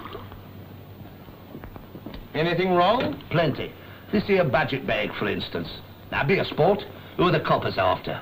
I'm not in their confidence, Mr. Holt. Well, my money's on Dench. He's the only one that knew his nibs was coming here to tea. And what with that young madam making eyes at him, the hotel was his to do as he liked him. You've no right to talk like that about Miss Gordon. Oh, so that's the idea. You're running in the same race, are you? If you can't keep a decent tongue in your head, you'd better find another hotel. No offence meant, Mr. Whittens. No offence. And nothing you can say will make me change my mind. Is it your final word? Absolutely. I'm even prepared to go to jail for a couple of years. But I am not. Drinks, Mr. Gordon. Oh, thanks. Put them down there, will you?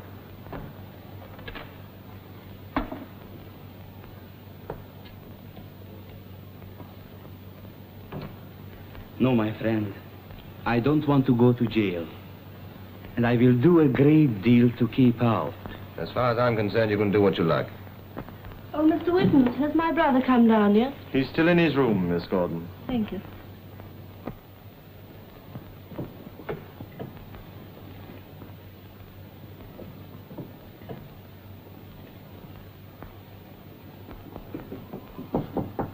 Bill? Bill? Bill? Bill, what's the matter?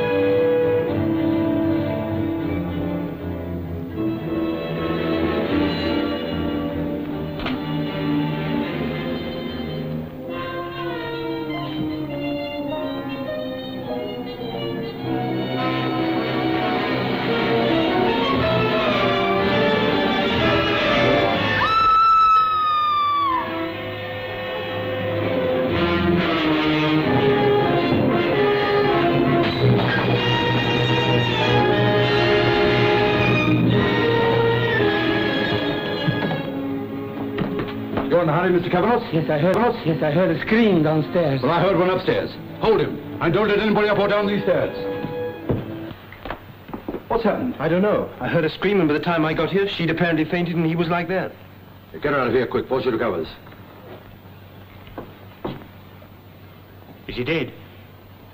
I'm afraid so.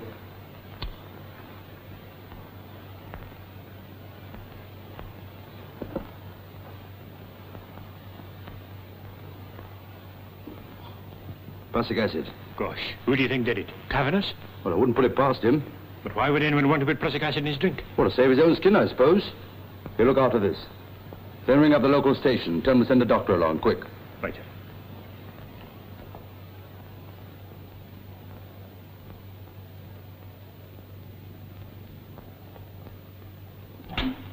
Inspector, Miss Gordon just told me a man came into this room after she found Bill. What's that? She noticed a scarf lying on the table. Just as she picked it up, this man came in and snatched it out of her hand. That's all she remembers. Is that so? Here, you better come downstairs with me. Look here, Sergeant, you can treat these people as you like, but I am a man of influence. I am well known. Not as well known as you will be, Mr. Cavanos. You'll be on every front page unless you do a bit of explaining. But I know nothing. I came here tonight to talk with Gordon. Then I left him, I came downstairs. Of course you heard screams all over the house. No, I realized I have forgotten my scarf. So I went back and I found Gordon in the chair, his sister by him. She screamed. I was frightened and ran away. But that doesn't explain why you came here tonight. To have a friendly chat with Gordon. I happen to know that's not true. How do you know? Alfred told me he heard them quarreling. What about? Just when I went in with the drinks, they were disputing about a deal, they called it. He doesn't know what he's talking about. Yeah, but I do. There were 4 of you in that deal. Henry, Parkinson, Gordon, and yourself. And 3 of them have been murdered. Only you remain. I didn't do it. I will tell you the truth, the whole truth. It'll be very unpleasant for you if you don't. Gordon owed me money. He couldn't pay. He promised to get me some advance information concerning the budget in exchange for his debt. But he planned it all. But you gave him £200 to have the duplicate bag made, didn't you? But I had no idea what the money was for.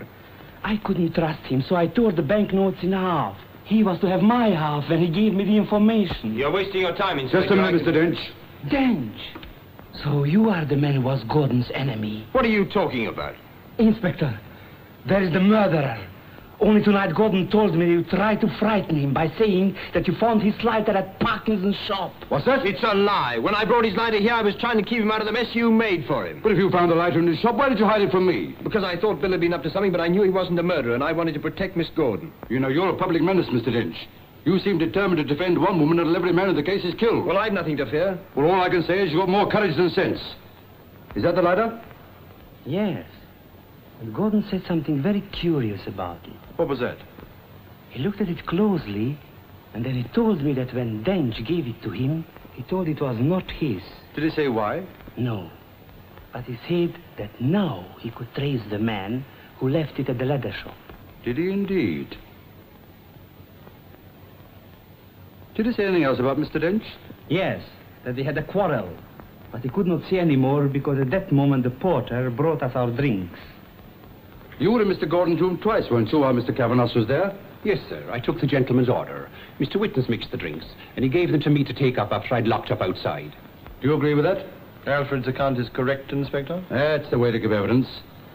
Now, I have one other question to ask Mr. Whitens. What did you do when you left my office this morning? I came back here. Can you verify that? Yes, sir. He was on his way when I went to catch me bus. Oh, then you didn't come back together. No. I'd some business to do. I'd forgotten that. I don't know what your business was, but when you were doing it, Parkinson was murdered. I imagine that at least 2 million other men were going about their business in London at the same time. That's true. But they didn't know Parkinson, and I believe you did. I knew him well. I sent Mr. Dench to him. Have you been in Gordon's room tonight? No. Then I take it that nobody but Mr. Cavanos and Mr. Dench have been there since Gordon was killed. Mr. Whitens, you were here when Henry changed the budget bags and could have seen the switch. You afterwards drove him to town. But we've only your word for it that you dropped him at Oxford Circus and didn't follow him and kill him. So that's what you think? Also, when I was here last night, you heard me say that I'd found the bag in the Welsh harp, didn't you? I did.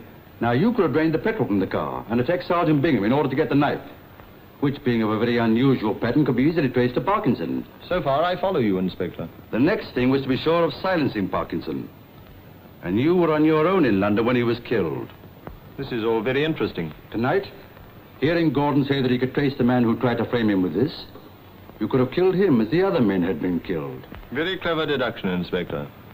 But all you've said could equally apply to Mr. Dench, or Alfred, or even Mr. Holt. See, my name's been brought into this, Inspector. I better tell you who I am. You don't need to. You're a private detective from the Circle Agency. Your usual line is divorce, and you're known as Keyhole Charlie or the Correspondent's Curse. And what's more, you're the fifth man in Mr. Kavanagh's syndicate. Oh, no. I was sent here by Mr. Kavanagh to keep an eye on Gordon to see he didn't do a bit of double-crossing. And if you want a tip from a fellow detective only, Dench is your man. He talks a lot about protecting his young lady, but I'll bet he was trying to protect himself. I wouldn't bet on that. If Mr. Dench was protecting himself, he wouldn't have brought the lighter back to Gordon. He'd have turned it over to me. I tell you, Inspector, it must have been this man. He was in the room when Bill Gordon died. But I didn't kill him. I believe almost anything of Mr. Kavanaugh, but I can't believe he attacked Bingham when he couldn't have known we had the knife.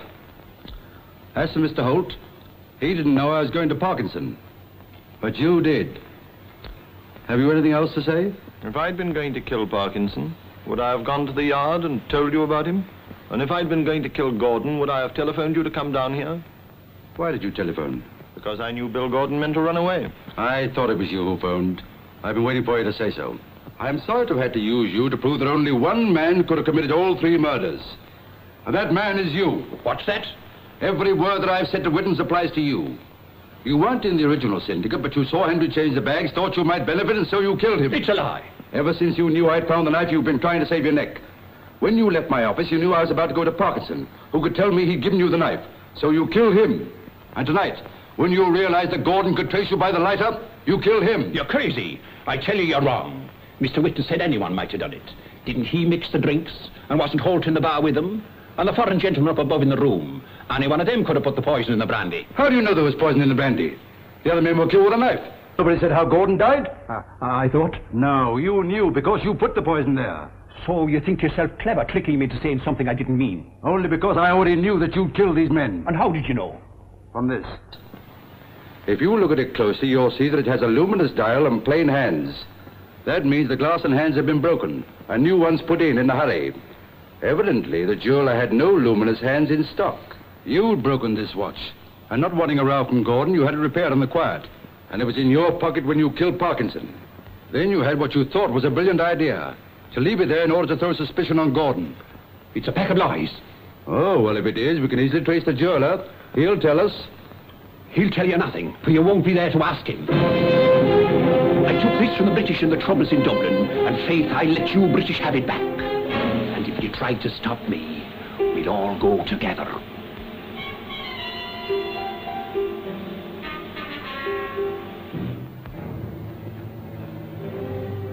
Stay where you are.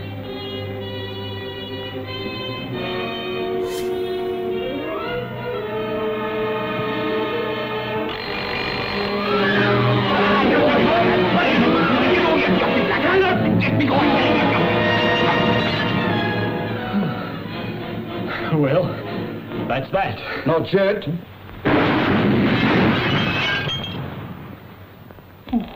What'll I do now? Well, I think you better try a spot of reconstruction. Well, it was a neck-and-neck race, but we won. There's only one thing I regret. What's that? A wee clue. You know, I never found the owner of it. I sometimes think I'll never make a detective. Oh, yes, you will. You'll make a perfect sleuth. Complete to the last button.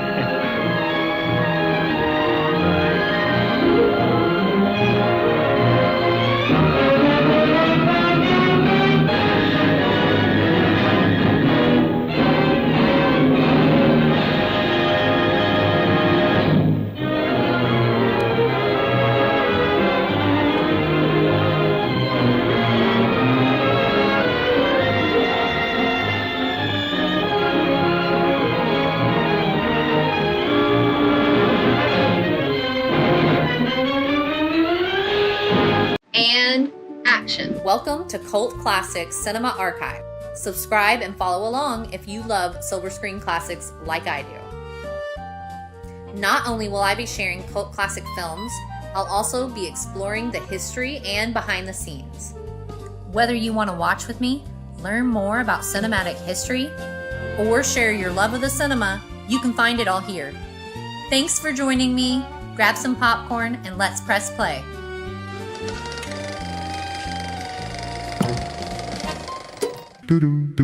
Let's all go to the archive. Let's all go to the archive. Let's all go to the archive and watch a classic film. Let's all go to the archive and watch a classic film. Tucked away inside vast repositories around the world are thousands of metal canisters holding the earliest days of Hollywood history. This diagram illustrates a grim reality. An estimated 75% of all American silent-era films are permanently gone, destroyed by fire, neglect, or chemical decay. However, thousands of these supposedly missing movies escaped destruction. They're sitting right on a shelf, completely stripped of their identifying information. Archivists call these unidentified films. Over the decades, they have been separated from their original titles, their cast lists, and their production studios. These vaults function as active cold case files, stacked floor to ceiling, with unidentified subjects waiting to be named. A film loses its identity in a few predictable ways.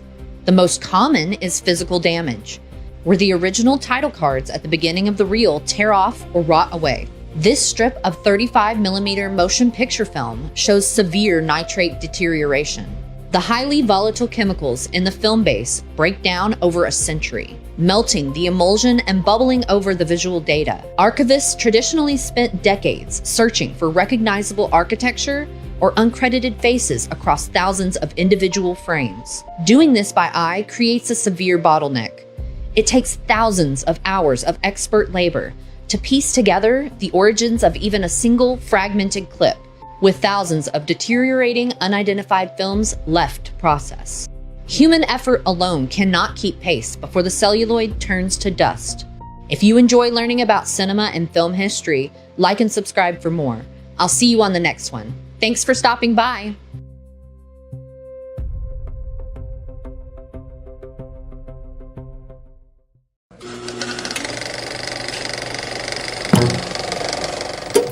Welcome to Cult Classics Cinema Archive.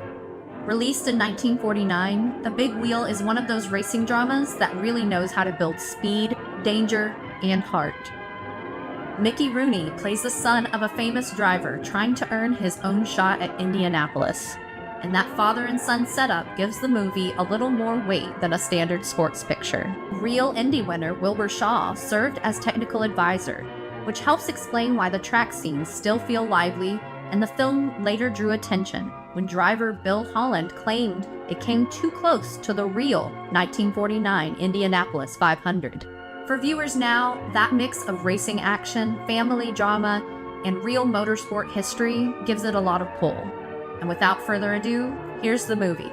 Thank you for stopping by.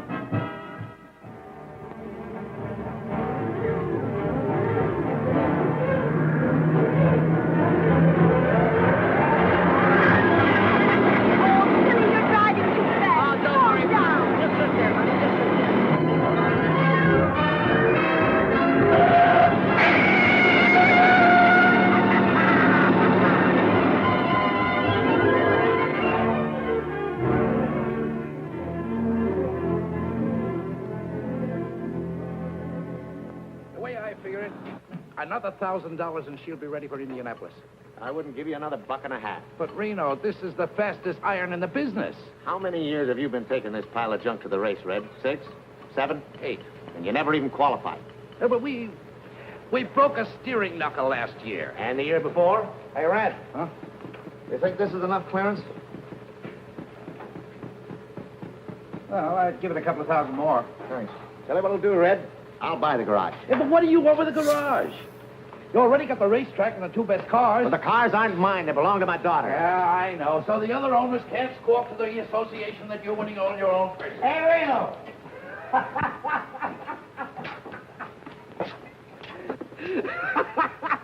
Did you see me get fouled up yesterday? Yeah, tough luck, Happy. Man, I was way out in front when this little old engine soured out. Hey, Red, take a look at one of those floods. Well, it looks like your mixture is too lean.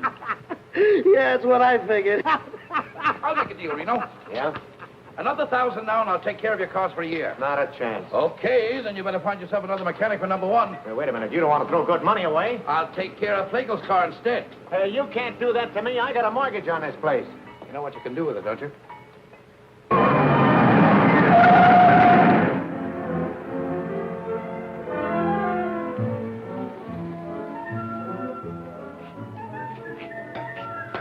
Out of the way, Mac.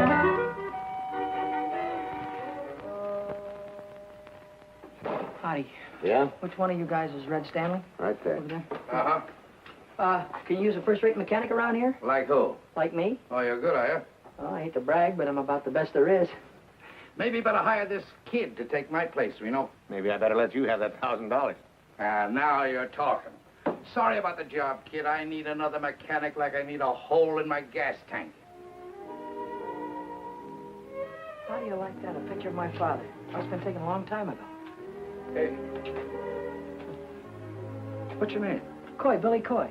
Cannonball Coy's kid. Yeah, that's right. That's my father. I was with him in Indianapolis. I know. That's why I came down here to see you. Well, maybe you know I was sitting next to him when it happened. That was back in the days when they used to carry a mechanic, huh? Uh-huh. Right on the north turn. Less than a left to go. Yeah, I know. Oh, he sure was a great driver, though, wasn't he? Uh-huh. I hope someday I can be just half as good. I have to be good, kid. Oh, I know that. What happened to her? Where is she? Happened to who? Mary. I mean your mother. Oh, she's here. She's with me. Right here in town? Yeah, we got in this morning. Oh. Hey, I can find you some kind of a job, kid. Well, that's great of you, Red. I haven't seen her for 17 years.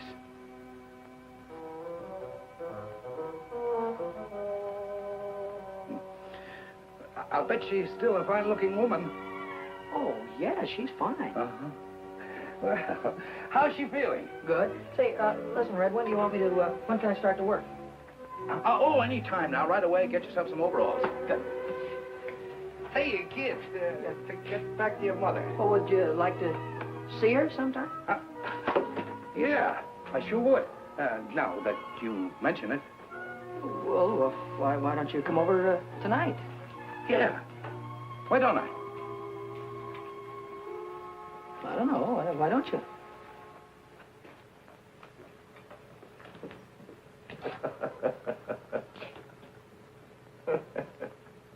And what I said to you goes. All right, Romeo. I'll send you a check in the morning. Say, Mac, where can I find a curtain? You're a girl, aren't you? Yeah, and take it easy on the curve. Well, look, all I want to do is find out where I can get a pair of overalls. Well, there's a locker over by the washroom. You might find some there. Well, I wouldn't have, if I'd known you were a girl, I wouldn't have, you know, they... Ha, ha, ha. Why don't you stop knocking yourself out and help me put this wheel on? What wheel? What do you think this is, 10? Sure. Take it easy around the curves.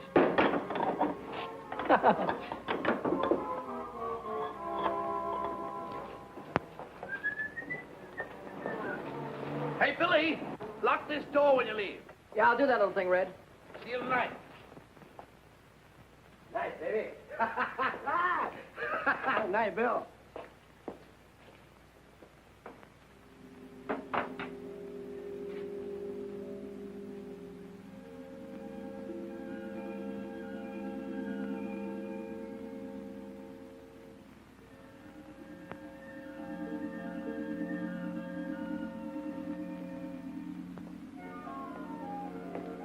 Hey, Knothead, what are you doing in my car?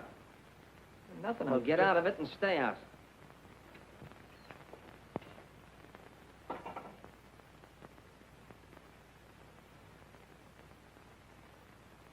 My, it's nice to see you again. Come on in. You haven't changed a bit. I'll take your hat. I'll take your hat. I just thought I'd bring... I mean, you used to like peppermints. Oh, Arthur. Chocolate covered. You remembered. Have one. Huh? Oh. Don't be so frightened, Arthur. I'm not a young girl anymore. I'm a worn-out, middle-aged woman. You still look good to me, Mary. I'll put your hat away. Oh, yes, sure. Sit down. Thanks. Have some candy. Hiya, Mom. I got news for you. I'm a working man. Oh, Billy. Sure. All I had to do was mention Cannonball's name, and Red gave me a job just like that. Oh, Billy, that's I guess I'm just a lucky guy. Not everybody had a father like him, huh, Mom? I guess not. Oh, Mrs. Coy. Hi. Mrs. Coy, what is this between you and this fellow Red? Why, Billy! Oh, don't give me that surprise routine. You should have seen the look on his kisser when he was talking about you. Oh, what a schmo. Haven't seen her in 17 years. You're still a good-looking woman, huh? Oh, I'll bet he thought you were the belle of the ball, huh? Oh, Billy, May I have the next waltz? Billy. And then along came Cannonball, bashful schmo, and the rest of these guys had to jump right out of the window because Cannonball was the champion. Billy, Still a but- champion. But nothing. Look, he'll be here any minute now. And I'll bet he'll have a box of chocolates in one arm and his hat in the other, and I'll bet he won't know which is which. Billy, we have company. Oh, hiya.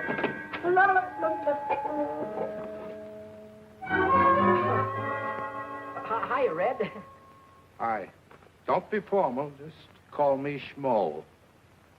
Well, I knew you were there all the time. Didn't I, Mom? I knew he was there. I don't think so, dear. How do you like that? Can't even trust your own mother. I think you ought to apologize. That's all right, Mary. I insist. You apologize to Schmo. Excuse me, will you, Red? Sure. Forgiven? All right. Can I have one of your candies? Uh-huh. Peppermint. Say, who's this guy? What is this guy, Vic something or other? What's he got to do with driving those #1 cars? Vic Sullivan? Yeah, Red. Well, he drives them. Was he any good? High Point man of the midgets this year. Wait till I get a hold of one of those little jobs. I'll drive his ears off. Say, you don't know a guy with a hot iron that needs a good chauffeur, do you? Did you ever do any racing? You ever see that little job of mine? Yeah, I noticed you had one. Well, I'd beat everything up in Idaho. Did you ever drive it on a regular racetrack? Regular racetrack? Not exactly. Well, it's a little different. How can it be a little different? The guy never gets a chance. Suppose we change the subject. I'm never going to change the subject, Mom. Maybe you like working in the cannery, but I don't like to see you do it. I don't like to see you wear the same dress for 5 years. If I wanted to stay poor, I'd have stayed in Idaho. I want to make dough, real dough. Not the kind you get from clerking in a grocery store. Look, kid. There's only a few chauffeurs making any money on this racket. And there's hundreds of kids already shooting for the 8 or 10 jobs that really pay off. Red, I don't care if there are 1,000. They get in front of me and I'll drive right over. Billy, put a shirt on. Now, wait a minute. What? Don't hit me, will you, please, Mom? Please, I'm telling you. Ow. Don't speak to your mother that way. Take it easy, will you, Red? Going around the curves?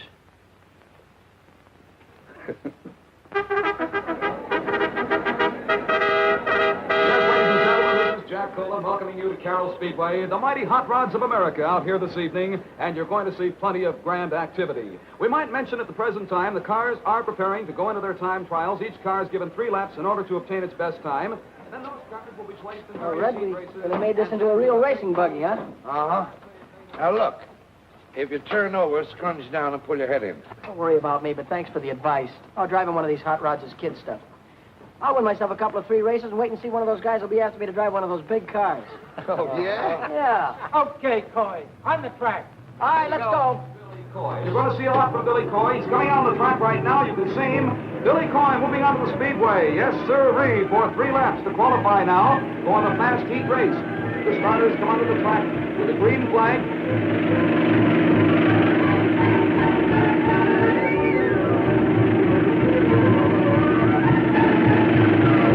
Here comes Billy now, and he raises his hand. He's coming in, and the green flag is down.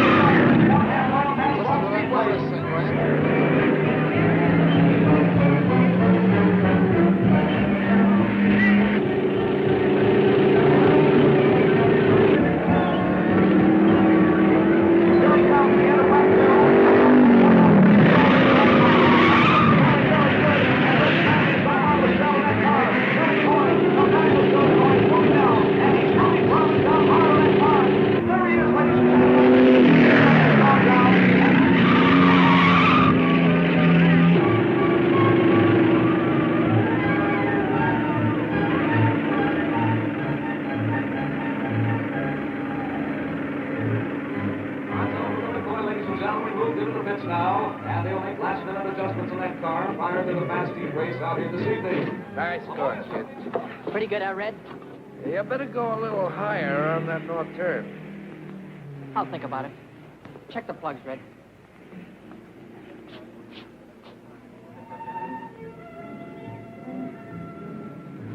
Big whale. Just like his old man.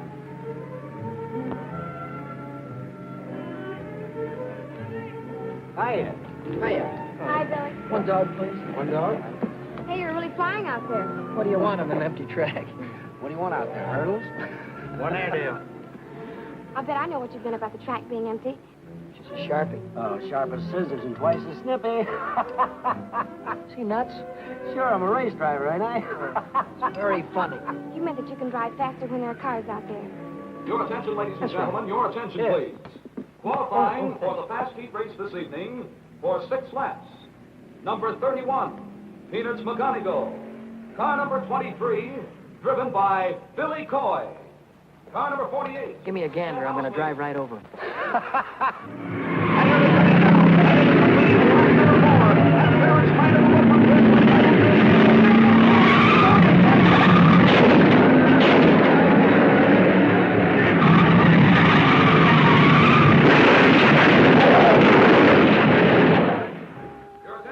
Gentlemen, the following cars failed to finish. Number 23, Billy Coy.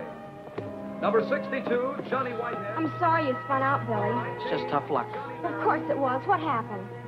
What's the difference? I lost, didn't I? Yeah. Well, I just wanted you to know I was sorry you didn't win. Thanks, buddy. That's all right.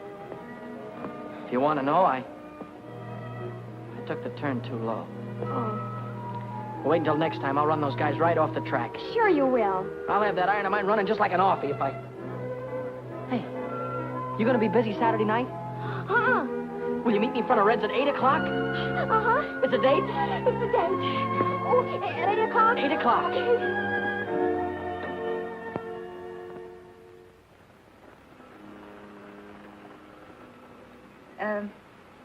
I'd like to see Mr. Stanley. Who? Arthur Stanley. He don't work here. Why, he's the owner of the place. Oh, you mean the boss? Hey, Red.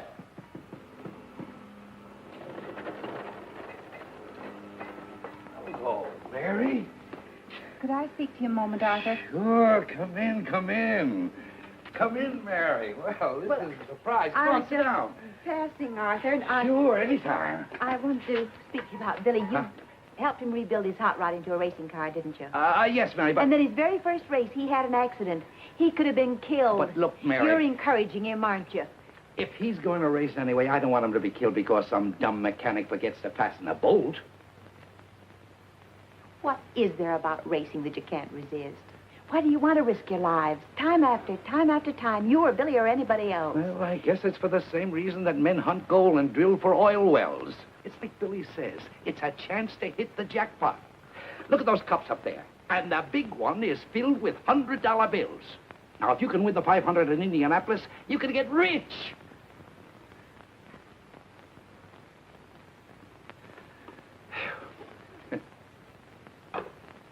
Reno? Why should I drive for 30% of the purse when every other chauffeur on the track is getting 40? And you make more money than any of them. Well, it figures. I'm the best driver. I give you the fastest car. Yep. Mr. Riley, your daughter's here. Send her in. Hello, baby. Hi, Dad. Dad, I need some money. I need a lot of money. Well, what's on your mind? Want to buy yourself a hot rod? No. Are you two through talking? Don't worry about him. Go ahead, speak up. Well, Dad, I want to buy a dress. A dress? You? You must be kidding. No, I'm not. I think it's about time I had one. Well, baby, if that's what you want, okay. How much is the dress going to cost? Well, gee, I don't know exactly. $20, $30 maybe? You could shop around. There's a lot of sales. You might even get one for 15 or less. Listen, if my girl's going to get a dress, she's going to get a good one. Here's $100. Oh, thanks, Dad. Thanks a lot. Oh, wait a minute, Lou. What's the matter, Dad? The hair. Thanks, Dad. I wish you could be that generous with me. You'd look nice in a dress.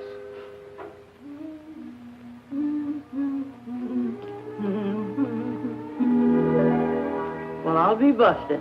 Surprise, Mitty? What do you do with all that paint on your face? Paint up like an Indian. And what do you do with that thing on? I have a date tonight. A date with a boy? Sure. I'd like the things I bought. 2 dresses.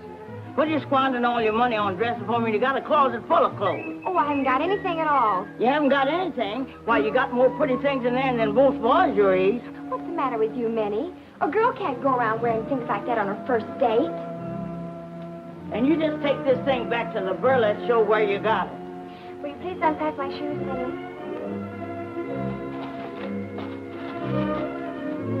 My, these sure are pretty, Miss Lou. That boyfriend of yours sure must be something. He's wonderful. He'd have to be to make my baby wear things like this. Zip me up, please. Is he tall?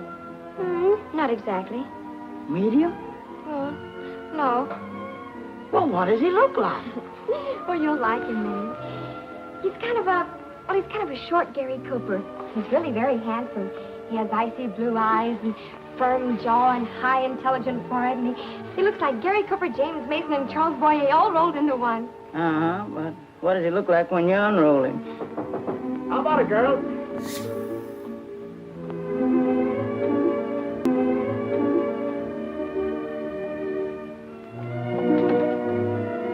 Minnie, where's my daughter?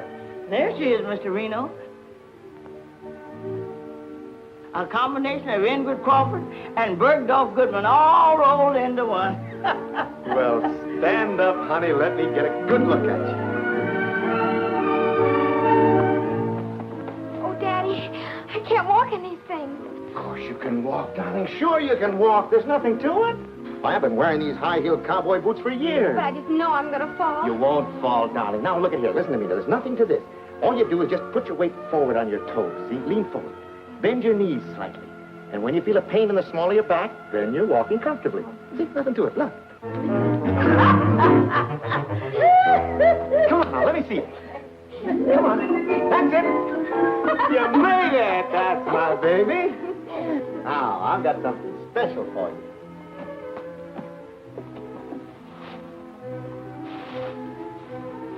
Look at that. Oh, Daddy. That's for being such a very nice father. Thank you, baby. Now help me put it on because you know what? What? I have a great big date tonight.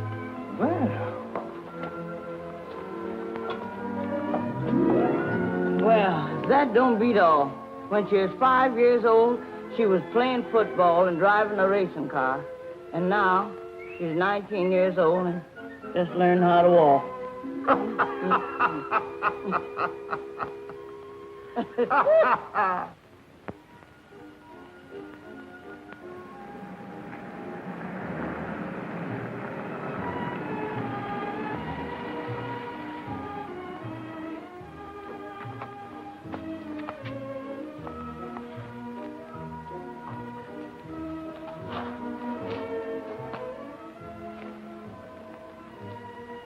Buddy? Hi, Billy.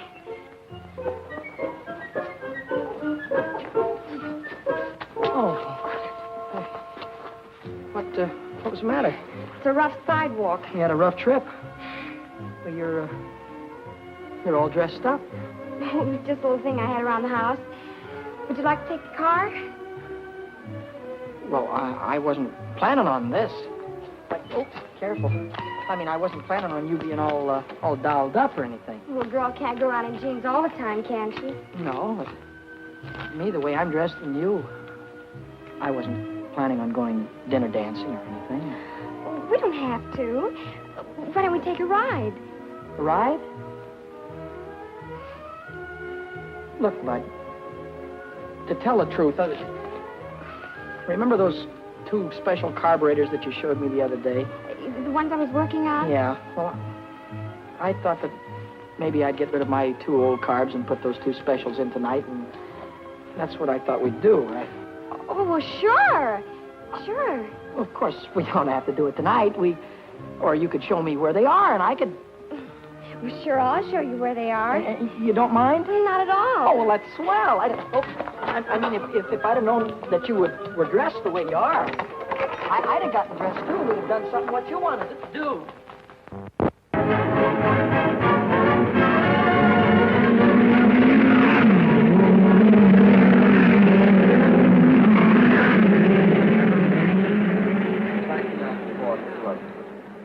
I figured she's geared just right. Hey, Deacon, I hear you're looking for a chauffeur. I was looking for one.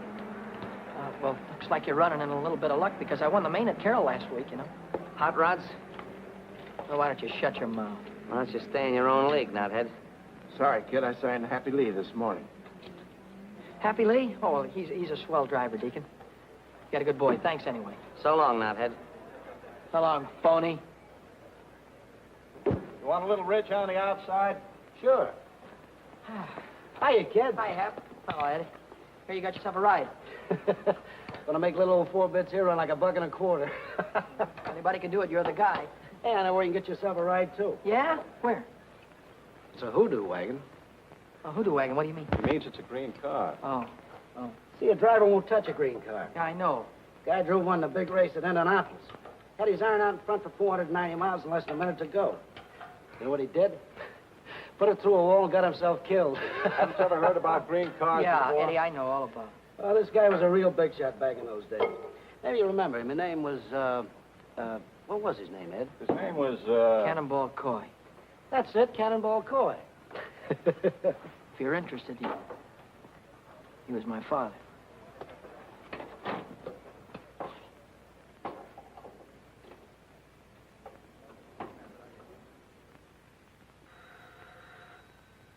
Who is it?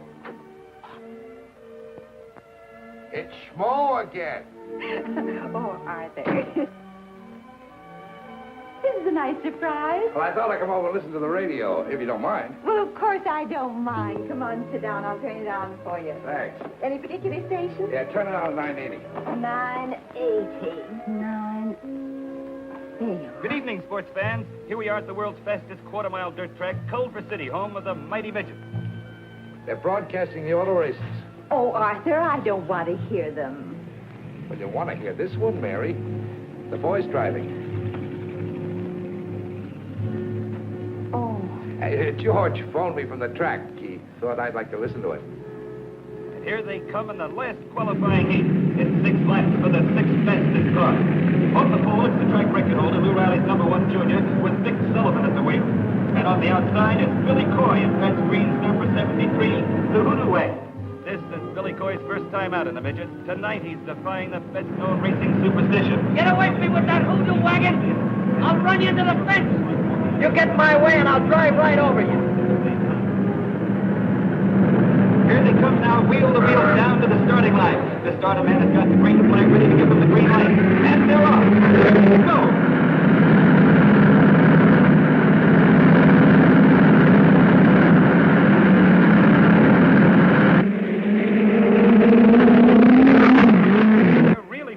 Sullivan and Billy Coy are fighting for the lead as they go into the first turn. There goes Sullivan holding the pole as he takes the turn.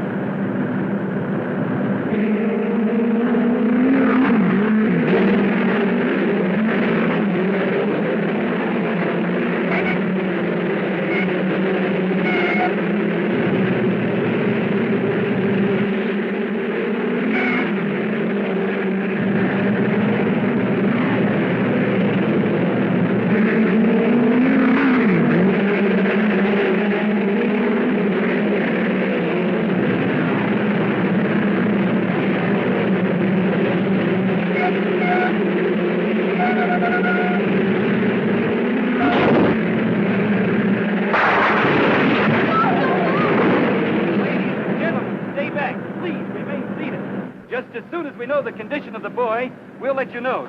Oh, now, Billy, don't let it be Billy.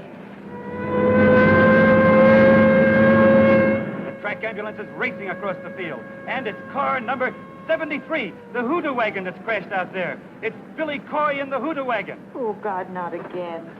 Take it easy. The You'll yellow be all flag right. is up. That's the caution signal. The drivers are slowing down. We're still waiting here tensely. Everybody is tense. Oh, God, not Billy, too. The pit crews are swarming across the track. They're running toward the wrecked car. Well, now, there's the driver. He's out of the car and on his feet. He signaled the crowd he's okay.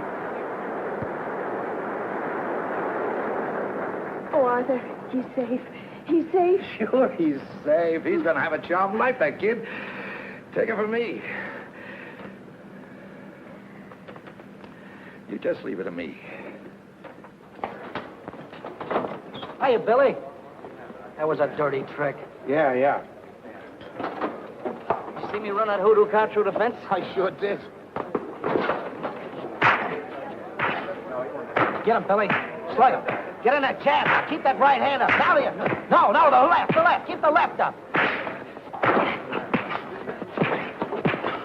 That's it. Now you got him. Oh! Wow. All right, cut it out. Break it up there, you two. Break it up. Somebody grab him there.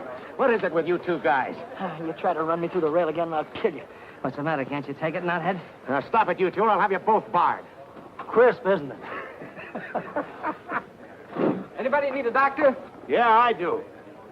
Smart young man here decided to put his hand on a red-hot exhaust pipe. Boy, and am I burned up. Wow. How about it, Doc? And like this, you'll be able to drive in about a week. All right, I'll quit for the night. Right after the main event. You'll quit right now. Oh, listen, Doc, the car's already qualified. Driver's disqualified by me, and that's official. Well, who am I going to get to drive my car? Not my worry. Well, how about me, Deacon? You? Sure. Not on your neck. I got $6,000 tied up in old 4 bits, and I'm not going to let any green kid take her out and put her through a fence. Oh, he's all right, Deke. He beat me twice in a hot rod. 3 times. Yeah? Yeah. Oh, give me a chance, will you, Deacon? Let me show you what I can do. All right.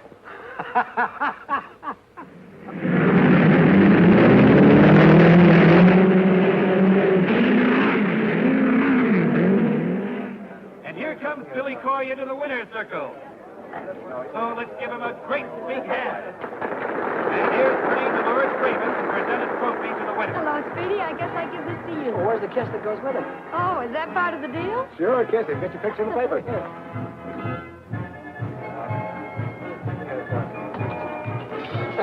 Wow. Where do I come if I want an encore? Well, I'm at the Club Argentina. Drop over anytime. And I'll do that again. I want to get a close-up. Huh, I paid him to say it. Okay.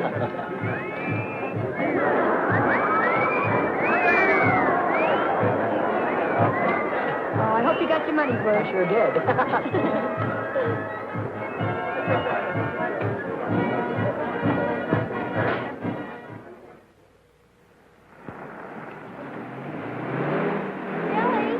Billy!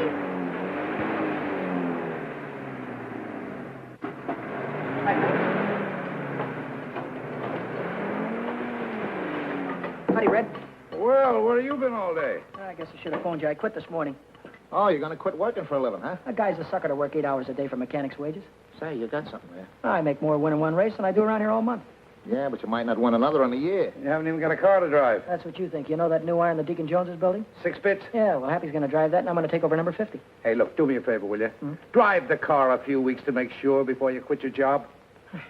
Red, suppose you do me a favor and let me make my own mistakes. Sure, go ahead and make them. You got my permission. Want to smoke? No, thanks. You?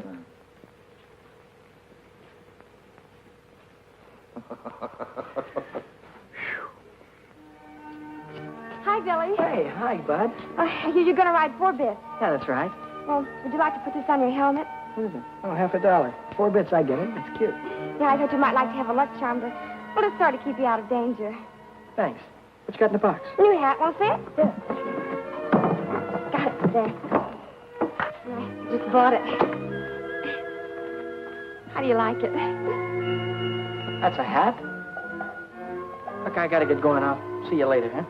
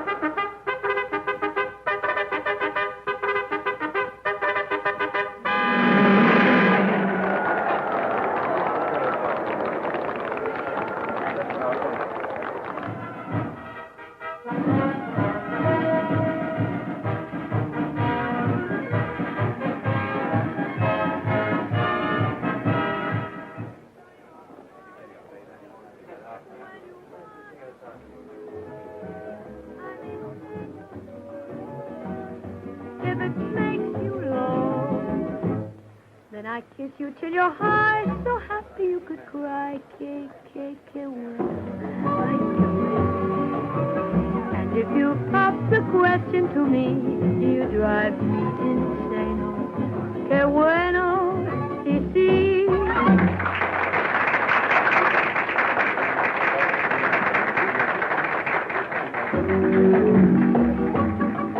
Que bueno, que bueno.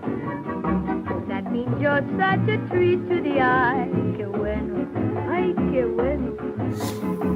Look at you, it's just for to sigh. Que bueno, que bueno. You've got a warm and lovable smile. You got a table for me, please? What is your name? Alexander Hamilton. I'm sorry, I have no Hamilton here. Well, I have a Hamilton here. Well, Mr. Hamilton, I have your table right at ringside. Right this way, please. I may say no, no, if it makes you low. Then I kiss you till your high, so happy you could cry. Que bueno, ay, que bueno. And if you pop the question to me, you drive me insane. Que bueno, sí, sí, when you want a kiss. I may say no, no, if it makes you low. Then I kiss you till you're high, so happy you could cry. Que bueno, ay, que bueno. And if you pop the question to me, you drive me insane. Que bueno, ay, que lindo. Que bueno. Sí, sí.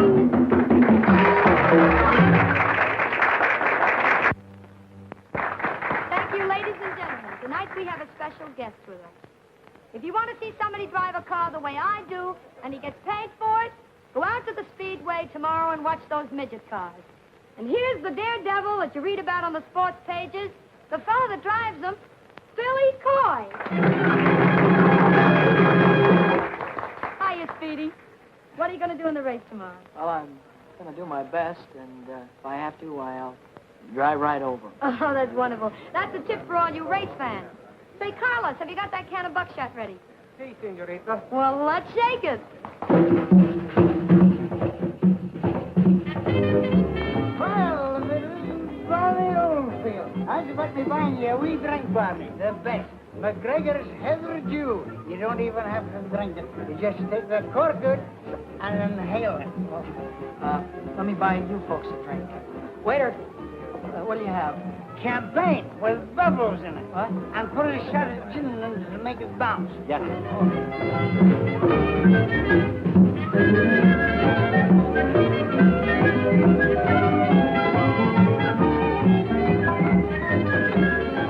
Couple of more laps and I'll have it right under control. Take it easy, Billy. You're not driving a hot rod, you know.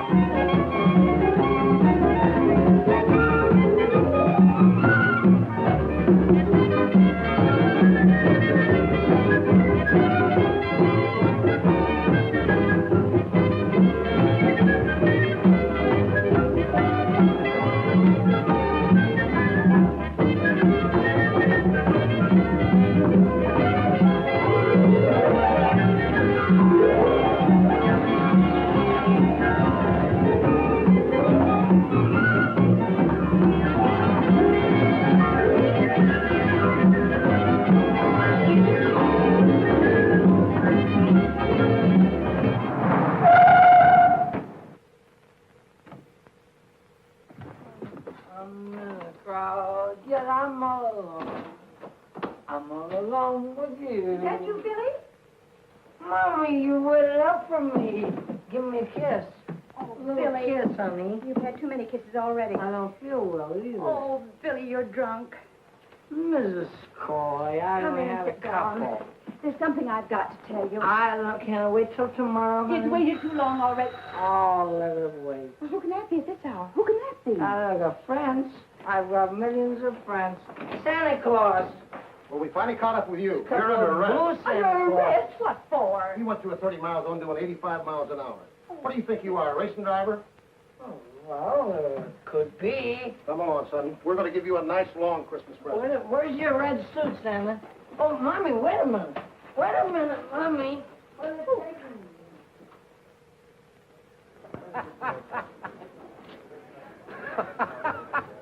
Where's that balloon brain? That's all I want to know. He had a day with Dolores last night. Maybe he figures you'll give him the trophy without racing for it. Well, in another 10 minutes, he won't be able to race. Don't think I wanted to bail you out. I did it for your mother. All right, so you told me that before. What you did last night gives a bad name to the whole sport. Right. If you want to drive fast, save it for the speedway. So you want my bail? Do I have to listen to your lecture all night? And another thing, I don't think you should drive tonight. You're in no shape for it. Oh, what do you mean? I'm as steady as a rock. Hey! Hey, Billy. Hi, Happy. Where have you been? In jail, Deacon, in jail. Come on, let's get this limousine out on the track. I'll see you at the finish line. Oh, come on, let's go, Deacon. Let's get it on the way. Come on, mechanical brain. In a minute, we won't be in a race. Let's go.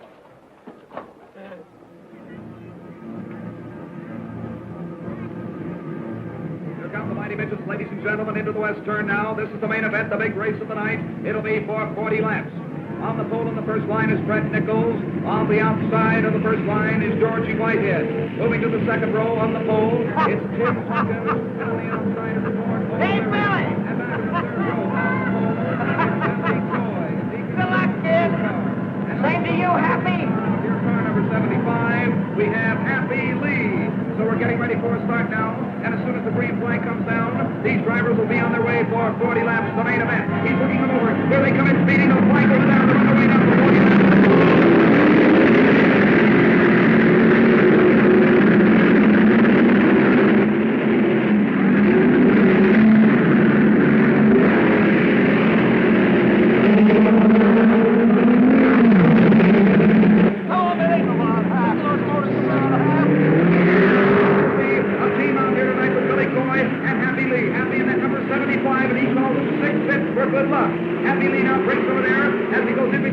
Coming in on the west turn again, and Billy Coy is starting to move now, too. Billy's back in fifth place now, but Happy Lee is starting to move now as he is progressing rapidly and is in second position.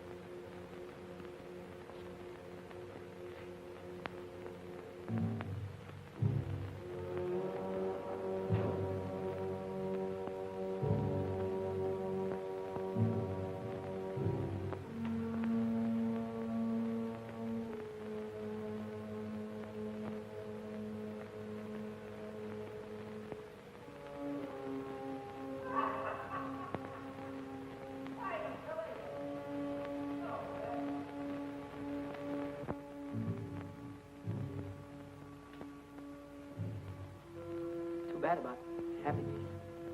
Yeah. I tried to pull him out. Sure. He was my best friend. Yeah, I know. Red, you know that. Happy was my best friend.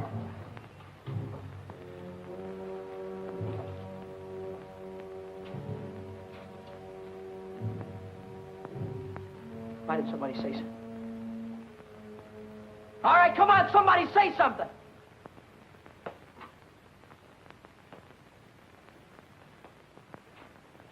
You want to hear it, do you? Okay, I'll give it to you straight from the gearbox.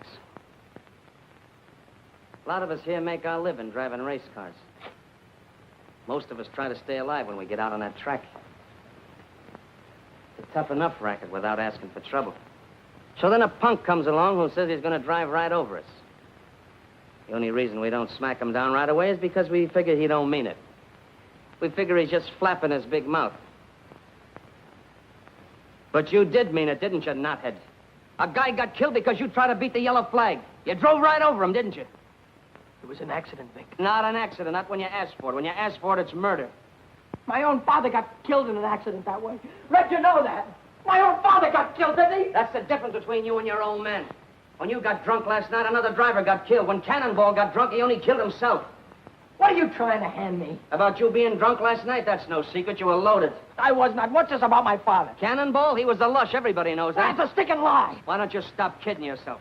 Your old man was a souse and a chaser. Ask anybody. Ask Red. He finally had one dame and one bottle too many, and he got his neck broken. That's a sticking lie. Go.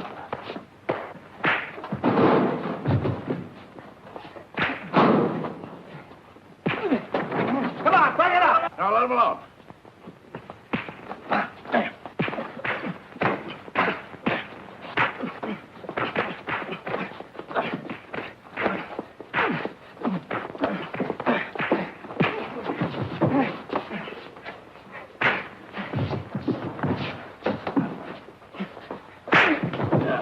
That's enough. Now let me alone, will you? Mom! Mom! What is it, Billy? Billy, what is it? Mom, what kind of a man was my father? What has... Never mind about that. What kind of a man was my father? Where was my father the night before his last race? I don't know. He didn't come home.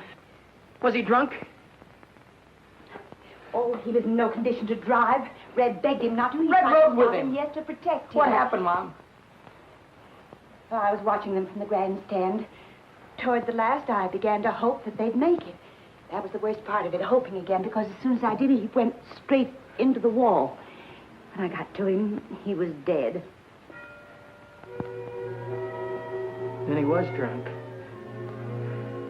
Oh, he was always irresponsible. And he chased after women, too? I suppose so. Oh, Mom, how could he do that to you? I always thought he was such a great guy. Always wanted to be just like him. Don't, Billy. Don't cry, Mom. Don't cry. Somehow I'll...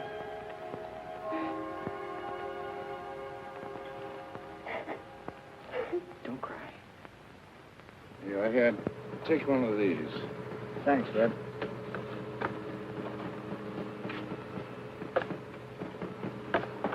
Oh, what are you doing here?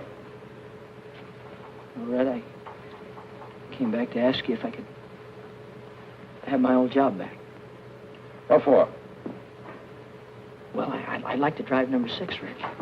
I'd like to take her out right now and get used to her, you know? I'll train for Indianapolis just like a fighter would train for a fight. Red, I want to know that motor, you know, just like a book. I want to see what she'll do in the turns. And... I'm sorry, kid. You mean you can't use me, Red? I can't afford you. Oh, you don't have to pay me anything. Pay me what you like. No dice. Thanks anyway. Hey, I just been looking for you. Yeah? Red's rebuilding number 50. So what? Well, it'll take him 2 or 3 weeks, so I'd go out and get myself another ride if I were you. Does that mean I'm all washed up with you? You know what you cost me yesterday? $6,000. So what? You risk your dough, I risk my neck at 60-40. Well, you don't need to risk your neck anymore. Not on my account. How about that estimate, Red?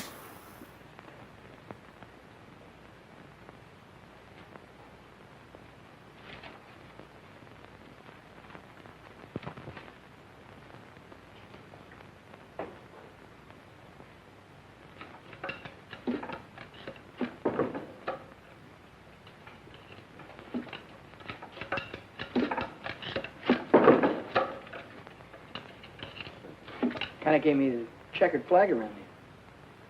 Yeah? I think I tried to hit him on purpose. Uh-huh. What do they think? I like putting a wheel through the wall? Look, I got work to do. Go tell your troubles to somebody else, will you? Murderer?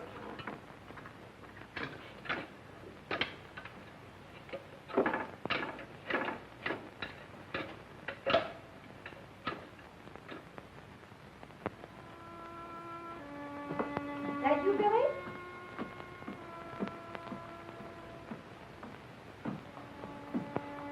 Bill? Bill?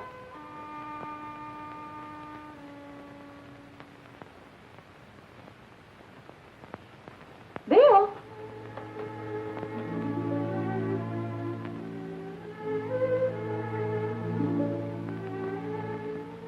You're home early.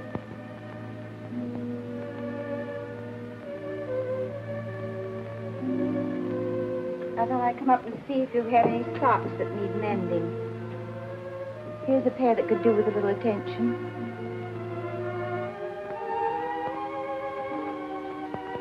Is there anything you want to talk about? Take these downstairs. Mom? Yes, dear. Yes? Nobody wants me anymore. Oh, Billy. Oh, I wouldn't say that, dear. I asked every owner over at the track. They were all after me last month. Now nobody wants me. Why don't you give it up, dear? Everybody has to stop racing sooner or later. Maybe this is the time for you to quit. I can't quit, Mom. I can't quit while I'm a failure. But a man can fail at one thing and be a success at something else. I can't. Driving's what I do best. If I fail now, it means I'll fail at everything I do all my life. Billy, did you ever stop to really think how I must feel when you're out at the racetrack? Every time your father drove, I had to sit in the grandstand and pray that he'd still be alive when the race was over. Every lap he drove, I died a little. He drove 100 laps, I died 100 times. Then Indianapolis. And now I'm having to go through the whole thing all over again. Every time you're out on the racetrack, I don't draw a deep breath till you're home again. Every time the telephone rings, seems to me I can't bear it. Sorry you feel that way, Mom. Oh, give it up, Billy. Give it up before it's too late. I can't, Mom. I'm sorry, but I can't.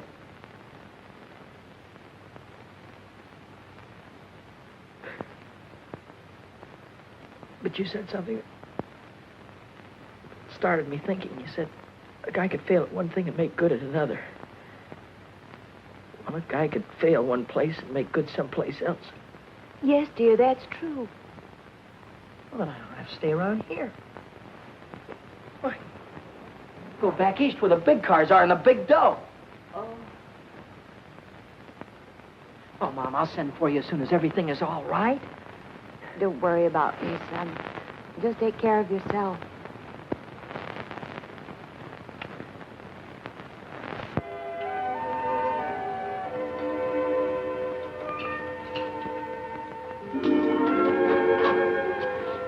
Billy, Hi, Lou. I'm terribly sorry about Happy. You must feel just awful. Thanks for saying that. Nobody else did. I heard Deacon say you weren't going to drive 4-bits anymore. Do you want me to talk to my father? Never mind. I'm through driving around here. I'm getting out. Out of racing? Out of California. I'm going back east. Is it because of her? I saw you going to that nightclub last week. Well, if you'd have waited 10 minutes, you'd have seen me come right out again. Oh. Just wanted someone to tell my troubles to. Look, Billy, if you need someone to talk to... I can always talk to you, can I, Lou? You know you can. I'm going to level with you. You know that cute little hat you wore the other day? Silly thing with the feathers? No, it was a swell-looking hat. And a swell girl was wearing it, too. But right now, I haven't got time for any other kind of gear except this. Then I won't be seeing you anymore?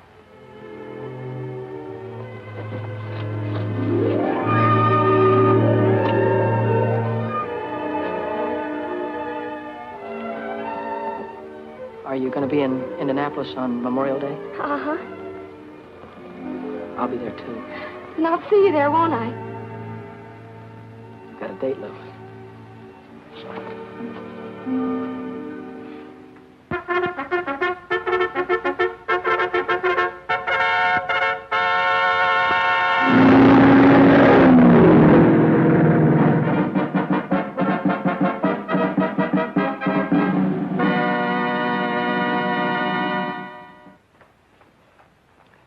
What do you hear from the kid?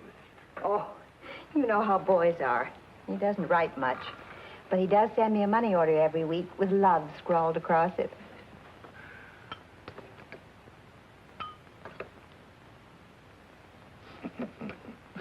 Well, he's doing good now, all right.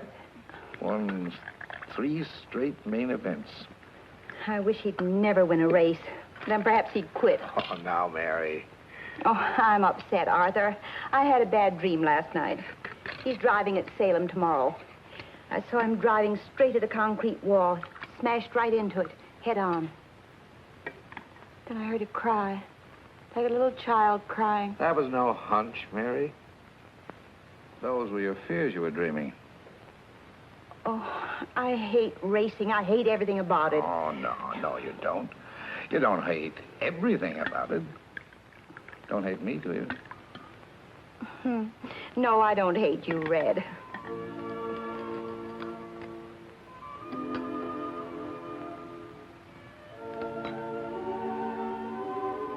Begging your pardon, Mary. But I love you. I'll take care of you. I'll take good care of you. Take care of Billy, will you, Red?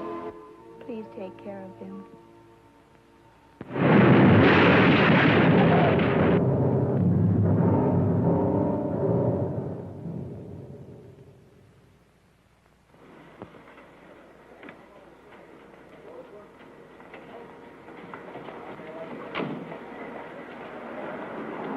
Well, this is it. Thanks a lot. Bye.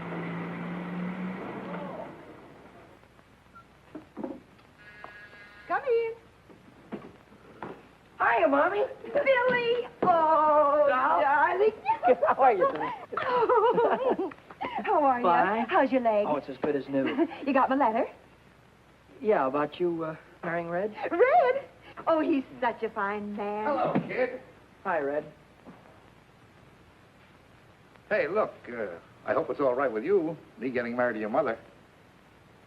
Yeah, sure, it's all right with me. What's the matter with you two? I thought you liked each other. Yeah, we like each other. Hey, look, kid. There's one thing I want you to know. The reason why I wouldn't let you drive 6 is because you were too inexperienced. Yeah, sure. Well, I didn't want you to get your neck broken. Uh-huh. But I never thought you had anything to do with Happy getting killed. You didn't? No. You weren't overdriving the yellow flag. You were just trying to catch up with him to show him he was losing his wheel. That's the way it was, Red. We all know that now. Honest? Sure. You know, I didn't write you and Mom much after you got married, did I? No, you didn't. Didn't get to congratulate you. But congratulations now, Red. Thanks, kid. Thanks a lot.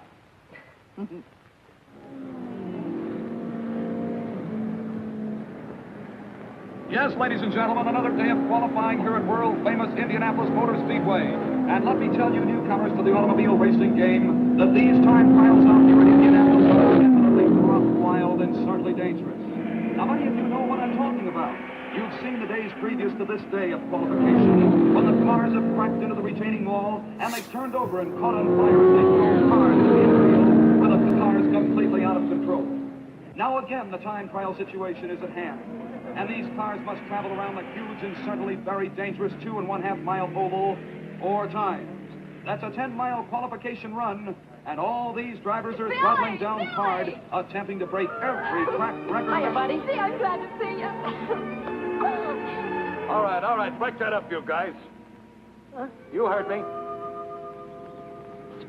Say, what are you doing down here in the pits? You know women aren't allowed down here. Oh, I'm okay with the gang. They won't squeal. Oh. I was hoping to be here 2 weeks ago in time to get a ride. Well, they didn't let me out of the hospital until Wednesday. Would you like me to introduce you to some of the owners? Gee, that'd be swell. Say, by the way, whatever happened to number 1? Have you qualified yet? No, we haven't tried yet. You haven't qualified yet? Why? Oh, Vic and Dad are having some kind of an argument. They're over in the garage now. Well, what are we waiting for? I'm through horsing around, Reno. It's 40% of the purse or I walk. You've got no place to walk. You got no car to ride. It's too late now. Okay, my friend, I'll drive number 6 for Red Stanley. Can't do that either. He's already got a chauffeur. He had a chauffeur. Sonny quit last night. Why?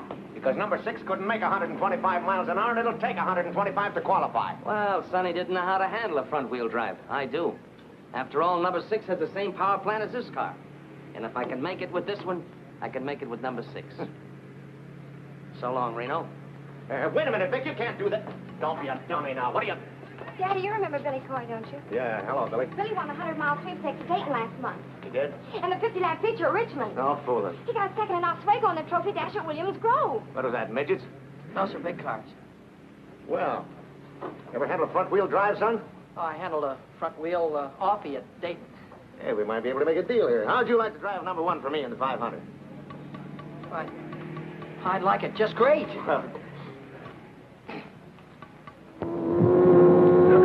Sullivan out of the north turn into the home stretch straight away, driving the Stanley Special car number 6. Will he take the white flag, signifying 1 lap remaining to go? Will he take it? Will he take it? He does not take the white flag. He does not take the white flag at all. And that gives Red Stanley, the owner of the car, a chance to make a few last-minute repairs and adjustments, and 2 more chances to qualify the car for the big race.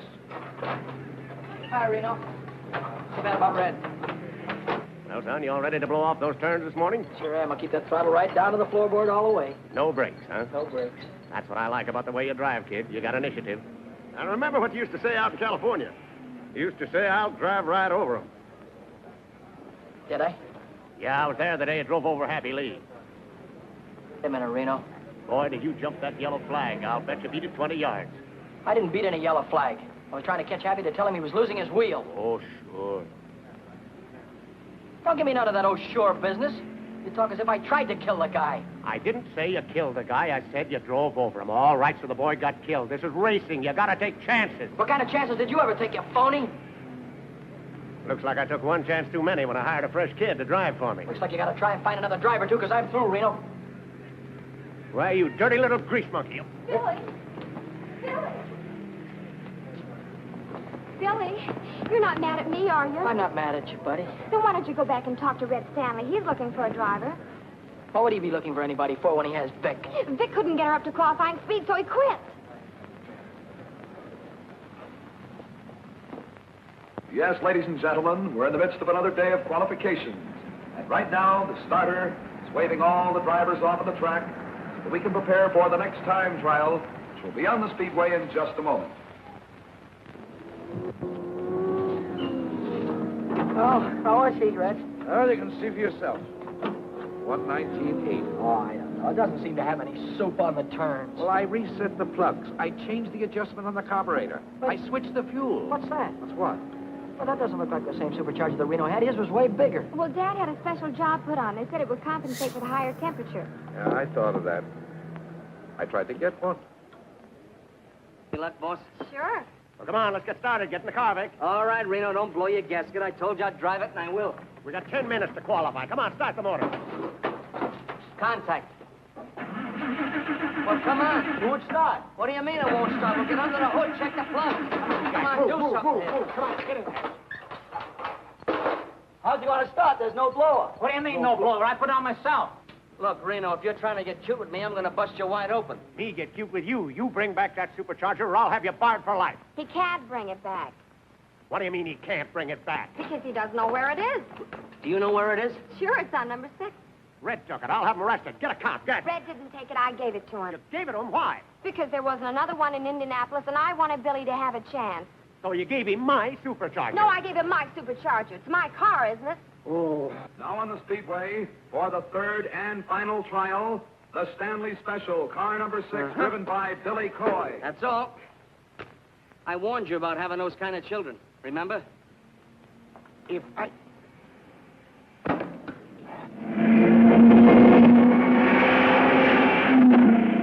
Now he'll be moving along. We'll see if he'll take that green flag to be on his way for 10 miles. 4 times around this huge 2.5 mile track. Here he comes. He's waiting for that flag to come down, but he did not take the flag. Smart kid. He wasn't really wound up. Listen to us sing. And did not blow in the air, which signaled the starter that he did not want to start, and therefore he'll go around once more, and we'll see if he'll take the flag as he moves in over there on the south turn.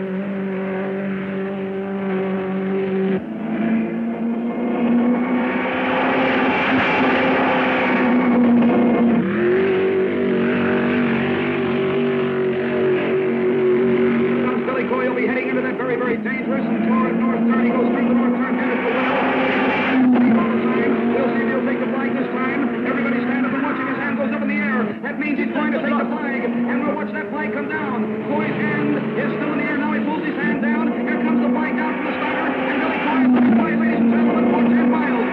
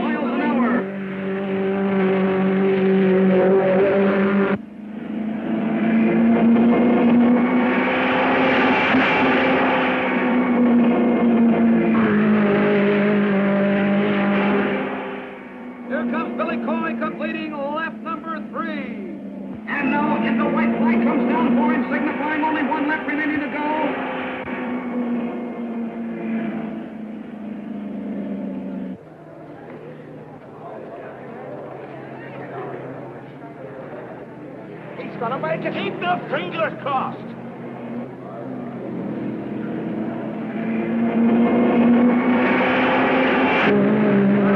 By Billy Coy on his second lap, 126.45 miles per hour, and on lap number 3, 115.40 miles per hour.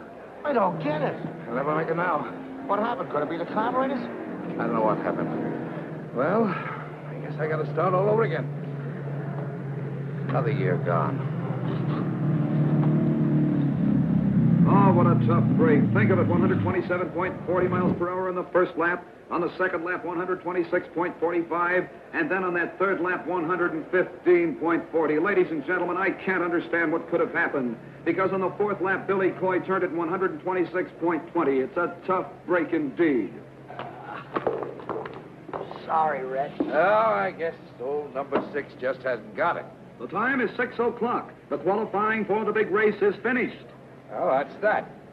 Car 92, Al Harmon driving, will be the final 33rd car in the race. He qualified at a speed of 125.46 miles an hour. Vic Sullivan, car number 1, failed to qualify because of mechanical trouble. Mechanical nothing due to robbery, due to thieves. I'll have you arrested. Oh, get lost. And I'll sue you for damages, but you haven't got anything. You won't even have a garage when I get through with you. I don't know what you're talking about. I'm talking about my supercharger. You took it. Lou said it was a spare. I'm out of the race. Attention, please, attention, please. A correction on Billy Coy's time, car number 6. Coy's official time, ladies and gentlemen, is faster than that of Al Harmon. Because of a blot on the electric timer, the error was made. So Billy Coy qualifies for the big race. Oh, you made it! Oh, wonderful driving. You made it. Oh, you made it. You stole my supercharger. Well, I... Oh.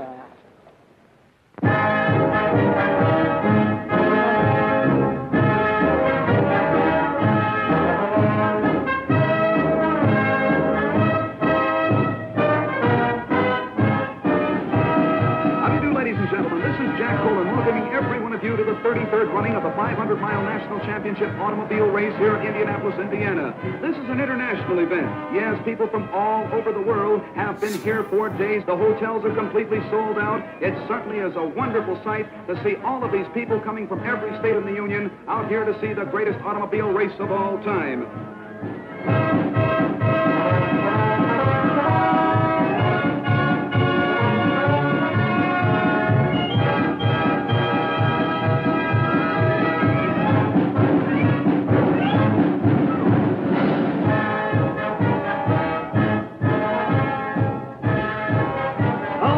Gentlemen, this is really out of this world. Old-time vintage cars now parading down the home stretch, and believe it or not, under their own power. Makes and models of days gone by, with driver and companion attired in early 1900 clothes. While down in the pits, all 33 starting cars are being checked over for minor mechanical trouble by the mechanics, the car owners, and the remainder of the pit crews, too. Anything in the way of mechanical difficulty, you know, can keep a car from starting the big race. Right now, the cars are going to be shoved under the speedway next to the pit wall, and the car owners giving their drivers last-minute instructions. Well, Red, is there anything else you want to tell me? Yeah. Now, this is a long grind, kid, so don't try to win it in the first 100 miles. Stay in striking distance and be ready to come in. I got you. I figure I'll come in for gas around 275. Yeah, that's right. Now, take a look at the north turn. See that crosswind? Yeah. Doesn't look like much from here, but at the end of a long race, it's murder. Go in low and stay in the groove. I hope I got you, Red. Well, that's all, I guess. Good luck, kid. Thanks, Red. Good luck, Bill. Thanks, George. Good luck, Billy. I sure hope you win. Right, Lou. Get your mind in the race, lover boy. Don't worry about me. Attention, please, ladies and gentlemen. The big moment is about to take place. The big 500-mile Decoration Day race is about to begin. The cars are on the speedway. The pace car directly in front of the first three lead cars. The pace car driven by the president of Indianapolis Speedway, Wilbur Shaw. The lead cars on the pole, Duke Nalon. In the center of the first row, Rex Mays. And on the outside is Jack McGrath, the three lead cars.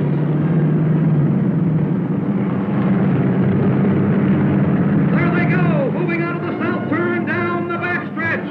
And in the sixth row, ladies and gentlemen, the great human interest story of this year's race, the second generation of a famous name, at the wheel of car 6, the Stanley Special, Billy Coy.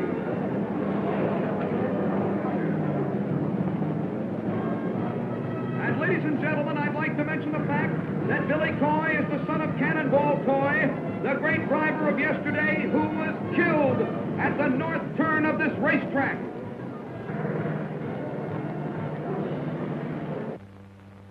Awaited moment, ladies and gentlemen, is almost here. The pace car coming out of the northwest turn down the straightaway with the 33 starters following in their proper order. They're coming down. This is it, ladies and gentlemen. The big 500-mile race is almost underway. They're coming down now to take that green flag. As soon as the flag goes down, they'll be on their way. And there it goes. The race is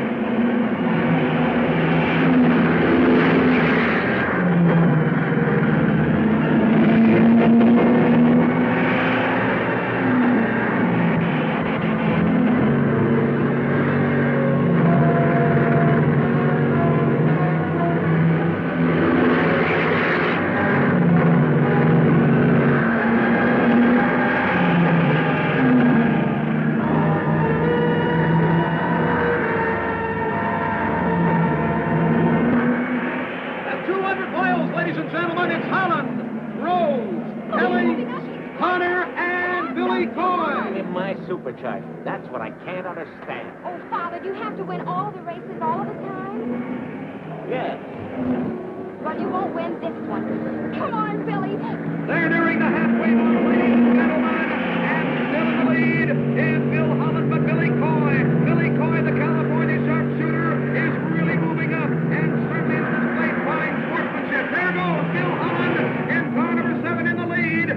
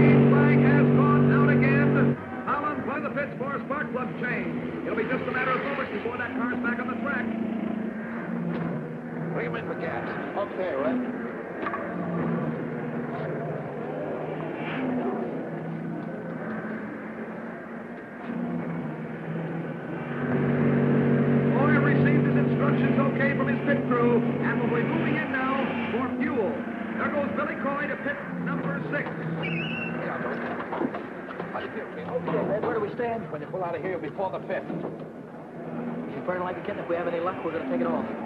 Now watch out for your trouble. That north turn, one mistake there, and you lose it. Don't worry. All set, Billy. All right. Now try to catch Oh, ladies and gentlemen, what a sensational pit crew for car number 6. They refueled that car in no time at all. Oh, wait a minute. There's something wrong down there. Car number 6, it won't start. It is not going to start the way it looks like now. There's something wrong with the engine. Probably spark plugs. Oh, what a tough break. There comes plenty of cars by again. Connors and Parsons have gone by. Billy Coy's losing that precious time. Put that foot down. All right. All right, that's all right. Let's go. Oh, ladies and gentlemen, will that car start? Will it go? I don't think it is. It is back on the track. There's a real break for good old Fred. And car 6 is back on the speedway.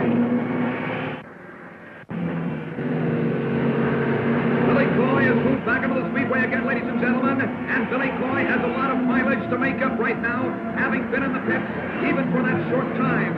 Now they're all moving around the turn. Bill Holland is still in the lead, followed by Johnny Parsons, George Connor, and Billy Coy is back there fighting it out for 6th place.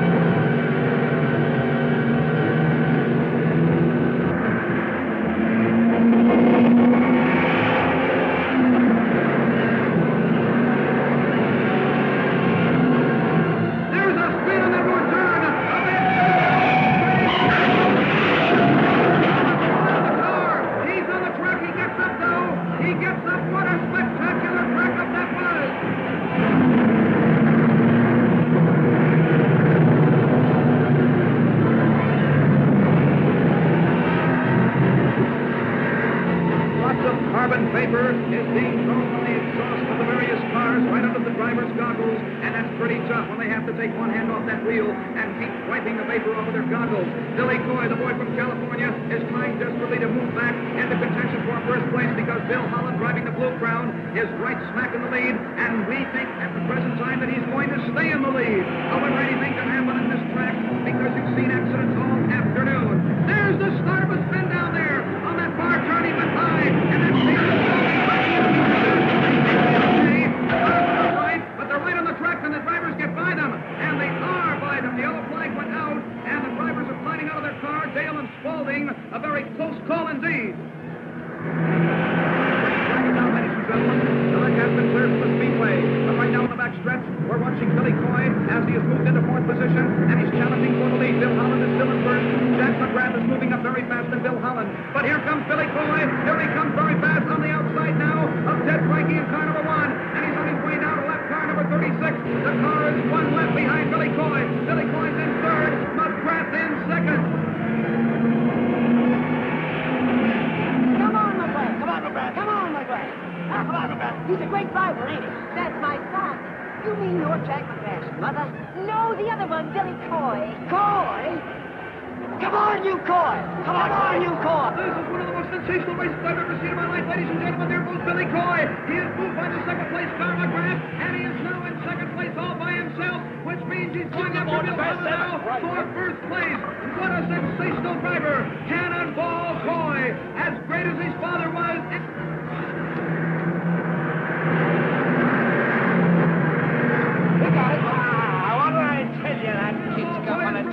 And he's after Holland. The sign came out from his pits to pass number 7, and that's Bill Holland.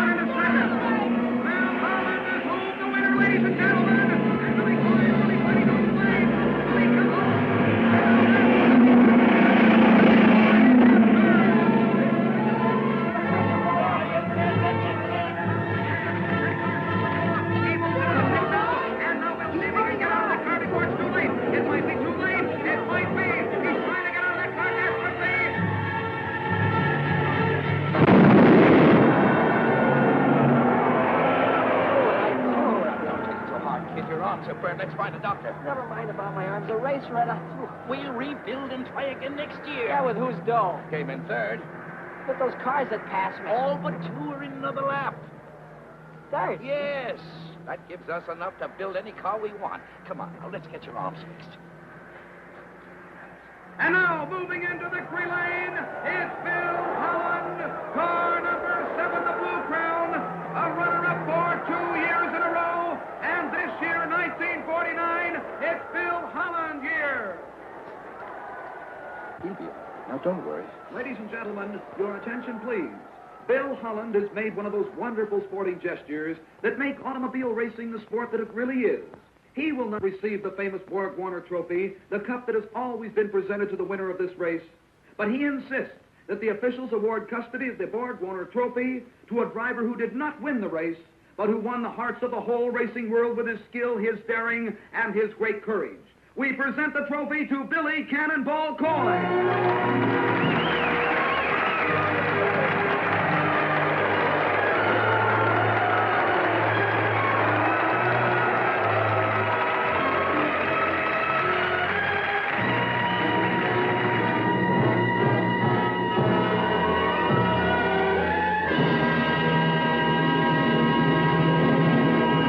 And action. Welcome to Cult Classics Cinema Archive. Subscribe and follow along if you love silver screen classics like I do. Not only will I be sharing cult classic films, I'll also be exploring the history and behind the scenes.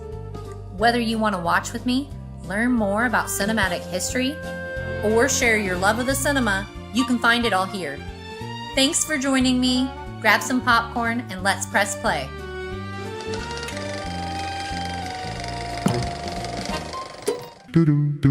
Let's all go to the archive. Let's all go to the archive. Let's all go to the archive and watch a classic film. Let's all go to the archive and watch a classic film.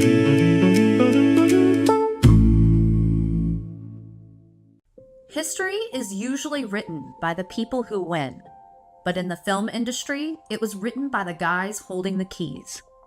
For a century, we've been told that the Lumiere brothers invented the camera and George Méliès invented the movie magic. But there is a massive gap in that story. Alice Guy Blaché made over 1,000 films, ran a multi-million-dollar studio, and directed the first narrative story ever put to film. In 1895, Alice was a secretary for Leon Gaumont. She was in the room for the private Lumiere demonstration that changed everything. While the men there saw a tool for recording reality, trains, factory workers, and parades, Alice saw a way to tell stories. She asked Gaumont if she could use the camera to film a fictional scenario, and the result was The Fairy of the Cabbages in 1896. It wasn't a documentary. It was the birth of narrative cinema. She wasn't just a storyteller, she was a technical lead. Decades before talkies in 1927, she was using the Gaumont chronophone to sync film with wax discs, producing over 100 sound films. She pioneered double exposure, reverse filming, and hand-tinted color, while the industry was still trying to figure out what it was.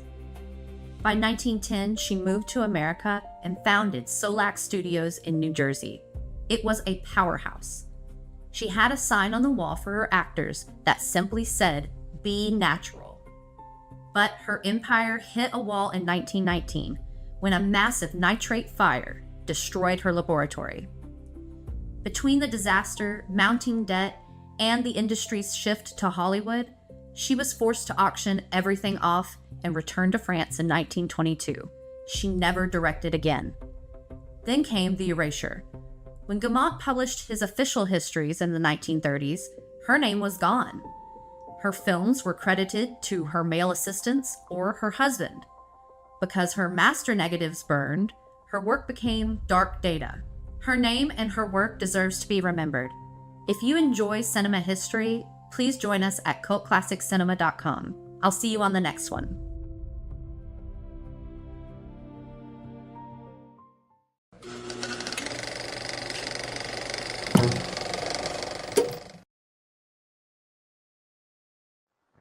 Welcome to Cult Classic Cinema Archive. Released in 1948, I Love Trouble is a film noir mystery from Colombia that drops us into blackmail, missing identities, and a private eye case that keeps getting messier the deeper it goes. What gives it extra film history interest is that it was written by Roy Huggins from his novel The Double Take, and the detective at the center of the story, Stuart Bailey, would later live on in 77 Sunset Strip. It's also a fun watch because it blends noir danger with a lighter, wisecracking rhythm, so the movie moves with more bounce than the usual hard-boiled thriller. And without further ado, here's the movie. Thank you for stopping by.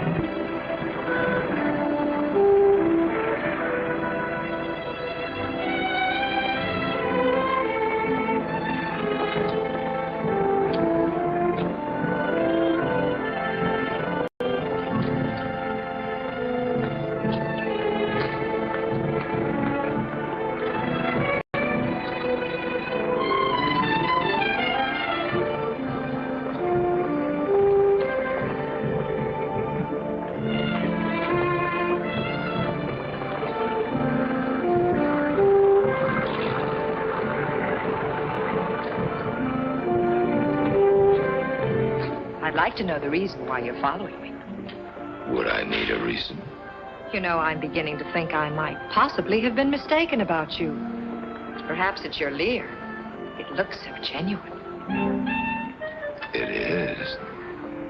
Yes, I can see it is. Well, you'll have to excuse me. I'm going in here and try and lose you.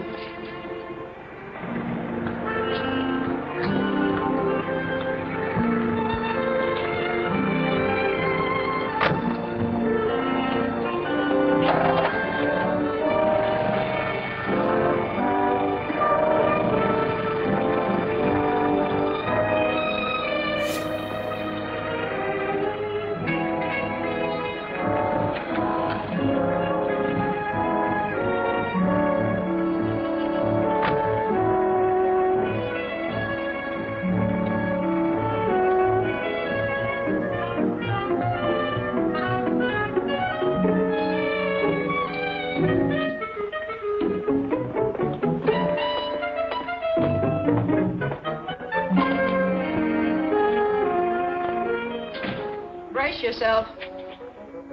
Johnson? Does Johnson have a purple face? You're a bit early, Bailey. Am I? I haven't quite made up my mind. About what, Mr. Johnson? Whether to break your neck or merely to fire you. Well, it'll take lots of time. You're paying for it. My wife just called me. What's the idea of following her? That's what she wanted to know. Your instructions were clear. Go to Portland, where she's lived all her life. She's frightened enough now without having private dicks trailing her around. Frightened? Why? Another one came yesterday. Only this time it was addressed to Jane. She read it.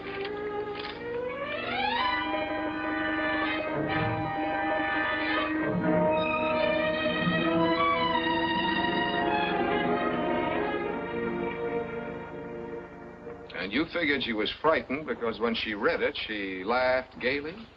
That's right, she did. Mm-hmm. And then she pointed out that being as your estate planning commissioner and chairman of the civic council, something of a public figure, that it was just a crank note? That's right, and I believe her, because she pointed out something else, too. A lot of my old friends resent Jane. She's very withdrawn, doesn't like to go out much or to meet too many people. Some of my friends would be capable of getting plastered and pulling a stunt just like that. That's a pretty rugged crowd you run with. Rugged's a good enough name for some of my friends. I came up the hard way. In fact, that's the trouble. I've led a rough and tumble life. Jane hasn't. I was ready to judge her by my standards. That's probably why I was so quick to hire you when I got that first note. It was easy for me to think that Jane might be in trouble. Too easy. But her reaction to this second note was genuine. Made me realize that Jane wouldn't be capable of doing anything she had to hide. So, I think you can just forget about all this, Bailey. You forget about it, Mr. Johnson. Your wife's in trouble. You've known her only since she came down to L.A. a little more than a year ago. You've been married to her less than 7 months. What do you really know about her, except that she was a nice, quiet sorority girl at UCLA? What are you trying to prove? Nothing much. But people don't spot me when I'm following them, unless they're looking for it. Your wife was looking for it. Well, that's pretty thin. Did you know she's got an account in a Westwood bank? No.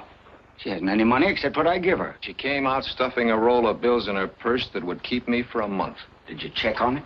I tried to, but whatever business she was doing, it wasn't done under her own name. Neither Mrs. Ralph Johnson nor Miss Jane Brieger. And she dresses in a way that you can't definitely describe. I think it's deliberate. Look, there's a ticket in here, leaving for Portland at 6 tonight. Do I use it or not? You think you can use some discretion along with it? Mm-hmm. Jane Brieger, class of 41. But, we're not supposed to give out information. Well, all I want is her address, teacher. 10476 Larrabee. She got a work permit to dance at Keller's Carousel down on South Broadway. You're an angel, Angel. Very funny. Now tell me where you want to go. What's the trouble? Brother, that address hasn't meant anything for 5-6 years now. It's where they built one of the shipyards. So what about Keller's Carousel? That's a little club down on South Broadway. Oh, you're from out of town, huh? Cops closed that joint up a long, long time ago. It's a tea room now. Is Keller still around town? Keller? Look, pal, I just drive a hack. Where do you want to go? I'll leave that up to you, pal. You don't want to find Keller. Beyond $10, I lose interest in it. Don't let Keller hear you say that. He's a very sensitive guy.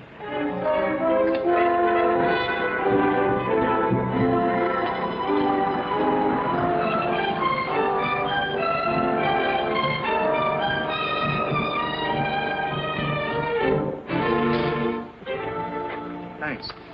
It's a chip crib, brother. Illegal. Just go up that ramp there and ask for Reno. Tell him Gus brought you. Thanks.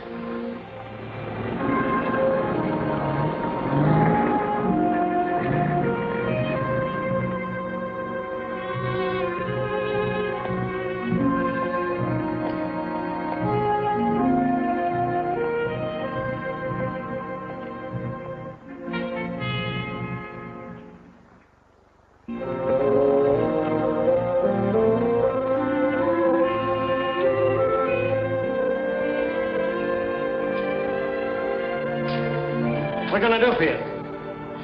I'm looking for Reno. You're lost. That's in Nevada. You a member here? I'm a friend of Reno's. Oh? Where's your transportation? Gus brought me down. Take him up to 3. Okay, Mr. Reno. I'll bet you hardly remember me.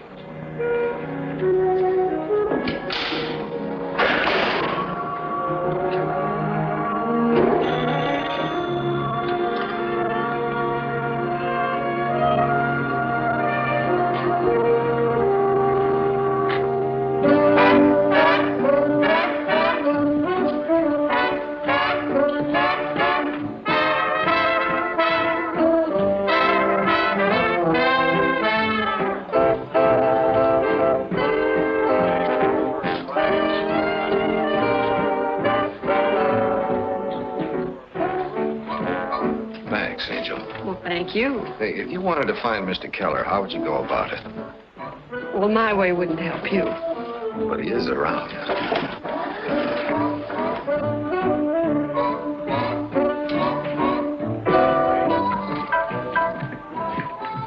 You approve of our layout? No roulette. People up this way don't go for roulette. What do you expect to get for your $10, fella? I see everybody up here works together. We try to. I wanted to see Keller about a small matter. Small matters are my business. What's it about? A girl. A girl who used to work for him. What girl might that be? Keller can't be that hard to see. The gentleman is right, Reno. If he takes privilege of talking with me, I'm really flattered. It'll go on my expense account. I didn't get your name. I didn't give it to you. I'll take it now. Bailey. We'll have some privacy.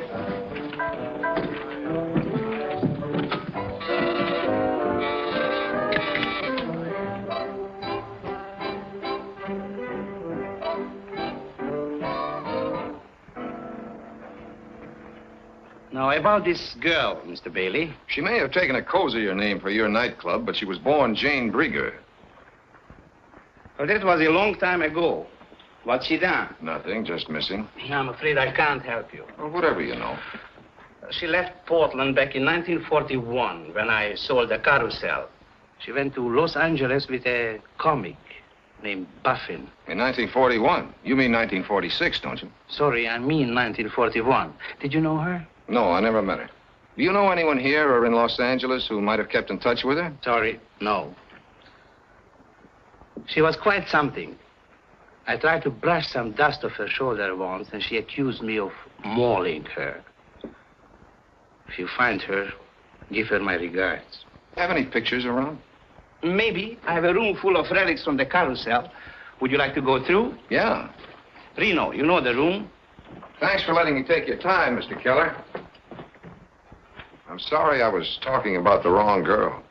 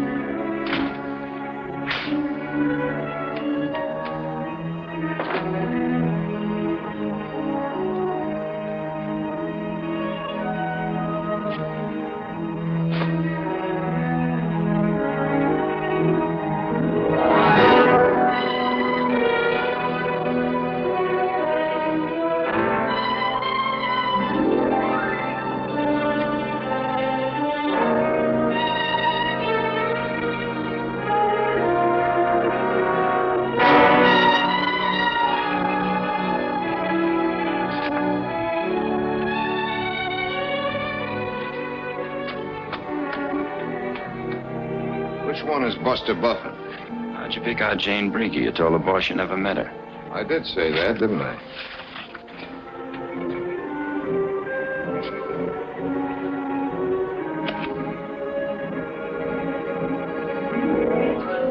Here comes the menace again. Hey, you.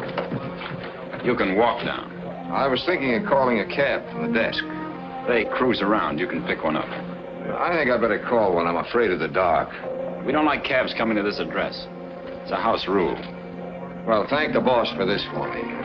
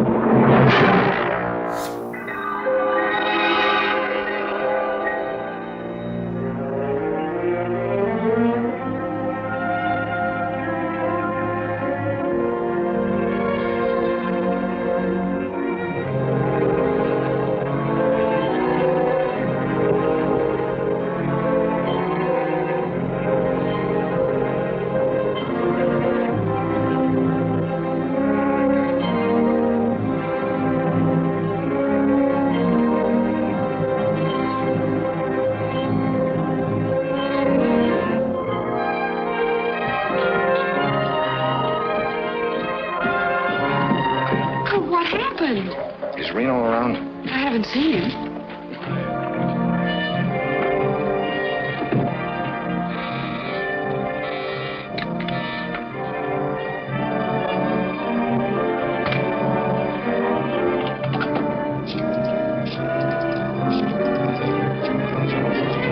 You mind if I use this?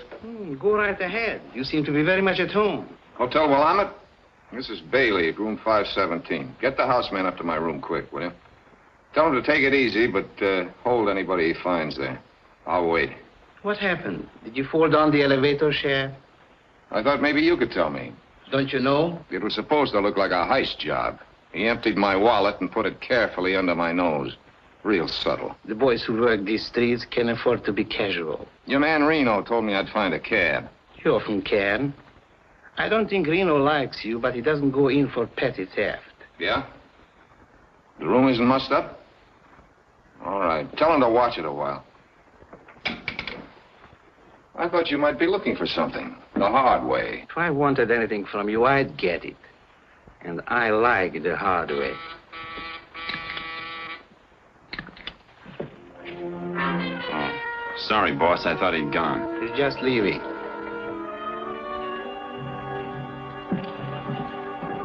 I just came back to use the phone. I got a nickel left.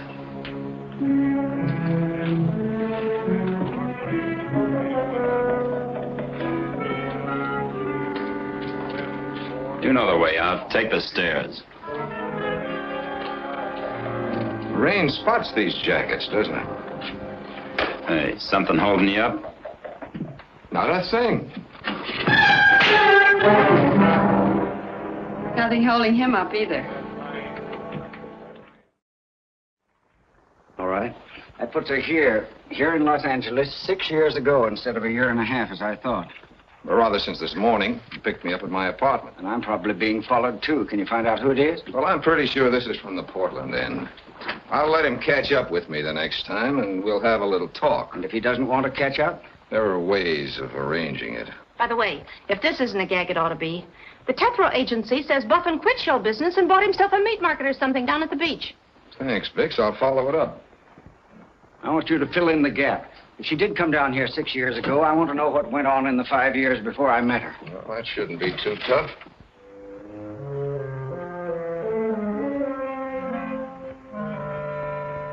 Here it is. Buster Buffin's Buffet.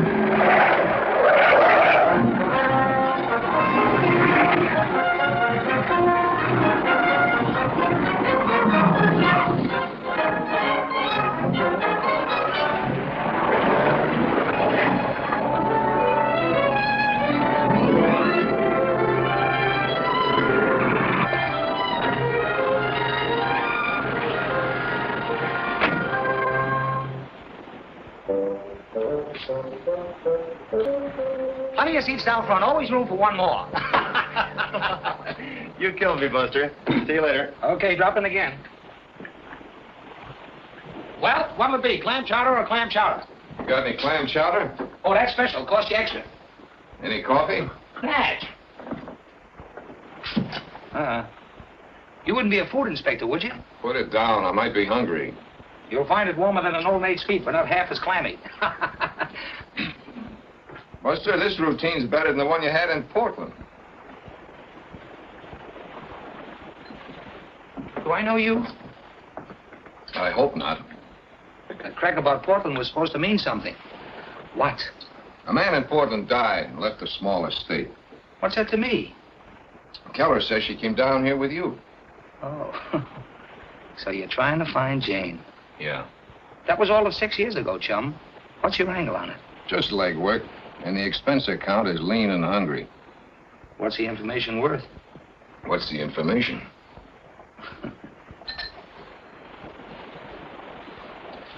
What'll that buy? Okay. We came down in 41 together. Strictly platonic. She was one of those don't maul me type. She got up a routine with bubble bath or something and hit the nightclub circuit. I caught her act in Long Beach. Pretty corny. That was about 5 years ago. Haven't given her a dime's worth of thought since. She still looked like that when you saw her last? Where'd you get this? Keller? She dyed her hair. Maybe cut it a little shorter. What name was she using? I've been waiting for you to ask that. Yeah, I thought you were. That's stealing. Make it 50 and I'll throw in the name of the club in Long Beach. 40 does it.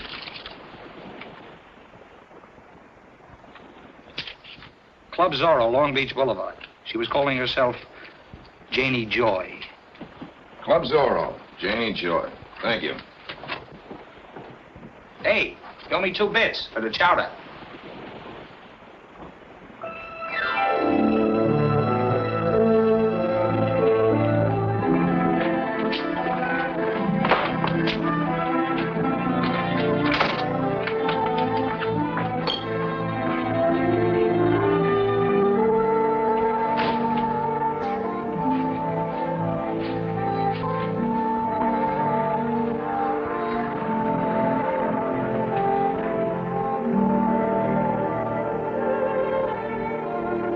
The door's open, handsome, but we're closed. It's hot outside. Guess you got something there. Mind if I go on with my work? I'd rather you wouldn't. Say, what is this? I'm a guy with questions to ask. Personal? One of them. How long you worked around here? What's it to you? Not a thing. Were you around when Janie Joy worked here? Who? Janie Joy, 1942. Well, the name is vaguely familiar. What about her? She may have come into some cash. And the state's trying to locate her. It's too bad. I mean, it's too bad I can't help you. Ever hear of a man named Keller? Questions, just drop them in the suggestion box on your way out. Thank you, ma'am. You've helped me more than you know.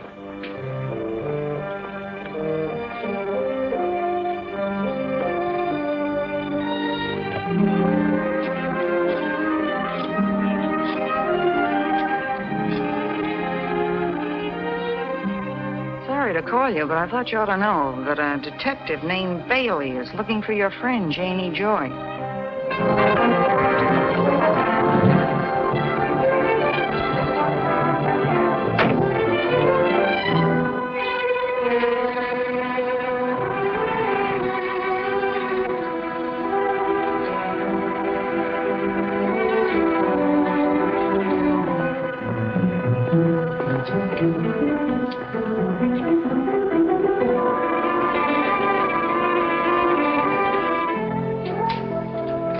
Do you ever have the feeling you're being watched and followed?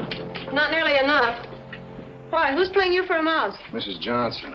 Oh, did you talk to her? No, I'll leave that to my client. You better phone Johnson right now and tell him his wife's downstairs keeping tabs on me in case he's thinking of dropping in. Gosh, you'd think with her dough she'd hire someone to watch you. Well, people like her that keep people like us out of work.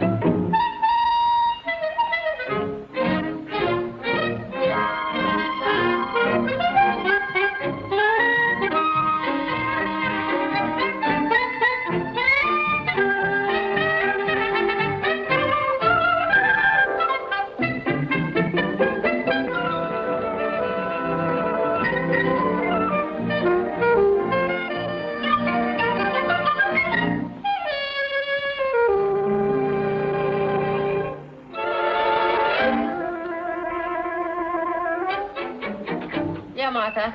Oh, he thinks he's just too social since he joined the club. The Automobile Club. Well, come in.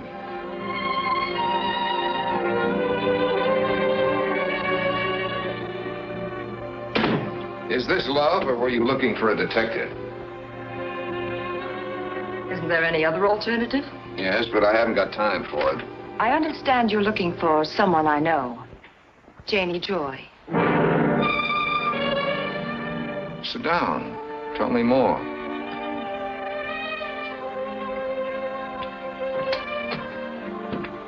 Has something happened to her? She happens to be my sister.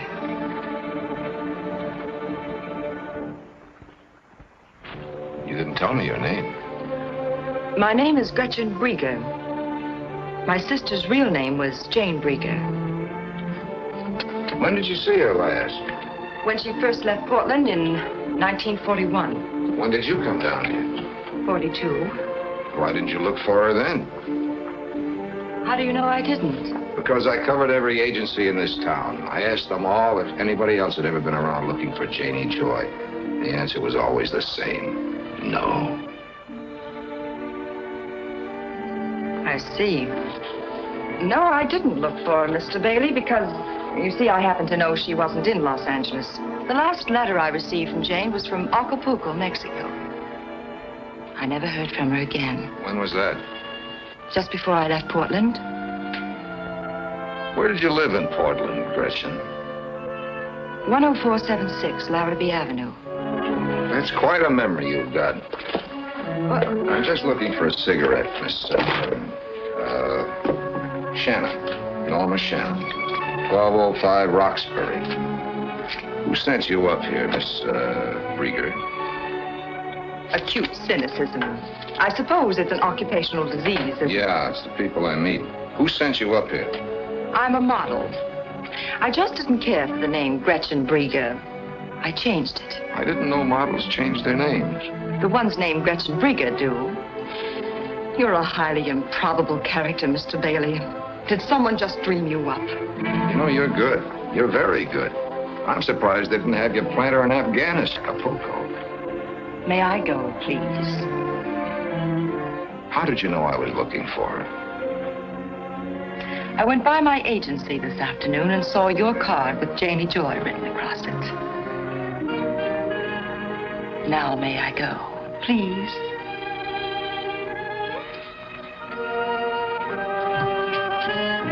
Well, I wouldn't have missed meeting you for all the world, Mr. Bailey. It's the first time I've gone slumming in years. You win. You see, in this racket, you learn to suspect the worst of everyone. The few times you're wrong, you have to apologize. I'm apologizing. Well, thank you. I appreciate it. You should. Humble pie gives me hives. Have you got a car? Not with me, but there's still buses running. Well, I'm going your way, Gretchen. You can't turn down a ride.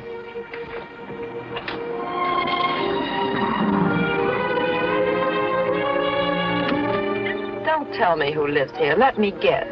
No, too easy. As long as I'm going out to Beverly Hills, I thought I'd change my shirt and eat out that way. Oh, Bailey, you're about as subtle as a Mickey Finn. I'm not trying to be. If you're thirsty, you can come up while I change. Or you can wait there. I think you mean it.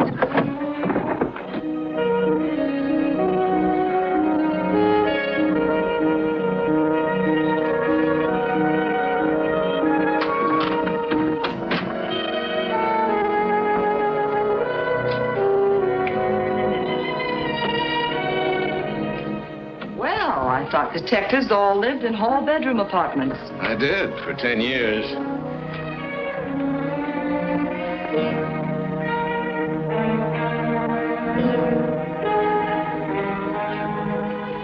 Where's the scullery? In there.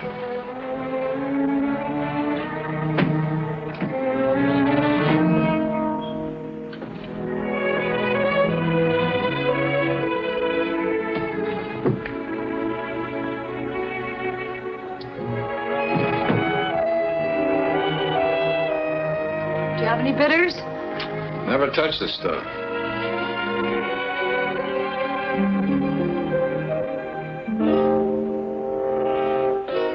You go in for pinups? She's an old flame. I'm a little sentimental about it.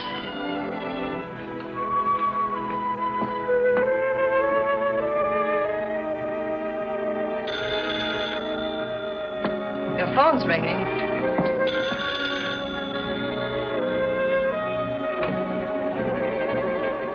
Where are you? Around the corner. You forgot that report. I want you to pick it up right away. You know, there's something wrong with this phone. It sounded just like you said I forgot a report. The latest one. Oh. Oh, the one in the size 9 nylons. Yeah. Yeah, I'll do that.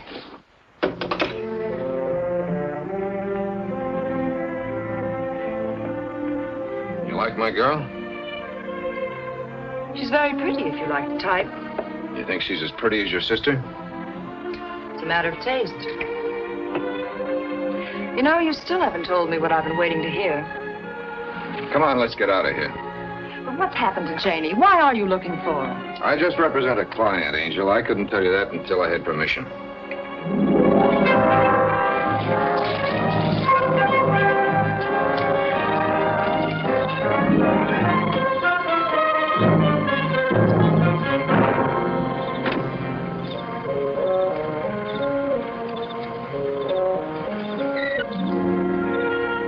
Now it's my turn to apologize. You changed your shirt and brought me home. And you left your motor running. I suppose this means I should run along now. You put in a hard day. I thought you might be hungry. I am. Perhaps I could whip up some dinner for us. Do you like lamb chops? Let's make it some other time, Angel. All right. Some other time.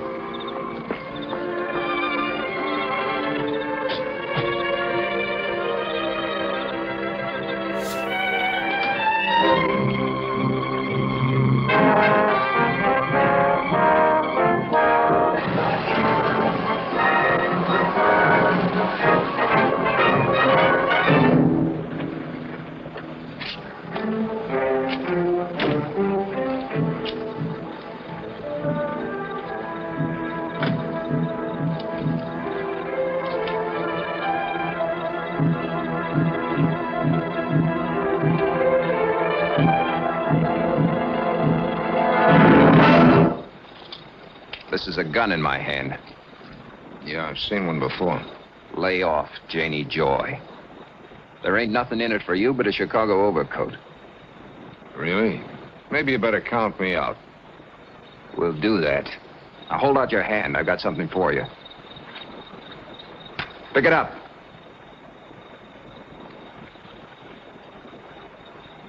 You'll find $200 in there for being smart. Next time, we won't be so generous. Any other jobs you want me to lay off of, just let me know. I might give you a reduced rate. I'm in stitches. Now turn around. And start walking.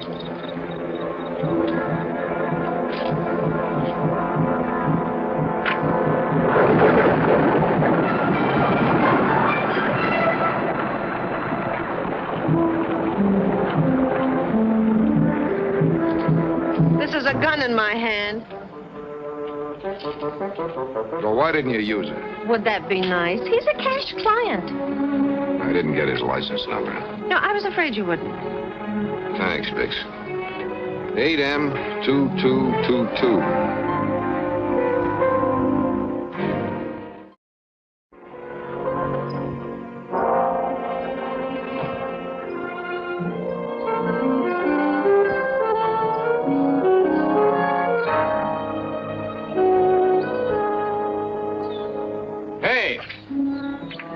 Went off and left that last night. I took out $1 for the trouble of finding you and bringing it back. It's a nice place you got here. What's Caprio got to do with Janie Joy? I don't know you or what you're talking about. I gather you won't mind if I talk it over with Caprio. You ask for trouble, you'll get it. I hired out for that job. Who hired you? You know what would happen if I told you? The guy's tough, huh? You can say that again. Whoever's behind you is about as dangerous as a badminton bird. giving me that $200. That's right out of Aunt Sadie's hope chest. You want to tell me about it? Get in, quick. I'll talk to you.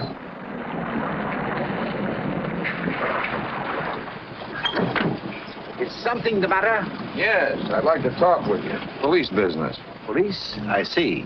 Step in, then. Martin is a chauffeur. Beyond his duties as such, I know nothing about him. I give you my word on that. Fine. Then you won't mind when I bring charges against him. Oh, yes. I will mind. I'd rather you would not bring charges against Martin. I shall discharge him, of course, if what you say is true.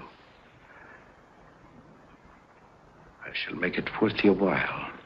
Okay. The price is cheap. Just tell me why you want me to drop it.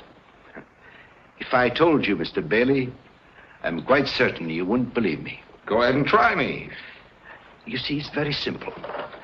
I have a passion for obscurity. It really amounts to fear. I happen to believe rather deeply that only the obscure are ever really free. Oh, Alicia, this is Mr. Bailey. Mr. Bailey, my wife. Mr. Bailey has had some difficulty with your chauffeur. What is it, Linnick? I am sorry, sir, but I can't find Martin. Excuse me. What sort of difficulty, Mr. Bailey? I'm investigating an ex-showgirl named Janie Joy. Martin's working for someone who'd like me to quit. Tell me, why didn't you report him? Why do you want to talk with us about it? I know something tougher than that to answer. Why haven't I been thrown out? I do not know. It is apparent my husband wishes to talk with you.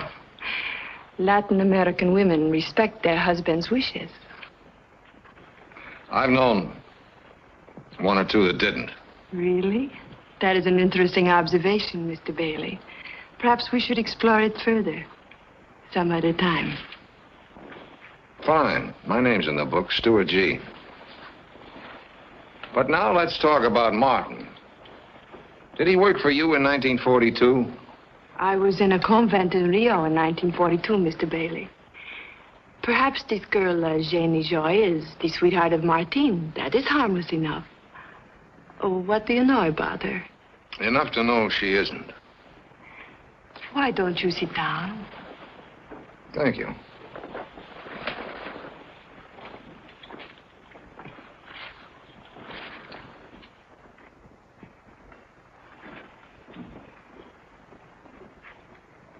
May I fix you another drink?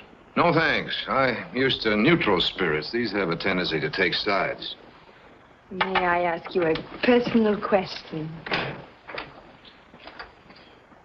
Martin will be here presently. Come in. Yes, sir? Come in, come in. I'd like to hear your side of the story, Martin. What story, sir? You have seen this man before? Sure. About 10 minutes ago. He asked me who lived here.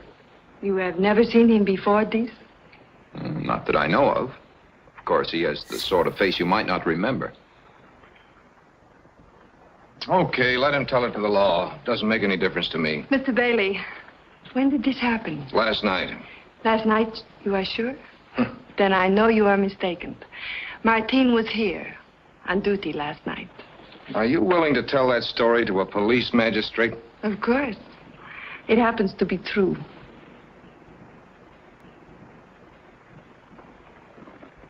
Thanks, Mrs. Caprio. That's all I wanted to know.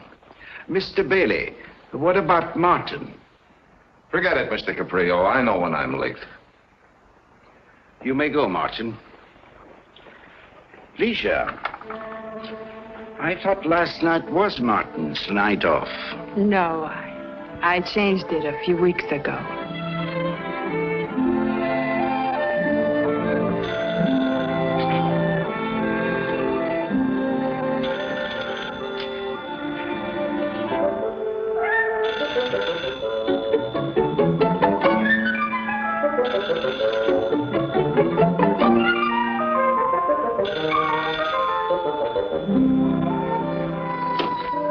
Hello? Hiya, Sherlock. Just called me Watson. How did you find me? Easy, Watson. Hey, where you been the last 2 days? What's on your mind? I got something for you, but it gives for cash. No small change like $40. What kind of figures do you think I'll talk? For what I got? Plenty, brother. Plenty. You're wasting your time, Buffin. I know where Jane Brieger is and who she is. You'll kill me, Bailey. If you're smart, you'll come down here now and be ready to talk turkey.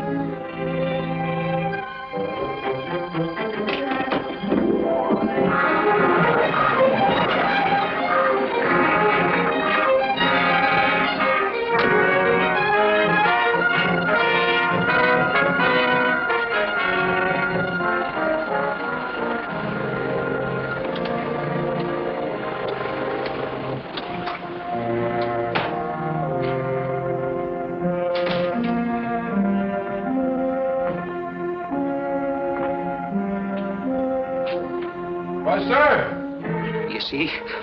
There he is. He'll come in. I won't talk. I'll give him a story and get rid of him. What, sir? See? He'll come in a second. I won't talk.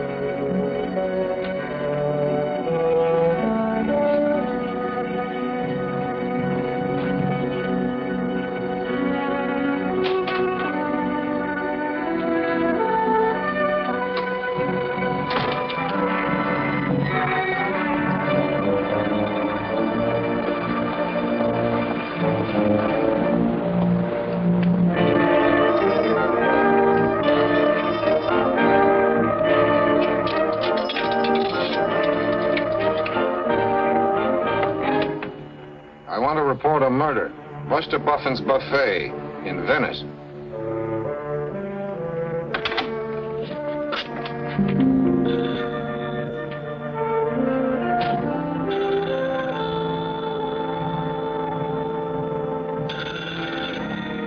Your phone's ringing. I'm wondering why. My, we're grumpy again. I'm hungry. I haven't had my 4 pounds of raw beef today. That's what I called about. I want you to have dinner with me tonight. Where?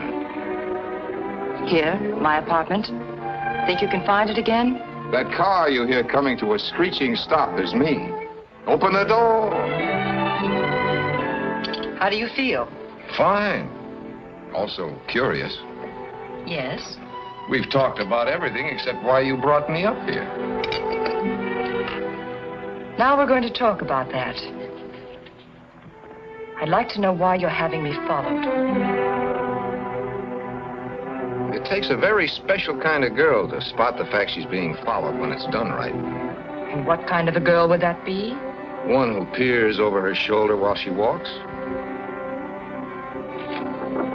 And that's the kind of a girl you think I am? Well, remember my occupational disease. So you still don't believe what I told you about Janie? If you told me a straight story, why let me worry you?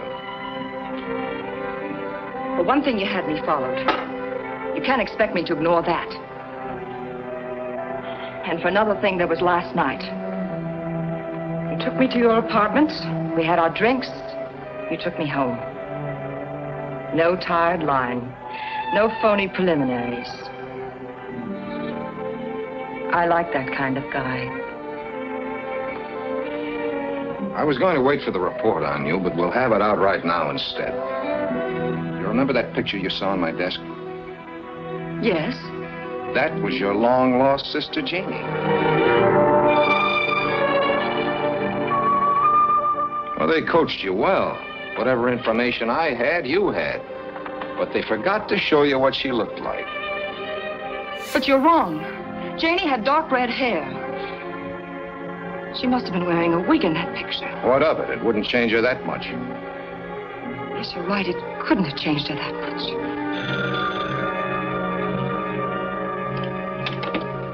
Your phone's ringing. Hello? It's for you. Excuse me.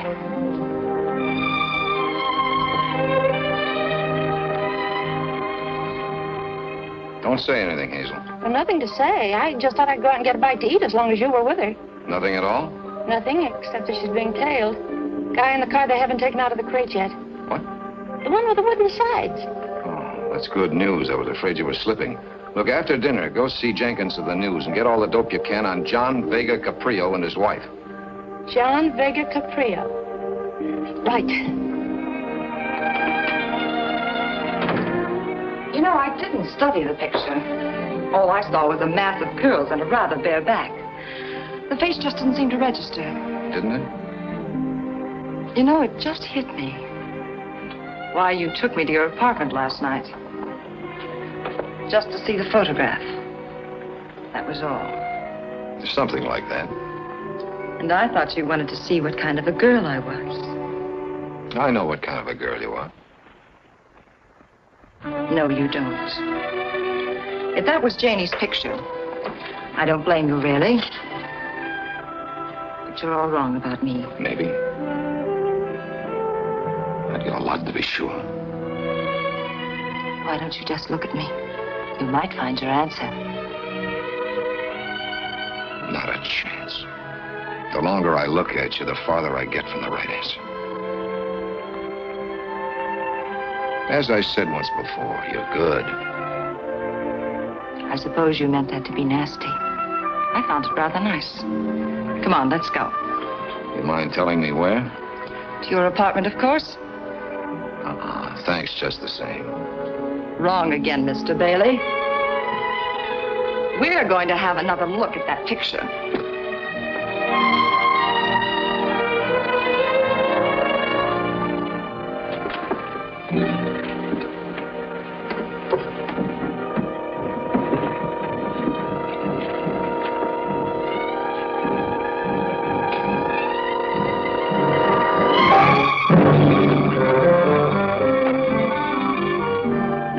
Housekeeper, Bailey.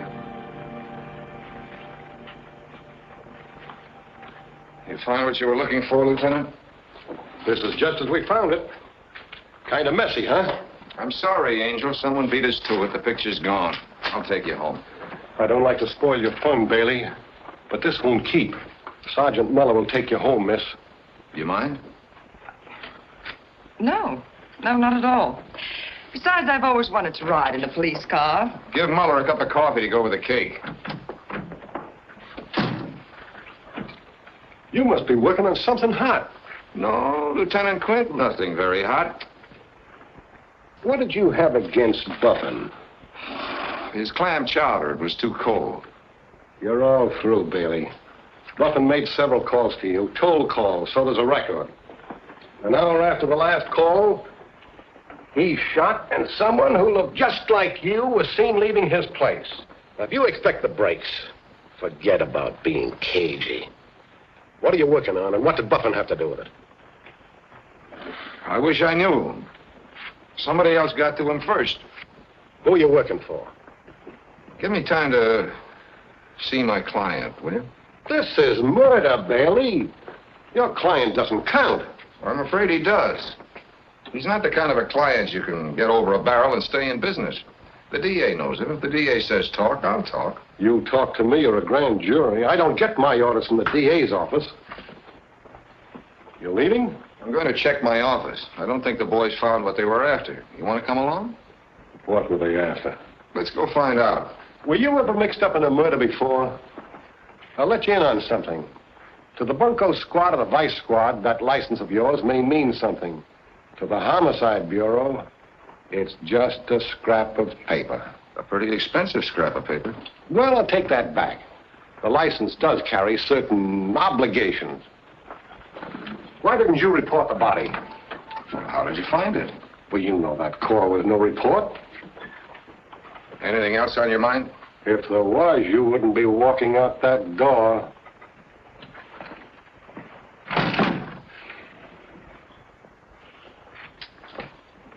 I got it all down, Lieutenant. Well, that's dandy. Now tear it up.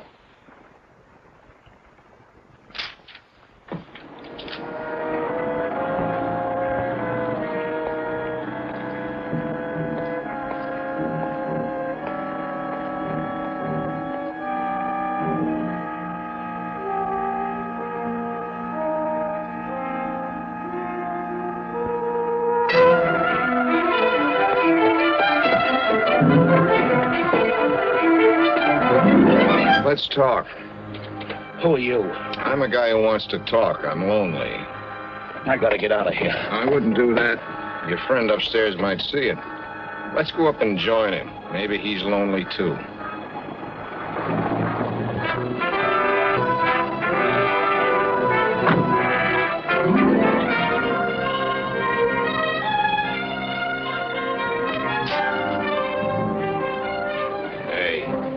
This ain't your floor. Elevator doors make noise. Come on, we'll walk down.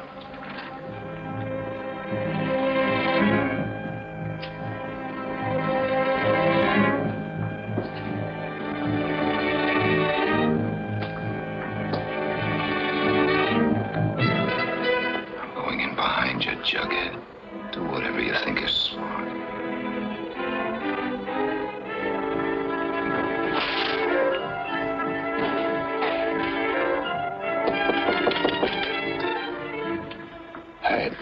It's me, Sharpie. Come on, open up.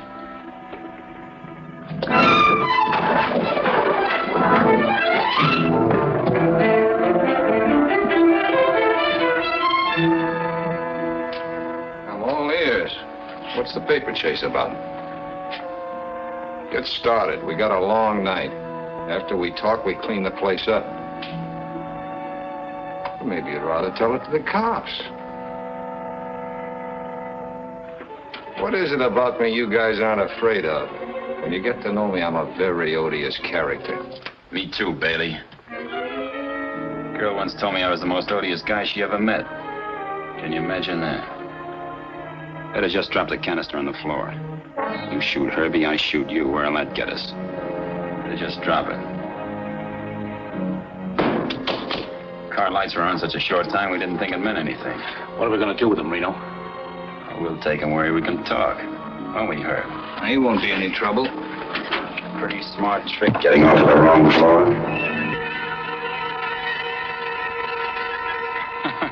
Look, Herbie, the guy's coming too. I told you he would.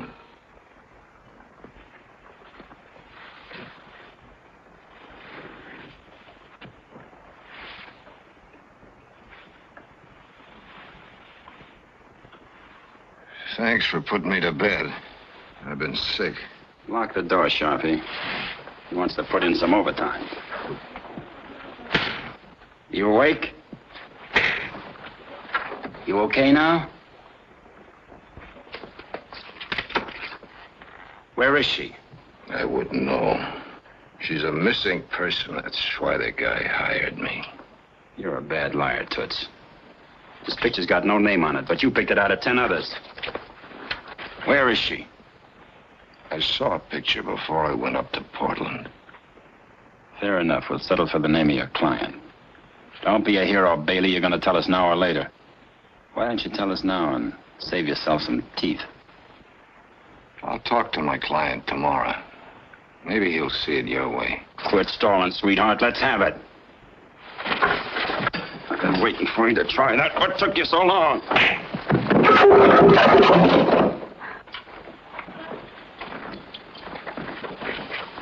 Come on, talk to me. Talk to me. Okay. Okay. But I don't get it. Now, why is Keller looking for her now? Why didn't he look for her 6 years ago? She'd have been easy enough to find. Are you gonna talk or shall I waltz you around some more? All right. I'll make a deal. You tell me why he's looking for her, and I'll tell you who hired me. Okay. Who hired you? Why is he looking for her? You see, boys, the guy's a fanatic. He won't talk to me.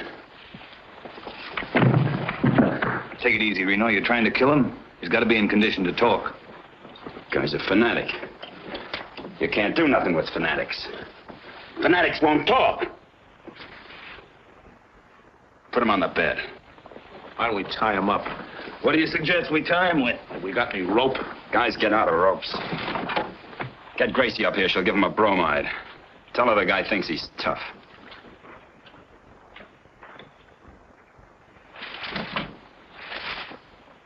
You asked for this, chum. You give us the slip every time we try to follow you. You never carry anything in your pockets or anywhere else, for that matter, that'll tell us anything we want to know. And we'll just have to get it the hard way. There he is, Gracie. Pretty, huh? Is he out? Like a string of Christmas lights. Well, can't give him all this then. Might kill him. I'll give him half. That'll keep him out for the rest of the night. Probably for a week. He has to talk to someone in the morning. Don't worry about waking him up. I've got something for that, too. How soon does it work? Well, if he was wide awake, anywhere from 30 seconds to 2 minutes. Swell. Let's get some chow. You stay here with him. I'm just going downstairs to rustle some food. If he starts to turn blue, call me. Come on, Herb. Hey, what about me? You heard what she said. Stay here. But Reno. All right, we'll be back here in 10 minutes and lock him in just in case.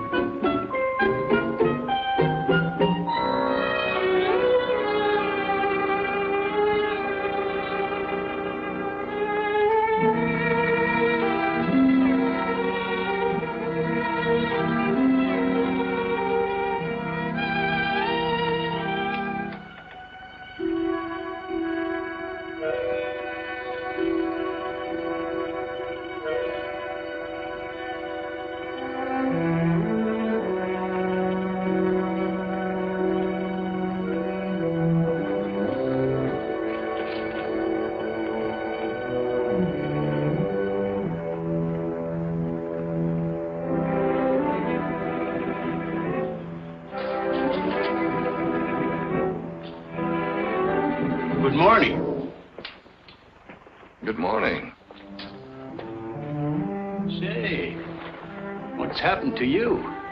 Are you the drunk they told me was sleeping it off upstairs? Yeah, that's me. I must have been hearing things. I thought they said it was a gal. When I drink, my voice gets high. It's a nice place you got here. What's it called again? Just 733. They don't have names for places like this. That's what you think.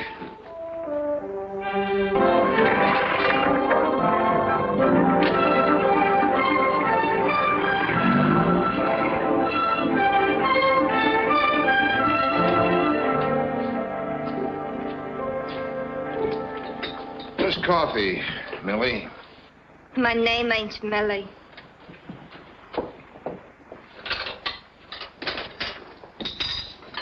Millie got fired. My name's Fanny. Fanny, would you remember... I hate people that call me that. But you just said your name My was... friends call me Jackie. Well, Jackie, would you I remember... said my friends call me Jackie. To you, I'm Miss Phipps. Your name is Phipps. Certainly. You know, you ought to learn how to get along with people. I see somebody socked you. Miss Phipps, you're what I would call an observant woman. Thanks. I'll bet you remember a woman who came in here last Monday morning. She sat at the table by the door watching people come into the building. How much do you bet? 5?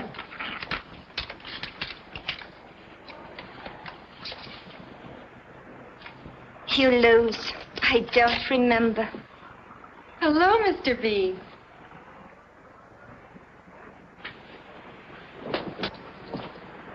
You're a sight for sore eyes. Well, you're a sight, period. Betty, would you remember a woman spending a lot of time at this table the other morning? She was dressed in black and kept watching the entrance. Sure. She bought a 10-cent cup of coffee and gave me $1 tip.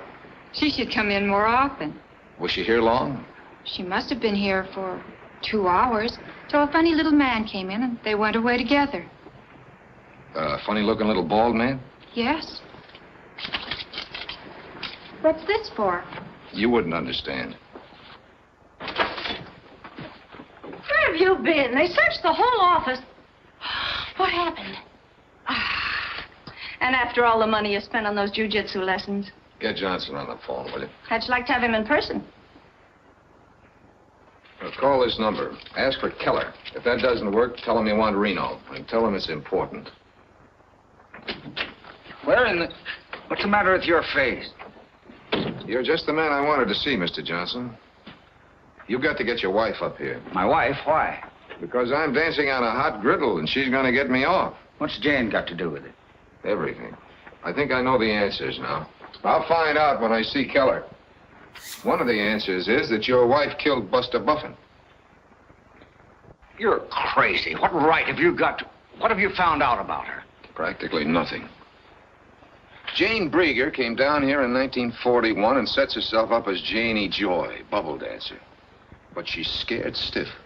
There's something riding her. Something terrifying enough to drive her to kill. Get to the point. When I first talked to Buffin, it was a $40 job. Then he sees your wife, and inflation sets in. He wants big money. How do you know he saw Jane? Because he was a cagey little guy. Something I said or did led him to think there was more than $40 to be had from me. So he followed me when I left this place last Monday. He ran into your wife downstairs. I just checked on that. And if Jane did kill him, what do you do? Throw her to the cops.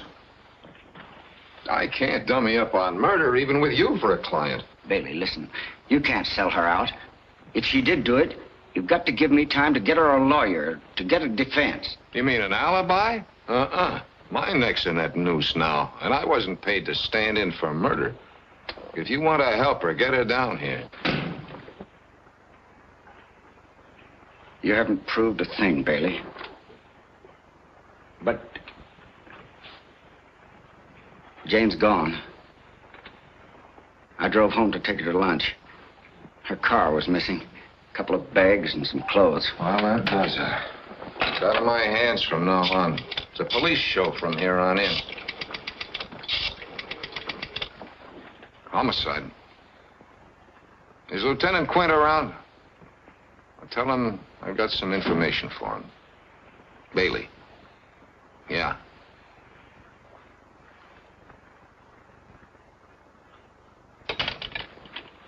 is his girlfriend, Maisie. He'll be awful sore if you don't get hold of him. Oh, is that so? I throw angles, they toss back curves. They never heard of Keller or Reno.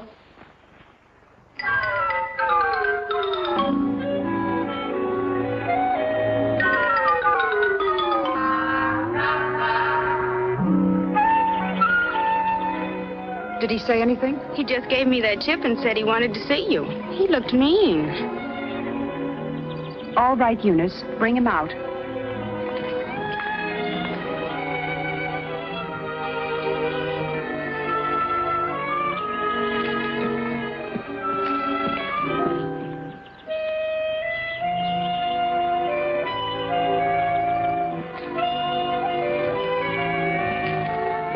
Thanks for seeing me, Miss Nestor. Please excuse my appearance. I was sunbathing. Don't let me interrupt. Sit down. Thanks. Your name isn't really Kilroy, is it? How much is it going to cost to keep my being out there quiet? I can't pay you very much. At least, not at one time. How much can you float this trip? $1,000? In cash. Honey, who lets you play house out here all by yourself? Then you aren't here to blackmail me. No, baby, but I should, just to teach you a lesson. You really thought I had the grand, didn't you? Was it fun? You got out of character too soon. What if I didn't like it when the sweet note turned sour? This was for when I got bored with you. Now tell me how in blazes you got into that room. Who owns the joint? You still haven't told me how you got in there. 3 goons took me up. A jug-eared character named Sharpie, another named Herb, and a gorilla named Reno. I've seen him around. Turned up a couple days ago. Who turned them up? I wouldn't know. I thought they just crawled out from under a rock. But a man named Keller turned the rock over, right? Let's get to the business at hand. Why did you want to see me? I've got to talk to Keller. Now, I figured if you were important enough to take over a bedroom whenever you needed it, you might arrange it for me. I'll give you the phone number. You can call the place yourself. I tried that. They never heard of him. Well, that seems to be that, doesn't it? You know, I've been sitting here trying to think of a persuader for you, a way to get to you. But you seem to have everything you need. I wouldn't be too sure of that. Well, thanks for your time, Irene. The name's Boots. Where are you going? 733, I think they call it. Didn't you get enough the first time? That's one reason I'm going back. I like a fighter. Not me, baby. Soft hands. Well, maybe I just like you. You didn't want my $1,000. I'm going out there at 7:30 tonight. Maybe I can put in a word for you. Okay, if I think of a word, I'll let you know. And while you're at it, you might tell Keller to be at my apartment at 8 o'clock tonight. Not that I know anyone named Keller. Where is your apartment? His boys know the way. You better give me the address anyway, just in case of an emergency. Remember, 8 o'clock.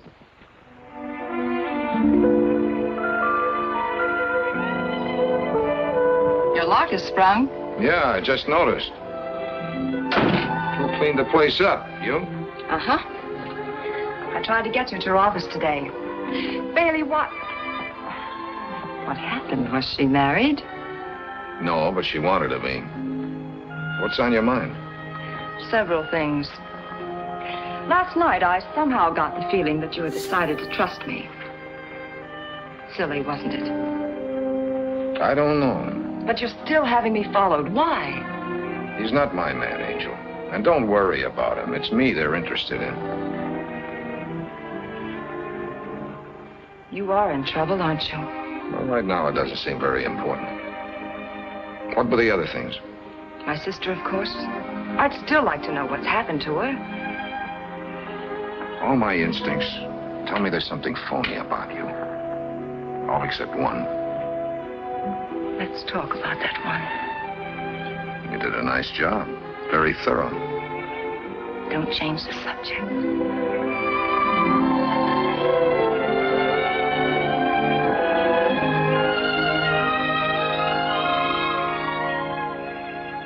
You know what I'm thinking?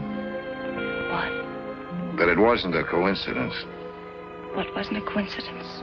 My having dinner with you while my apartment was being rifled. What do you mean? In this cleanup job. Did you find what you were after? Oh, that really does it. Give me a good reason why you came up here and I'll take it all back. I told you Janie wrote me from Acapulco. I found the letter. Where's the envelope?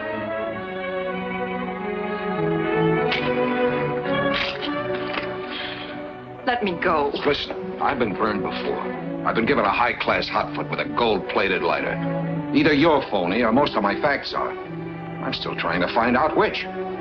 Believe me, it doesn't matter. Not even a little bit. That's just the trouble. It does matter. More than I'd like to admit. Don't ask me why.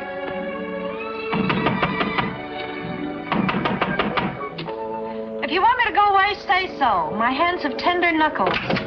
Is it important? All things are relative. I can't answer that. It arrived special delivery.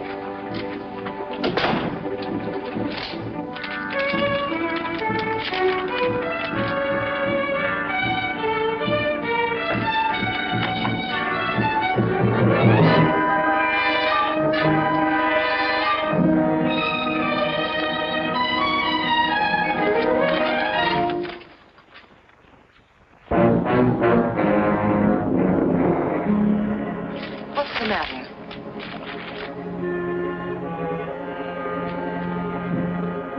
What's wrong? Things are going to be happening around here. I don't want you mixed up in it. What things? I'm being framed, Angel. Now you know as much as I do. When will I see you? I'll call you. But I... When did this arrive? About a half hour ago. That's the office gun, isn't it? Yeah, one shot fired. Is there anything I can do? Yeah, take the gun and the box it came in over to my lawyer. Tell him to call me every 2 hours here and at the office until I tell him I'm in the clear. What if he can't get you when he tries to call you? He'll know.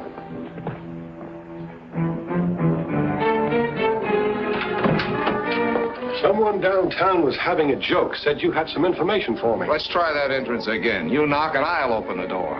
The information wouldn't be about a Mrs. Ralph Johnson, would it, Bailey? Why? What about Mrs. Ralph Johnson? What about her? Answer your phone.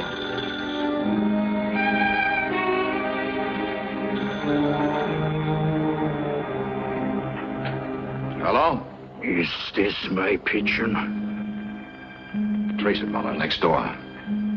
What can I do for you? I want to thank you for leading us to Janie Joy. It's been quite a hunt. Only get her out of the water. We don't like her in the water. Sure. We'll get her out of the water. Where? Under the pier at Malibu. I wouldn't want for the tide to get her.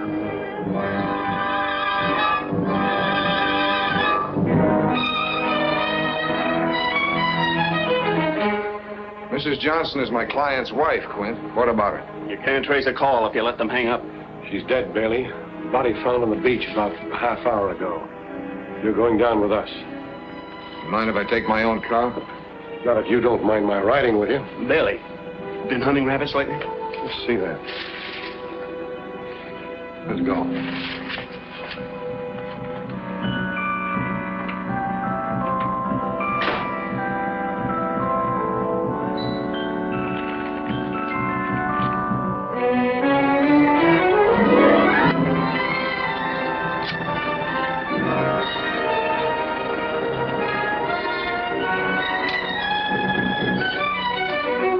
Know her?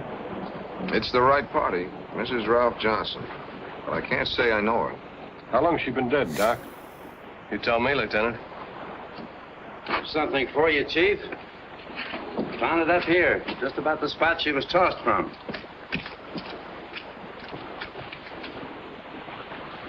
Well, what do you know? What's your middle name, Bailey? George?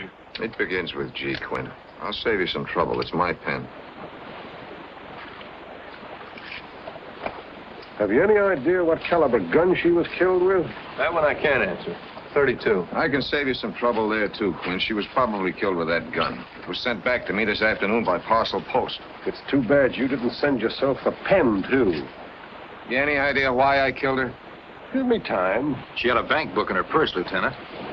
An account in Westwood under a phony name. She closed it out 2 days ago. Almost $40,000. That'll do for motive. Muller, take him downtown and throw the key away. And what about the car? Aren't you coming? No, take his car. I'm tired. I'm going home. I work an 8-hour shift, and I've done 12 already. Well, why lock me up? I'll be at headquarters in the morning. Can't you smell a frame up when it's hanging under your nose? Not when you're the man who's hanging it there. Go on, Muller, get going. Let's go, Bailey.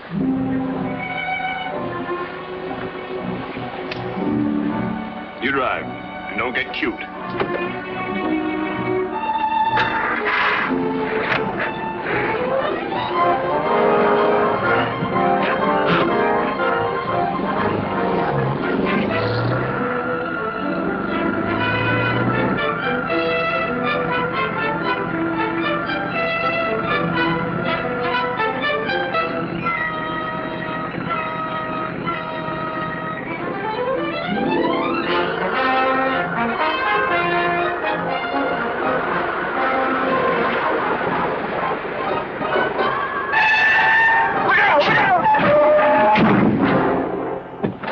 Why don't you what?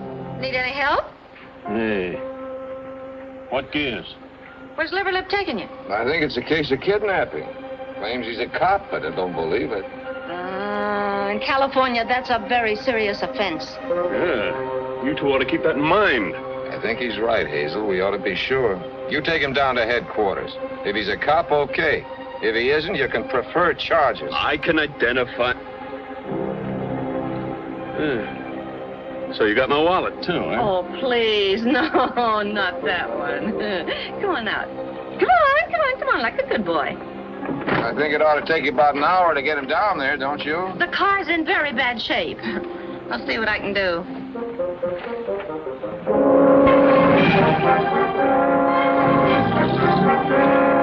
Come on, you drive.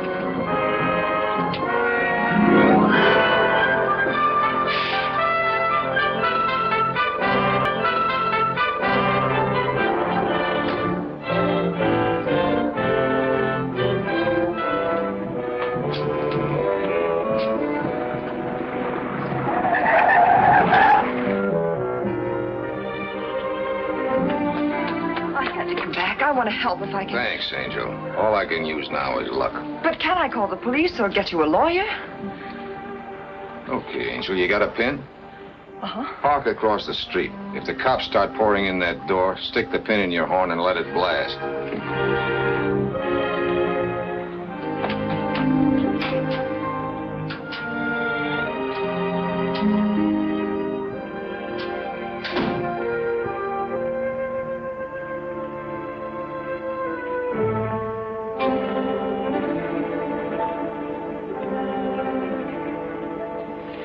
Light mine, too.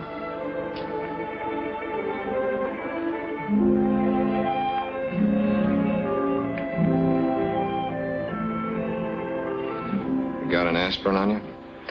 That is not very flattering. No offense, Mrs. Caprio. I had the headache before I saw you.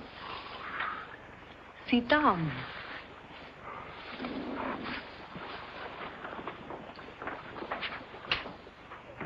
Where's Martin? In the closet? Martin is my chauffeur. Nothing else. He's no chauffeur, Pet. Is that the only way you could pay him blackmail, by giving him a job? Blackmail? Mm-hmm. Shall we go into whatever it is you're afraid of, beautiful? Or shall we have ourselves some gay repartee first? I am afraid of nothing. I am only terribly curious about something. You see, I know Janie Joy. Just drop your ashes on the floor. There's a girl comes in once a month. Perhaps you do not know she spent some time in Brazil. We may be able to help each other. Well, let's start with what it's going to cost me. How?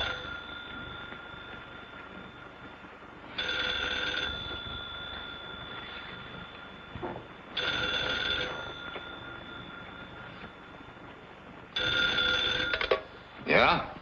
Bailey, I've just been notified that Jane's dead.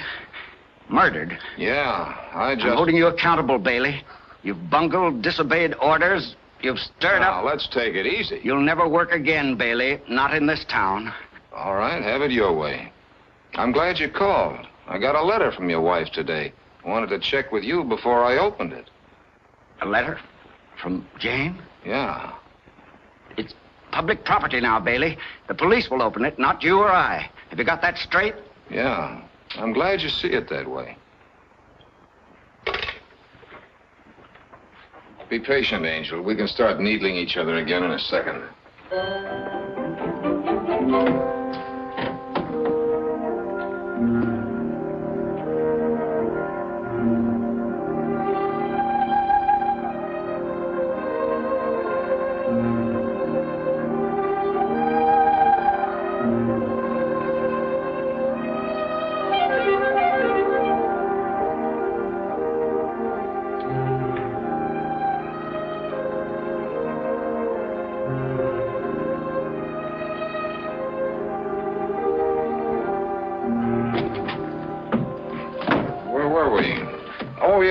Brazil.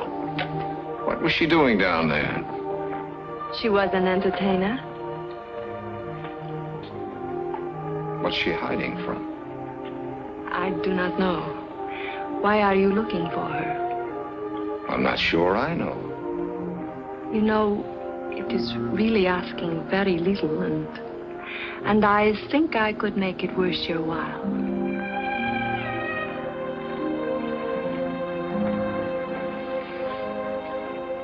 Tell me, please. Okay, gorgeous. We'll get together on it. But there's no hurry about it, is there? I hate to be mauled. Hey, Janie. Okay, you can go now. I had to be sure you were Jane Brieger before you got out that door. What are you saying? I'm saying that you're Janie Joy, bubble dancer. The same girl whose name was Jane Brieger when she left Portland 6 years ago with Buster Buffin. What does my aversion to being mauled have to do with Janie Joy? Everything, Janie. It's the one thing they all remembered about you. You are not making sense. Maybe you'd better go. There might be some unpleasantness around here in a minute. Your old friend Keller is due. You are wrong. I do not know anyone named Keller. Come in. Perhaps I should have called you up first. Where are Reno and the boys? Out in the corridor? I came alone. Do you want me to wait outside? No, come on in. I want you to meet an old friend. Why, Janie. It's been a long time. Believe me, not half long enough. It's been good to you. Time, I mean. You blossom. It appears you haven't changed a bit. Oh, I'm sorry. Stuart,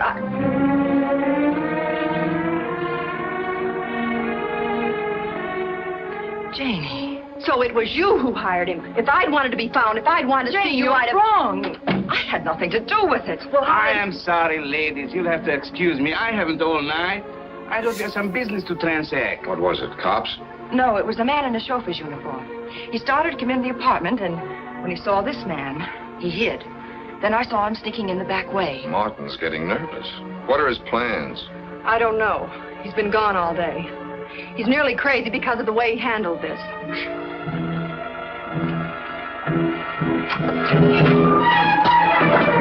Leave it. You're not really smart. You're just lucky. Come on in. This place is getting a little bit crowded for our conference, isn't it, Bailey? Do we need privacy? Not at all. Tell me where she is and I'll go. Who is she, Keller? I ask you where she is. If there is a price on the information, name it. You worked with her at the Carousel. How well did you know her? What has she got to do with all this? She was using your name. She was on the run, needed a place to hide. You mean you weren't looking for me at all? Who is she? Ellen Ellsworth. She married him. She's his wife. And then one day, about a year ago, she ran out on you. Tell me something, Keller. Is it your wife you want or your 40 grand? I'll settle for the 40 grand. Where is she? Dead. Murdered. Sometime this afternoon. Who killed her, Bailey? I thought maybe you did. That's what I thought you thought. Are the cops outside? If they are, they're looking for me. What's the next step, Keller? Portland. My plane leaves in an hour. I thought you were after your 40 grand. That's what I wanted to believe. But it seems what I really wanted was to have my wife back. What do you think of that? I'm having a rough time believing it. You didn't know her. She was... Well, she had a way of making a twisted guy like me believe in things again.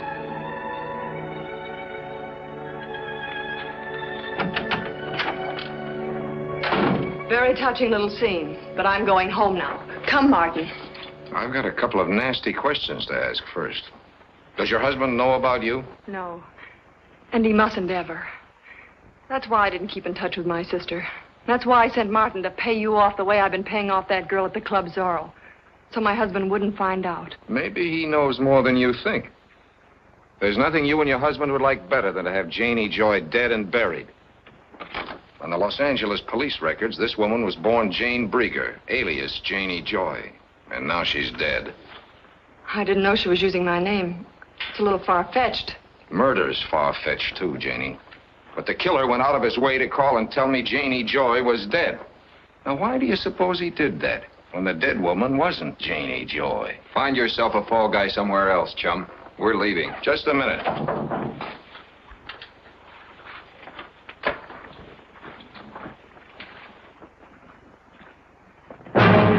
You've killed my wife. The police just told me, and I'm going to kill you. Take it easy, Johnson. I didn't kill your wife. I was trying to arrest you. That's my story. You resisted, and I shot you. There's one hitch. There are witnesses that'll tell it differently. Get over there. Go on. You killed my wife for a few $1,000 dirty dollars. No jury on earth will convict me for shooting. They'll do more than convict you, Johnston. I've already got a pretty good case that you killed your wife. You're smart, Bailey. In front of witnesses, you accuse me of murder. Now I don't dare pull this trigger. Let's call in the police. I'm afraid that won't help. But this might. If that's Jane's letter, that's for the police to open. It's addressed to me. Not that I expect much from it. Don't look at that. I wouldn't do that, Johnson. You've got a gun, brother. Use it. That gun in his hand is mine, and it isn't loaded. He's kidding you, Johnson. I'll take that letter now, Bailey. Get over there.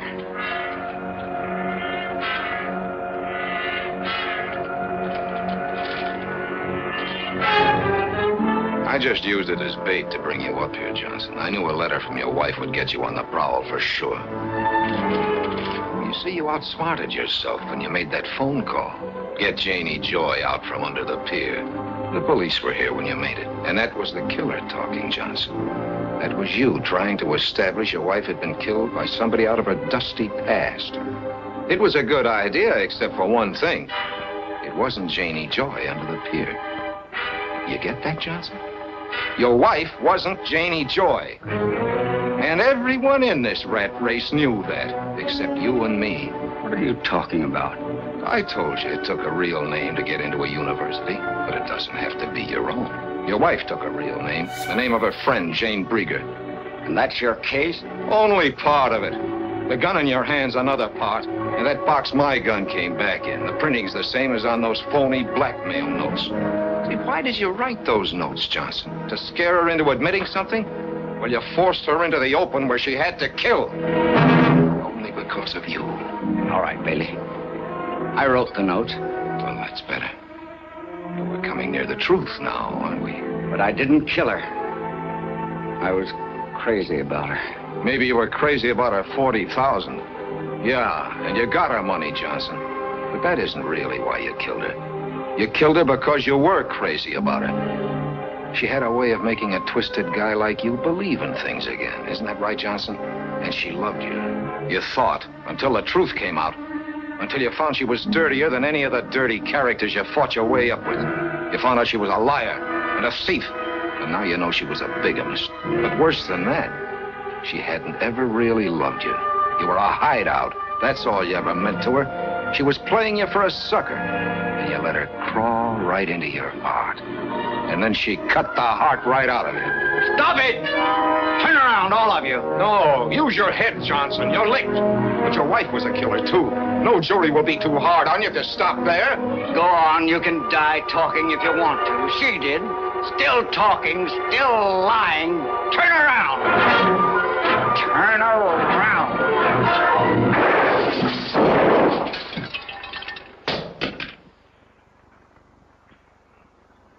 You certainly took your time about getting here. I've been here. You didn't have a case until a few seconds ago.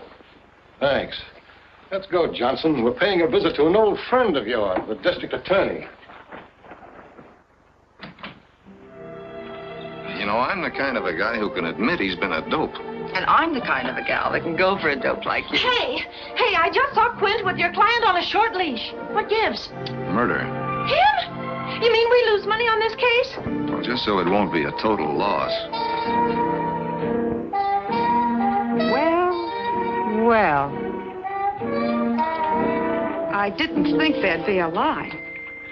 I've got news for you, dear. This is the end of the line.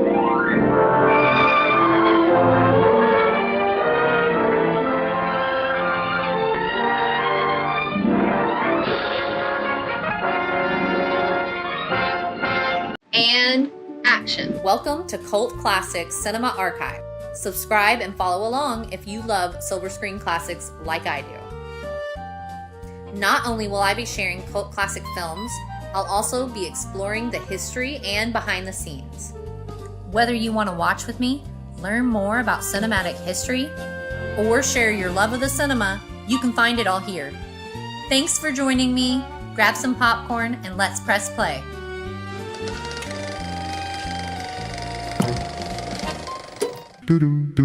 Let's all go to the archive. Let's all go to the archive. Let's all go to the archive and watch a classic film.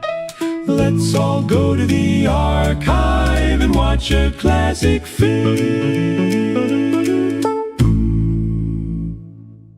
Imagine a Hollywood movie set in the 1920s.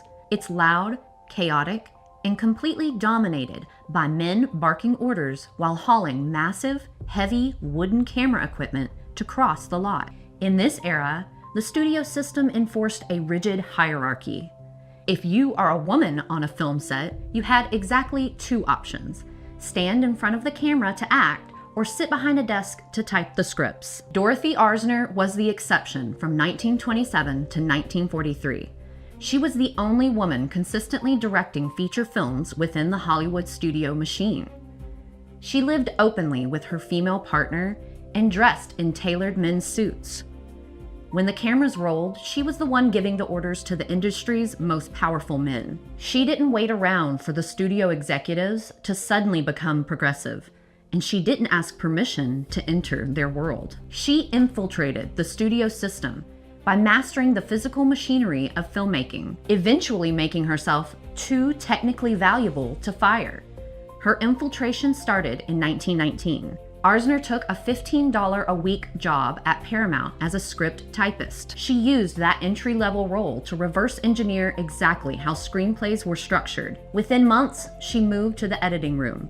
This was dangerous, tactile work. Editors physically sliced and glued highly flammable celluloid film stock by hand. Her major test came on the 1922 silent movie Blood and Sand. The production was bleeding money, bogged down by highly dangerous and expensive bullfighting action sequences. This diagram breaks down her solution. She spliced cheap pre-existing stock footage of actual bullfights with high-quality studio close-ups of the film star. By weaving these two sources together, She cut the shooting schedule down and saved the studio thousands of dollars. The executives noticed Arzner used that success as leverage. She walked into the front office and issued a clear ultimatum: let her direct a picture or she would leave for a rival studio in the Hollywood machine. The bottom line won out. Arzner secured her director's chair by proving she could protect the studio's money. In the late 1920s, the industry hit a crisis. Early sound film required bulky equipment that paralyzed film sets and ruined the careers of directors who couldn't adapt to the new technology. Arzner was handed Paramount's first sound feature, The Wild Party. At the time, microphones were hidden in stationary objects like flower vases, which forced actors to stand completely still while delivering their lines. The film's star, Clara Bow, was struggling because she had to stand in one place to be heard. She couldn't move or perform naturally. This schematic illustrates Arzner's on-the-fly solution. She grabbed a fishing rod, tied a microphone to the end of it, and had a technician suspend it over Bow. Tracking her movements across the set, the fishing rod microphone solved a technical crisis that had paralyzed the studio. It gave actors the freedom to walk and talk at the same time, ending the era of static performances delivered into hidden vases. Once her technical skills made her indispensable, she held absolute authority on set. She used that power to quietly rewrite scripts to bypass standard Hollywood tropes. She moved away from the traditional damsel in distress and built narratives centered on independent working women and fierce female solidarity. She launched the careers of independent female leads who stared back at the camera, giving actors like Katharine Hepburn their breakout roles. She used the studio's own cameras and budgets to document female relationships on screen, effectively placing feminist themes into mainstream blockbusters. By the 1940s, the Hollywood landscape tightened. The conservative Hays Code and corporate studio consolidation created an environment too restrictive for her style. In 1943, she directed her final feature. She pivoted to teaching in the 1960s at UCLA. She passed her studio-style discipline down to a new generation, mentoring future directors like Francis Ford Coppola. She fell into obscurity for decades until the 1970s when film theorists rediscovered her work. They found a director who, at the height of the studio era, was already prioritizing the internal lives and solidarity of women on screen. Arzner's career remains a case study in systematic infiltration. She dominated the director's chair because she understood the physical machinery of the industry so completely that her technical value outweighed the gatekeeper's bias. If you want to learn more about cinema history, give me a like and a follow, and I'll see you guys on the next one.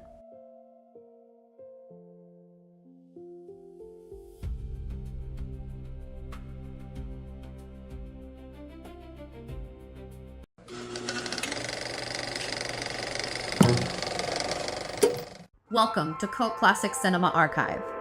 Released in 1956, 1984 was the first theatrical film version of George Orwell's novel, arriving just 2 years after the famous BBC television adaptation and right in the middle of the Cold War.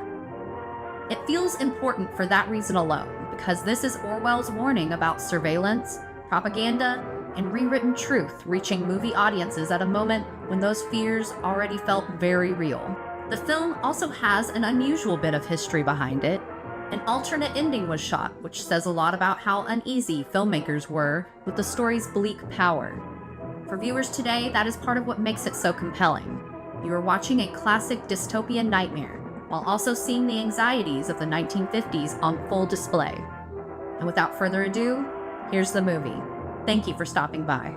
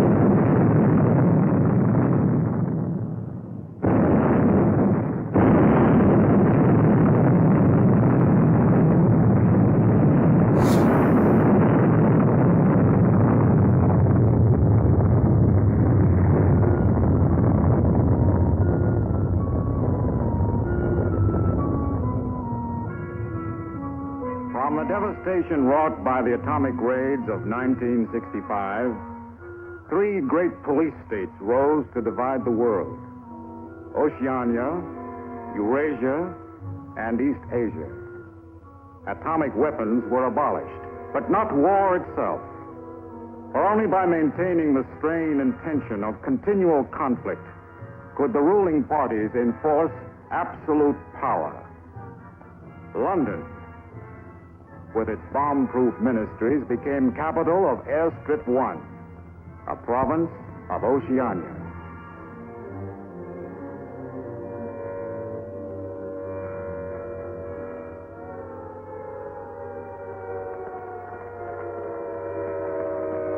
Take cover, everybody. Take cover, everybody. Special bulletin from the Ministry of Peace. Eurasian rocket bombs are approaching London. Take cover. Take cover, everybody.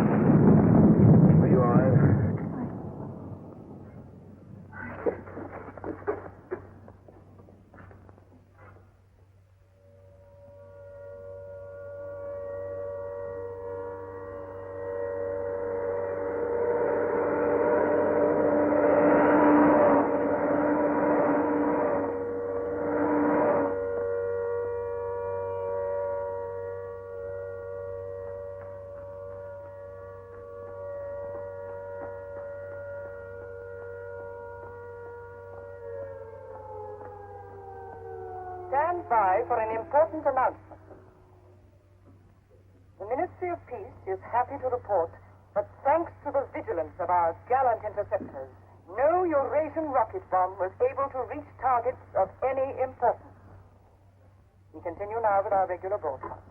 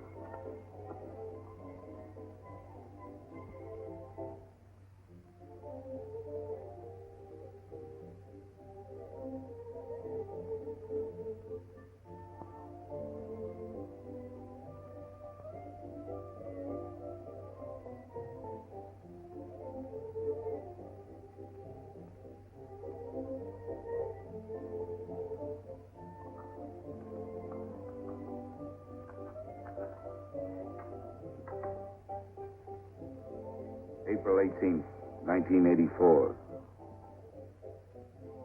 Nobody keeps a diary today, because to do so would be punishable by death.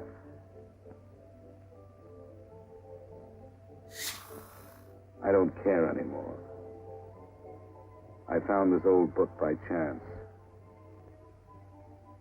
And I'm going to set down what I dare not say aloud to anyone.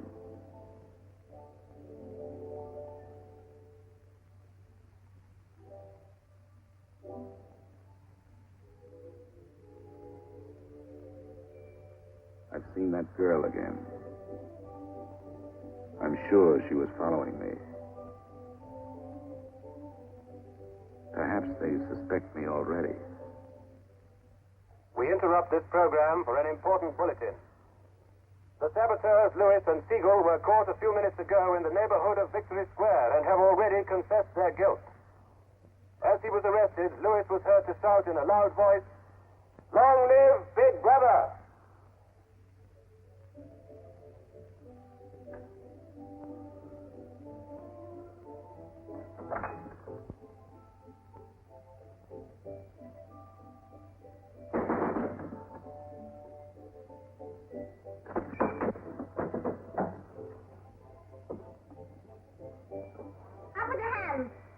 You're a traitor. You're a thought criminal. You're a Eurasian spy.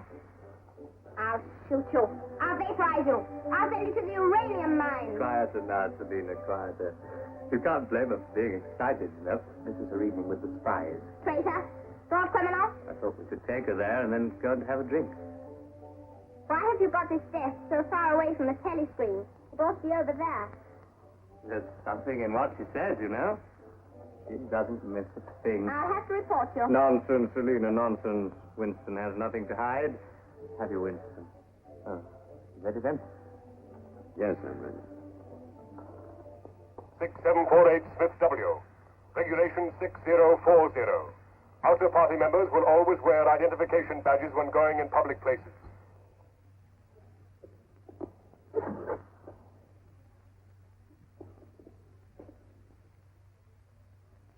And Smith, don't forget again. All right, I'm ready.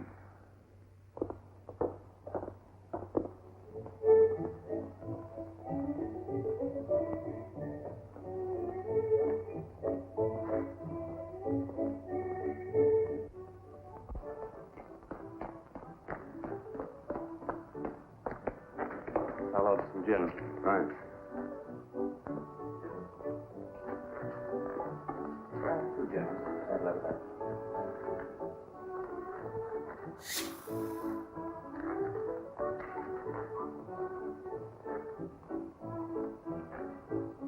Not here. Over there.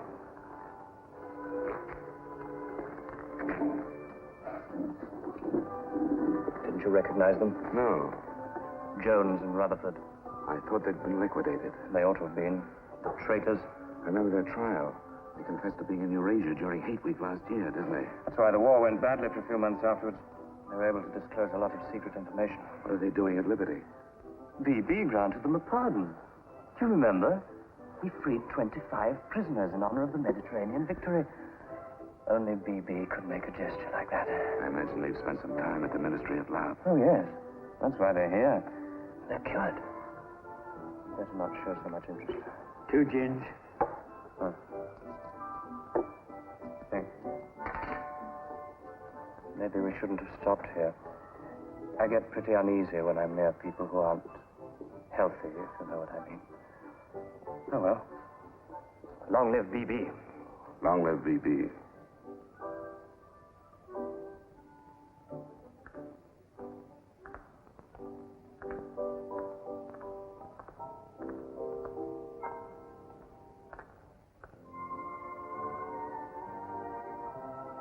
Anything wrong? No.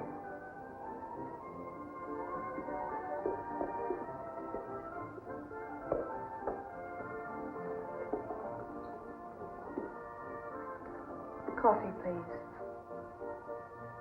You looked at that girl as though you were scared.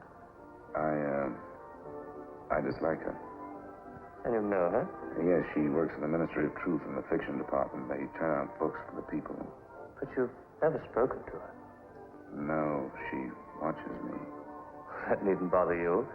I mean, even if she's a member of the Thought Police, you've got nothing to worry about. That's right. Something coming through.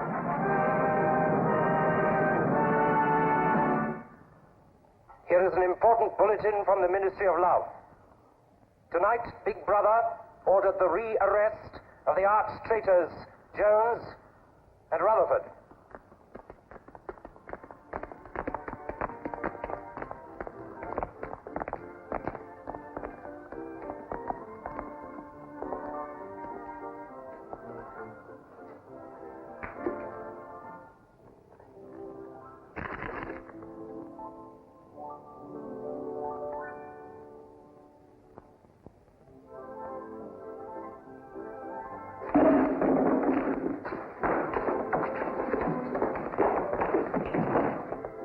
Once a traitor, always a traitor.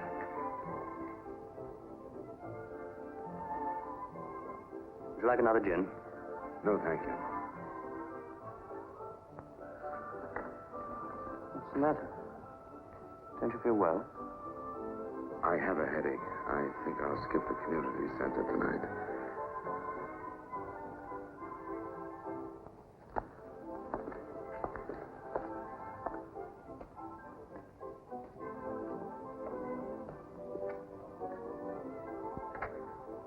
This week, the number of entrants in the Big Brother Victory Lottery has exceeded all previous records. And after deducting the usual percentage for the bombed areas fund, the proceeds to be distributed as prizes are the greatest since the inception of this lottery. Here are the results, as they were drawn by the hand of Big Brother himself from the millions of numbers. The first prize, higher than ever before, goes to 634921. The second prize, also larger than in any previous week, goes to number 81346294.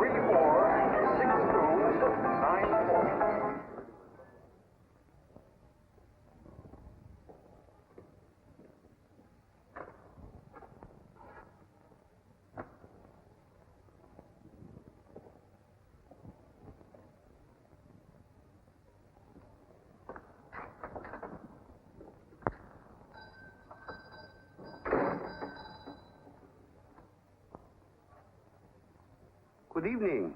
Good evening. Remember me?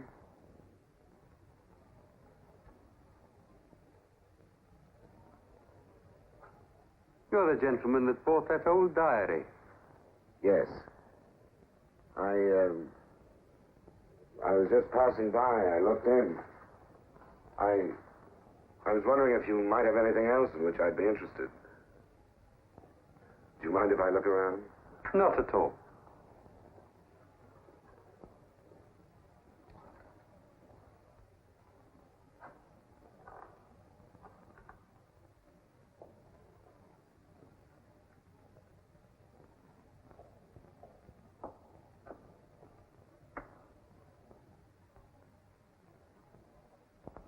What is this?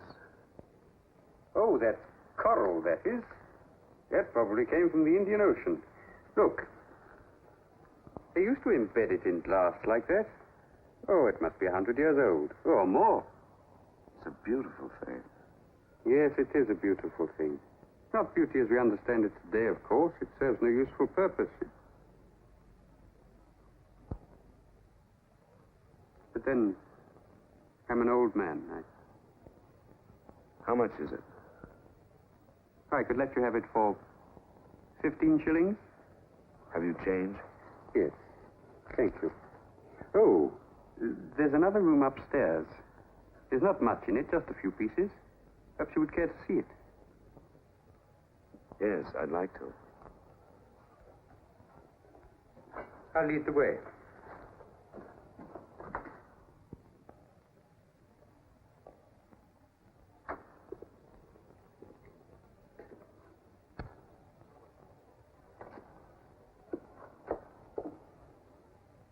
We lived here until my wife died.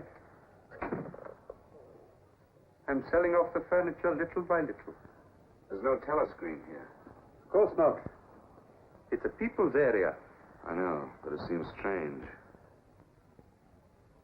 That's an interesting picture. It was a church. Do you know that word? Yes, there were still churches when I was a child.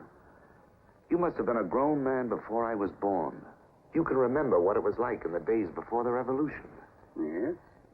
You can remember the oppression and the injustice and the poverty back in the 50s. Vaguely.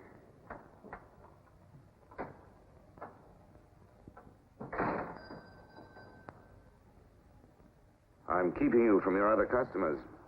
Yes. Well, you have a look around. Oh, excuse me.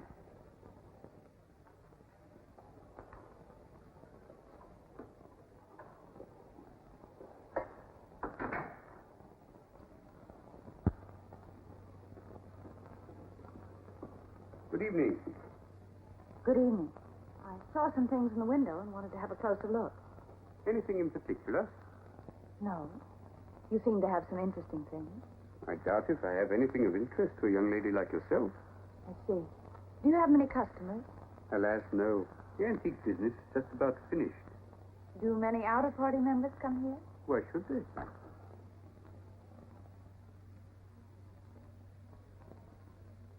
Ah, there you are.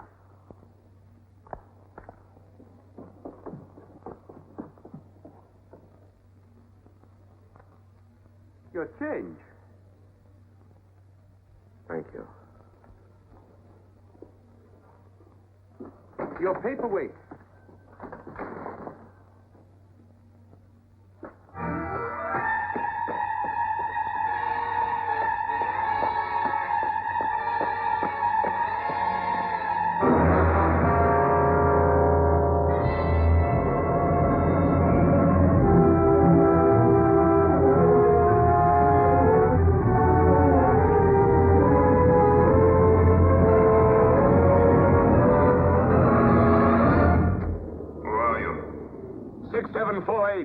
W.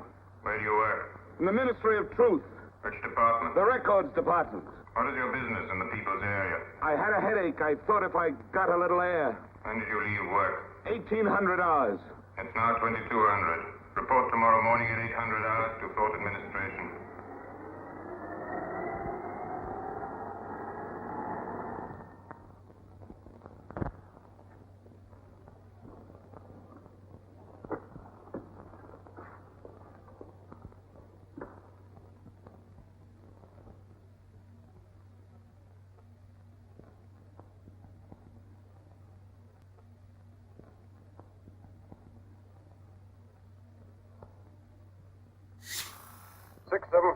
Smith W.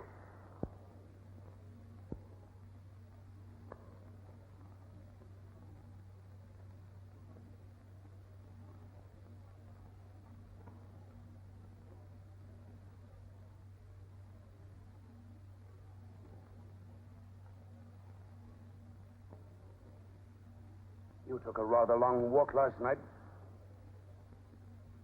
Yes. Did it help your headache? I don't have one this morning. Perhaps you've been working too hard. I don't think so. You find your job at the Records Department too exacting. No. What do you do, Smith? I revise history.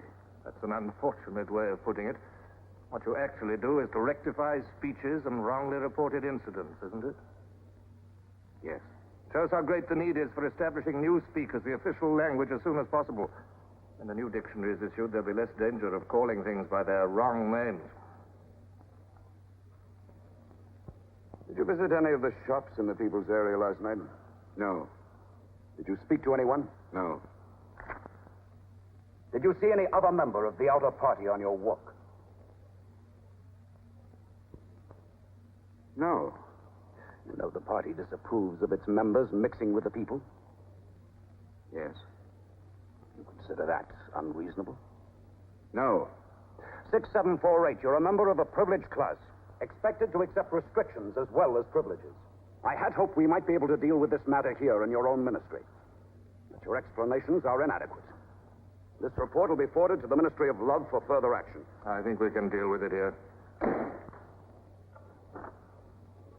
You're warned to pay strict attention to the regulations in the future. You can return to your department.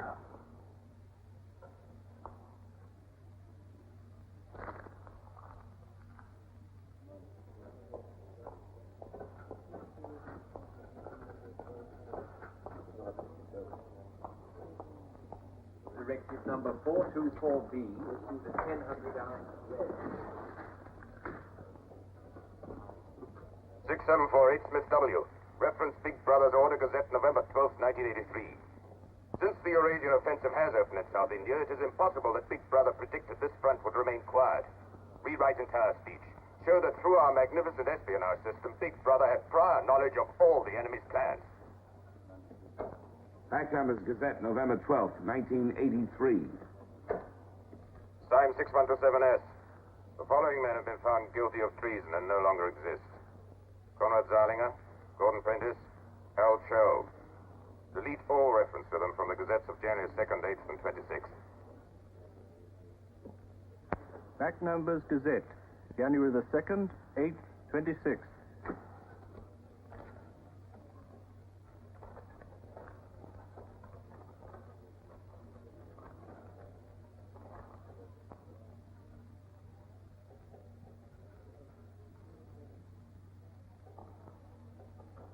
What have you got there, Smith? This photograph was between the pages of the Gazette. What photograph? Jones and Rutherford. They confessed to aiding the underground and being in Eurasia during Hate Week. But here it says... What are you talking about, Smith? I don't see any photograph.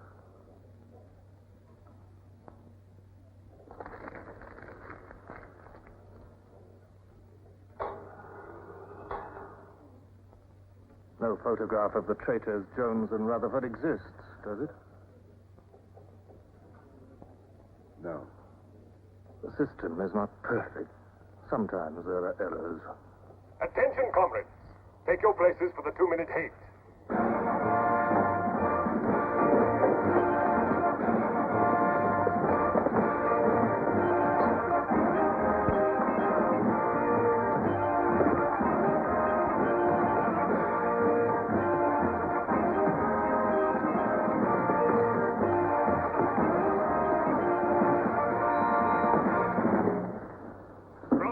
We're at war with the people of Eurasia, the vile and ruthless aggressors who have committed countless atrocities and who are guilty of every bestial crime a human being can commit. They have laid waste our land, destroyed our factories, looted our homes, massacred our children, and raped our women. They have tortured and killed the wounded and prisoners, contriving lingering and horrible deaths for those who fall into their hands. While our gallant forces are engaged in a life and death struggle, we face on the home front an enemy who is far more dangerous. One of our own people, the arch-traitor Cavanaugh.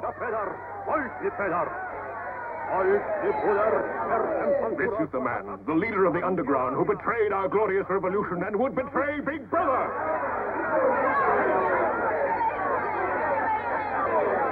The man whose agents sabotaged our glorious 9-year plan, who retards our progress and sells our military secrets to the enemy. Hang the criminal. He is trying to tell you that Big Brother has betrayed you into fighting a war against Eurasia that you can never hope to win.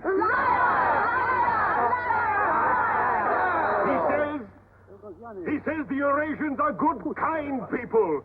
They do not want war. They want peace.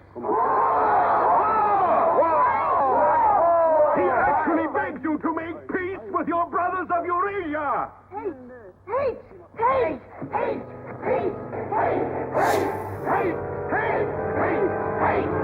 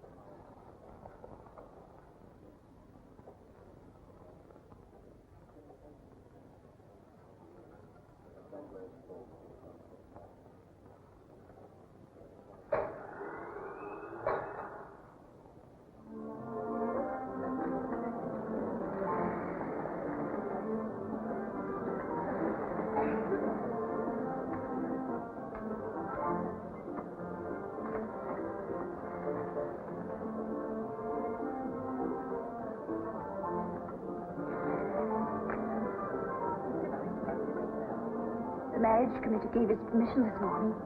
Who did they choose for you? Comrade Bendon, the Victory Orations Department.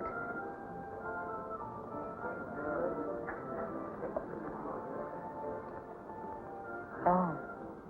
Of course, politically, he's perfect. If our medical grades match, they're arranging a meeting next week.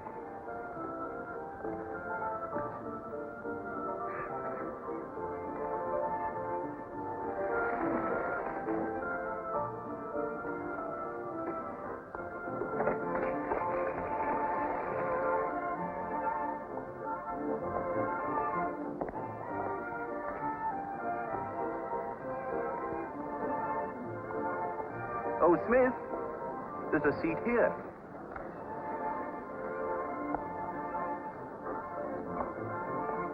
Smith, you haven't given me your contribution. Which one is that? The Hate Week. Oh, just a minute. Oh, we're making an all-out effort, going to put on a tremendous show. Now, who else hasn't paid? Oh, Sion here.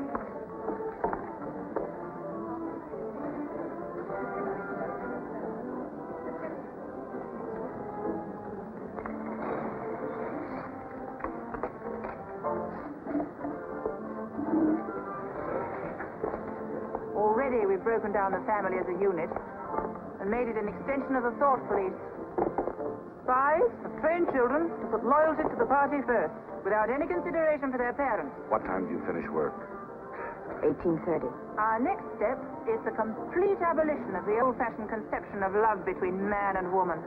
This energy must be diverted. Where shall we welfare of meet? the party. The anti-sex Vicky league has Square. nearly reached it. The monument.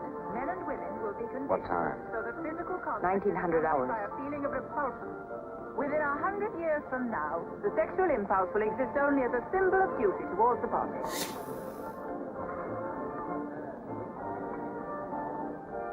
In a few seconds, Eurasian prisoners will be passing through Victory Square. These are the evil men whose ruthless lust for power has threatened to destroy the civilized world.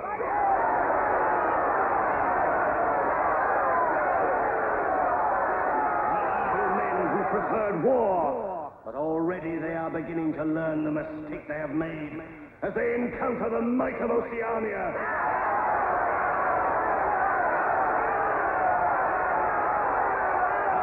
Glorious army is sweeping back the invading hordes of Eurasians. The figures of prisoners taken is the biggest since the war began. Now is your chance, comrades, to let them hear the voice of Oceania. There they are!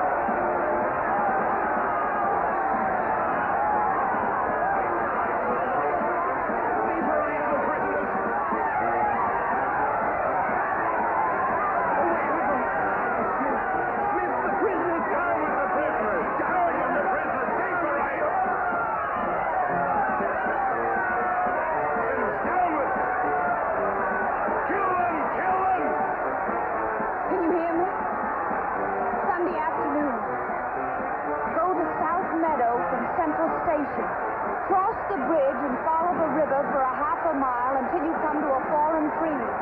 Wait for me in the grove. I'll get there by another boat. Can you remember that?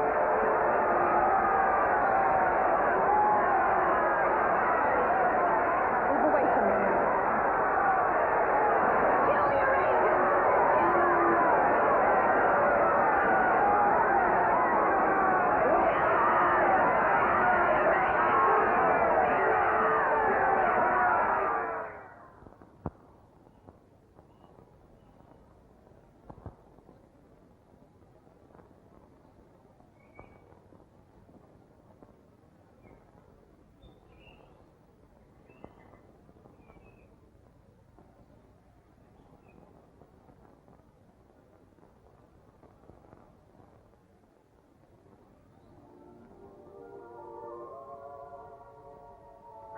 go.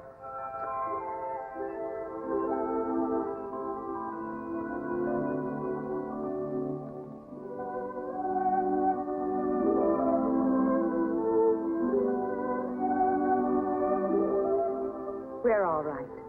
There's no microphone here. It takes a little while to realize you're not being overheard.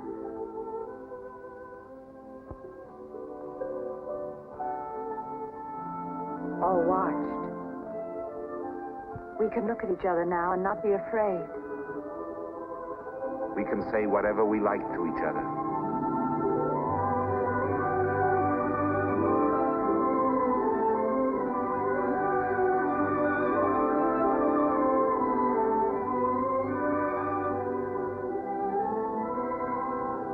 We can even touch each other. If we want to.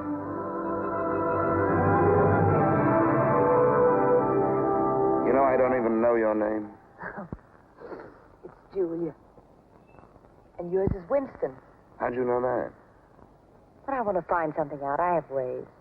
It took me ages to get that message to you. I thought you were spying on me when you came into that shop. You thought I was a good party member. Pure in word and deed. That's why I was afraid of you. You know, I hated you and I wanted to kill you. That's what Big Brother's done to us all. Made us hate and fear each other. How did you know I wasn't a good party member? Something in your face. Somehow I knew you'd be against them.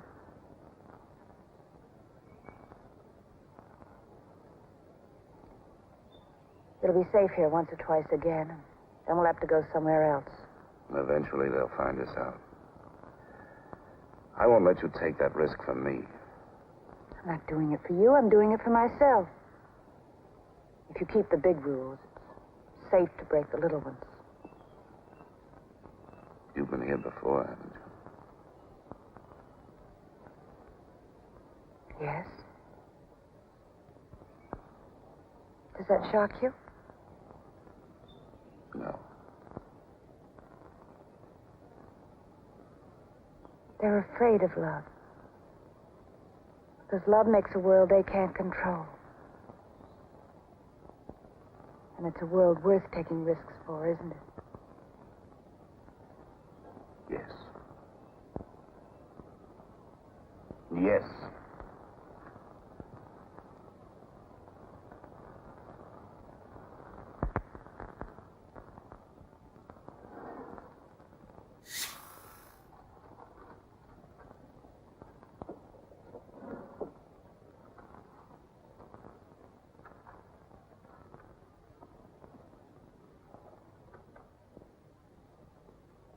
It's more than 2 weeks since we have been able to meet, except for a few moments in a crowd or near a telescreen. There must be a message in the usual place tonight.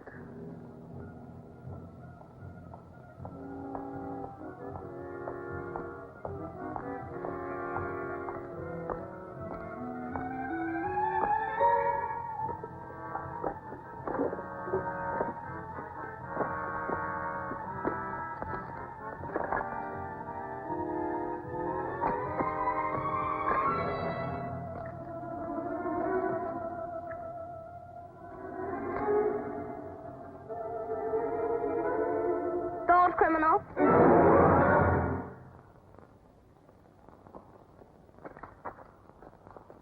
Hello, Selena. I didn't hear you coming. You weren't meant to. We're trained as spies to follow people silently. Why were you following me? We're told to follow anyone who behaves suspiciously. What was suspicious about my behavior? It's suspicious coming here. I was working in my room on an article for Newspeak. A page blew out the window. I saw it flutter down here, and I came to try to find it. I saw you pick up something. I dropped my cigarettes, that's all. It's dark now. I'll have to look on my way to work tomorrow. Are you coming, Selena?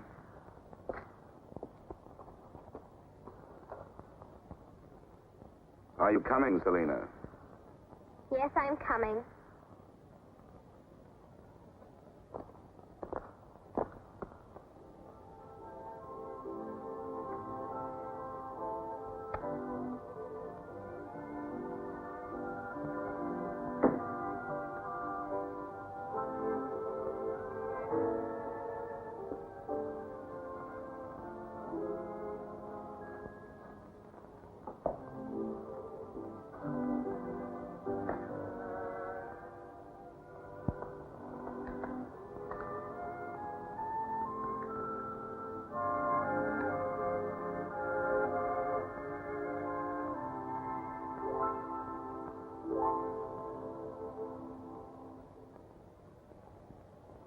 is now 22:30 hours.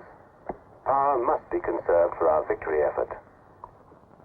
All lights will be extinguished. Good night, comrades. Tomorrow, your work for the party must be better than today's.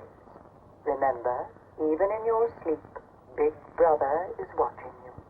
Big Brother is watching you.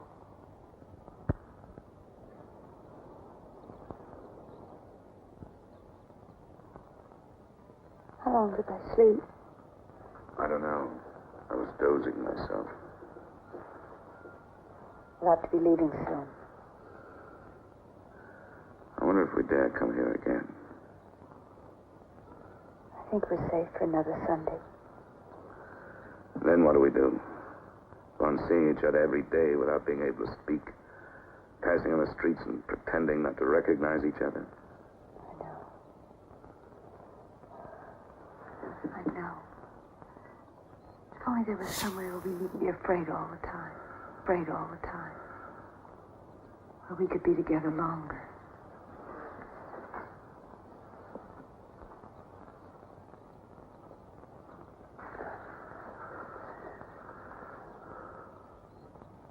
Julia, there is somewhere. That old shop. There's a room above it where no one lives. And there's no telescreen. I believe I could rent that room. The old man in the shop would have to know. Anytime he wanted, he could report us. I don't think he would. I've talked with him. He's only interested in his antiques. And renting the room would give him a little money so he wouldn't have to sell all his treasures. You saw him yourself. Sooner or later, we'll have to trust someone. I'm going to do it.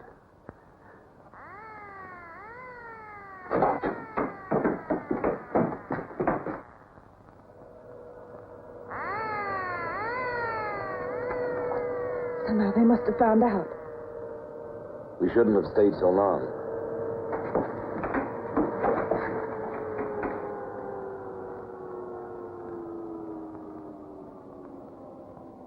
It's no use, it's too late. Go on, up there. Quickly, go on.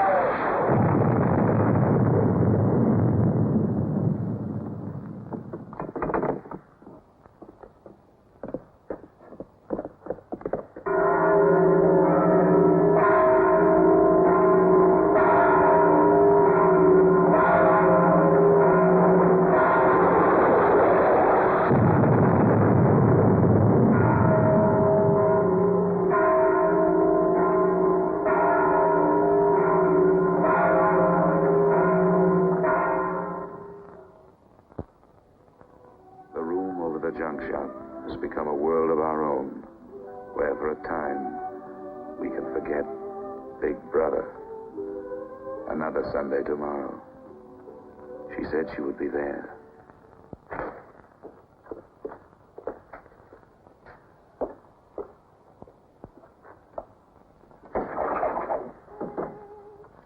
The young lady was very nice about it, but I think you'll find it more comfortable now. Oh, since you were both last here, I've managed to get you some pots and pans. And I took some of my old stuff downstairs. Oh, and everything in the kitchen works now.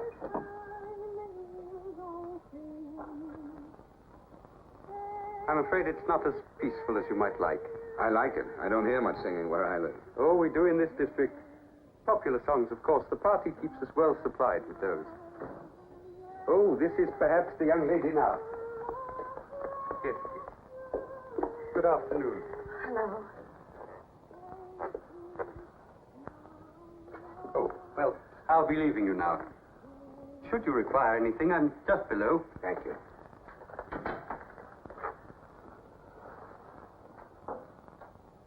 You're late. What happened to you? The anti-sex meeting went on forever. I thought those silly women would never stop talking.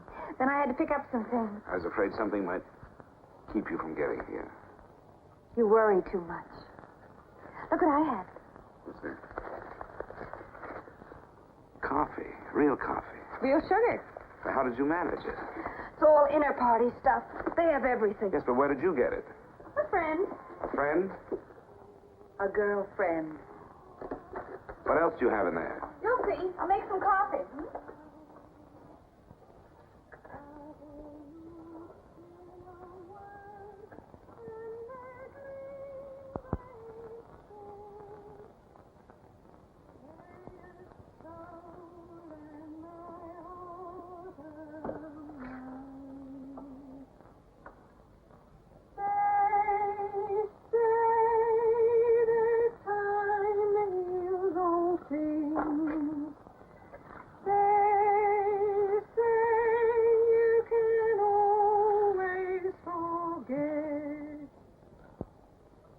Julia, you hear that woman singing? I like that. I believe it's people like her who will one day overthrow Big Brother and all he stands for.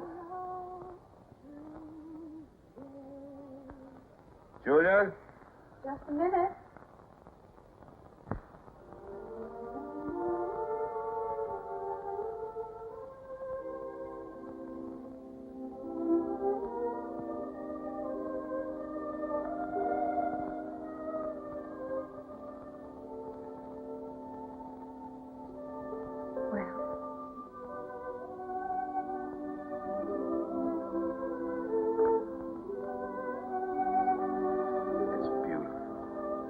You're beautiful.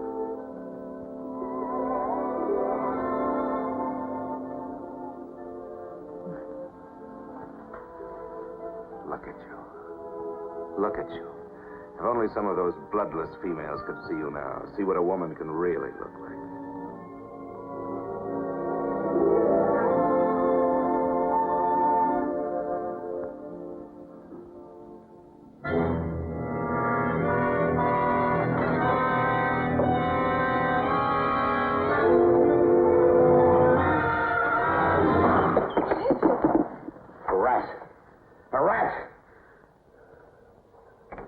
Gone now.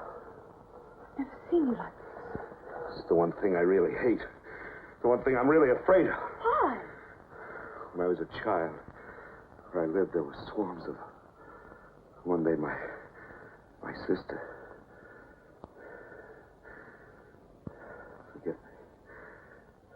I didn't mean to upset you.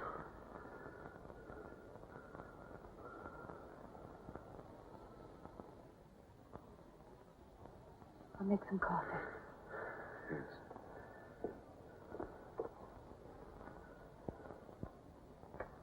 Will you help me?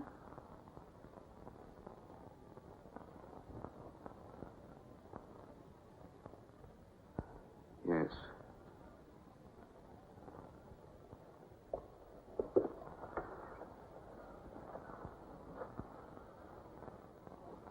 Did you fill this with water?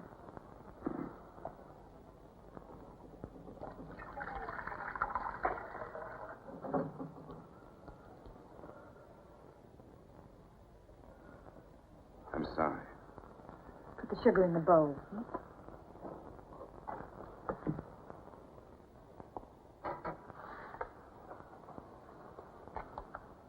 If only you didn't have to wear these again. I wish you could stay always as you are now. That would be worth fighting for. There must be something we can do about it. If only I knew someone in the underground. People who have anything to do with the underground don't live long. There's a man at the Ministry of Truth called O'Connor. He's a member of the inner party. I think he's against them, too. Sooner or later, you've got to trust someone. You said so yourself. Yes, but I didn't mean someone in the inner party. Someone who could have you vaporized by lifting his little finger. I don't know. I think I could trust O'Connor. The only people we can trust are ourselves. Do you remember Jones and Rutherford? They were accused of being in Eurasia during Hate Week last year. Well, they weren't. They were right here, being honored by Big Brother. Some weeks ago, I found a newspaper photograph. O'Connor saw me with it. And he didn't report you? If he had, I wouldn't be here. There was a little scrap of evidence out of the past that they'd forgotten to destroy, and I had it right in my hand. Darling, you can't fight them alone. there is an underground. If it isn't another of their inventions to keep people hysterical, I want to be part of it. One of these days, I'm going to let O'Connor know how I feel. Now, please. Don't worry, I won't do anything stupid. I'll wait till he gives me some sort of signal. Something that lets me know.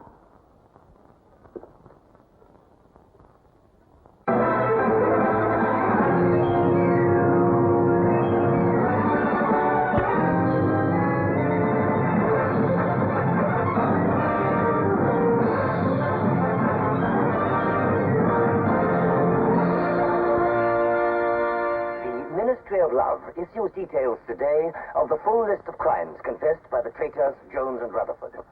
These atrocious acts of treachery include the embezzlement of party funds, the murder of many trusted party members, immoral relations with women of the party, and collaboration with the leader of the underground, the arch-traitor, Canador.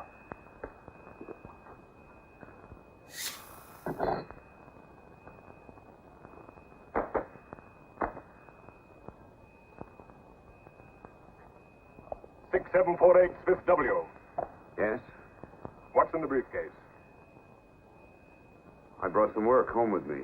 I was about to write an article on the grammar of newspeak. Bring it to the screen and open it.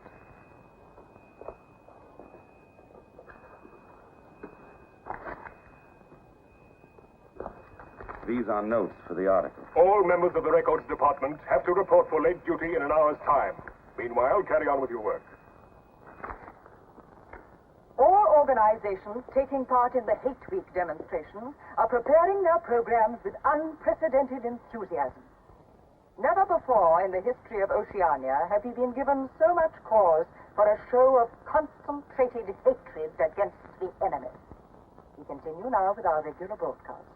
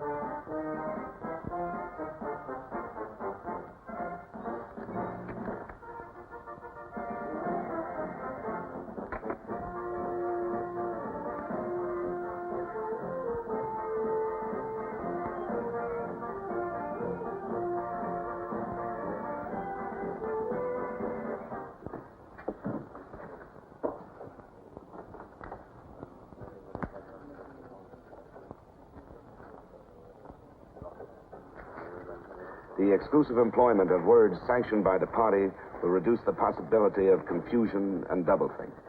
Work is already progressing on the latest edition of the Newspeak Dictionary, which will replace all previous editions. You seem to take a scholarly interest in the new dictionary, Smith. Oh, hardly scholarly. Have you seen any of the material we're using? No, Syme told me about it. Syme? Yes, he works over...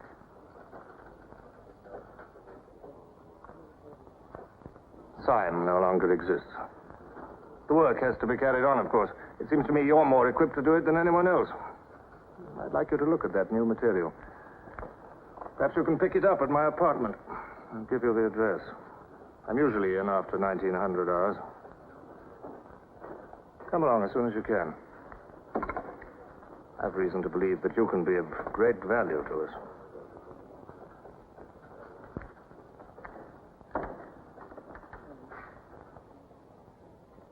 But I tell you, it's the same handwriting.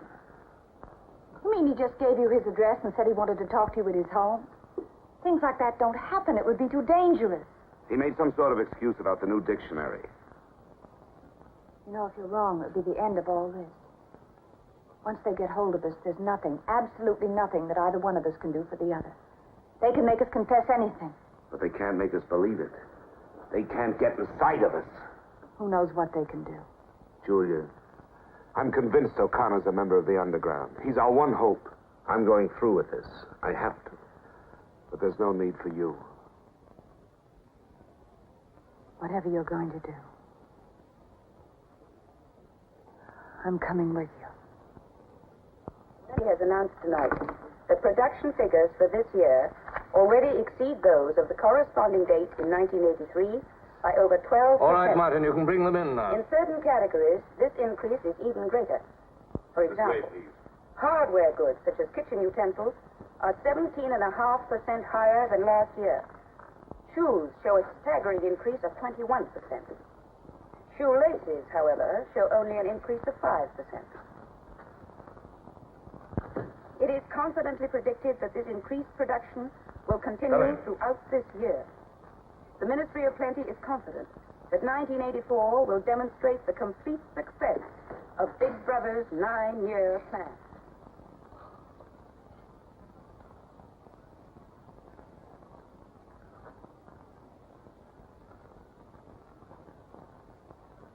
You can turn it off? A few members of the inner party have that privilege.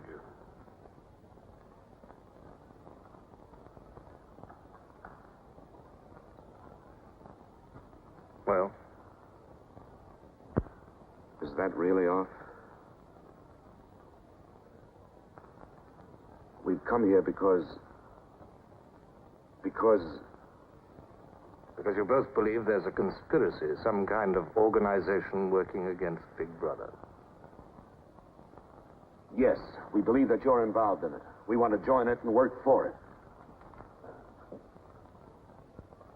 That's all right. Martin is one of us. All right, Martin, bring the drinks over here. Might as well sit and talk in comfort.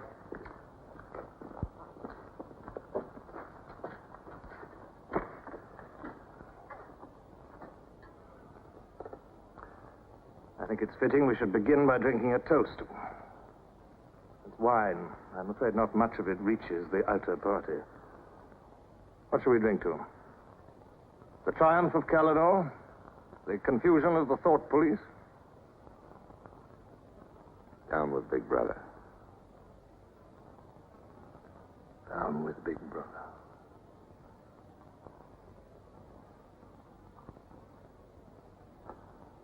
You can go now, Martin. But before you go, take a good look at these two comrades' faces. You'll be seeing them again.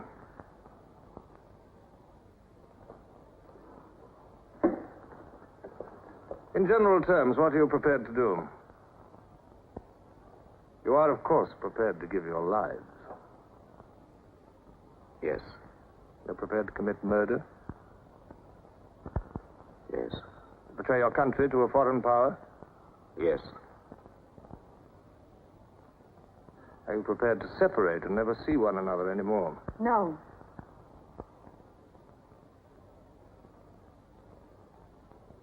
No. You did well to tell me.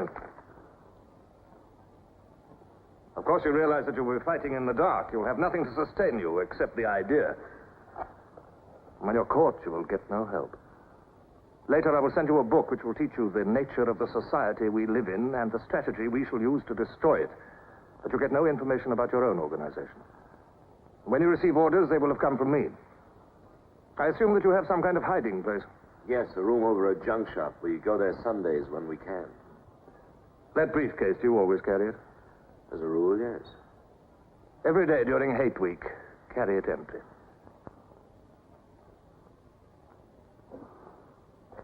Well, now I'm afraid it's time for you to go. Even we are not allowed to turn that off as long as we would want.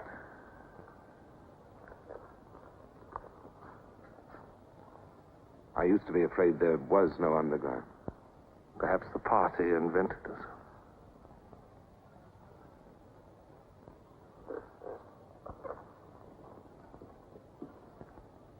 Oh, and Smith. If I were you, I would destroy that diary.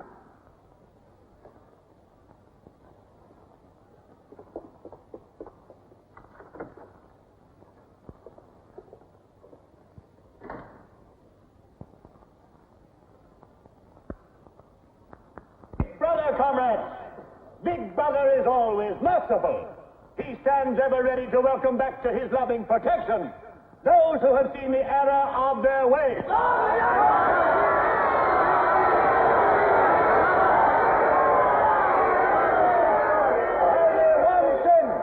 one sin is unforgivable, the sin of treason.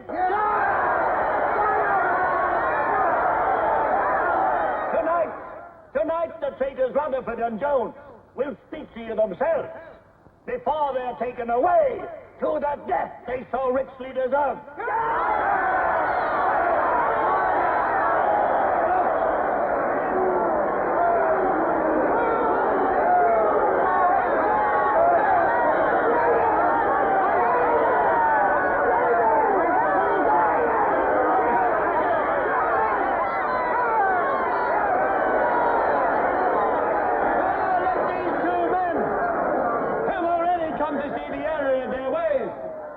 For themselves the grave crimes they have committed in thought, word, and deed.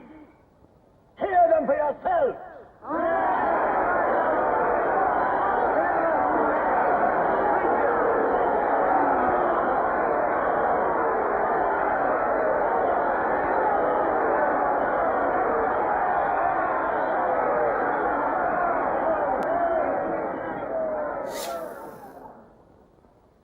I am here tonight to tell you of the grave crimes which I have committed in thought, word, and deed, for which I am now truly penitent. I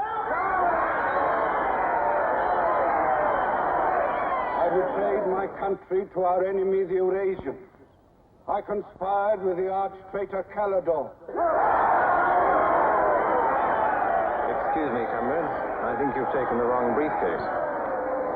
I conspired with the arch-traitor Calidore to overthrow Big Brother.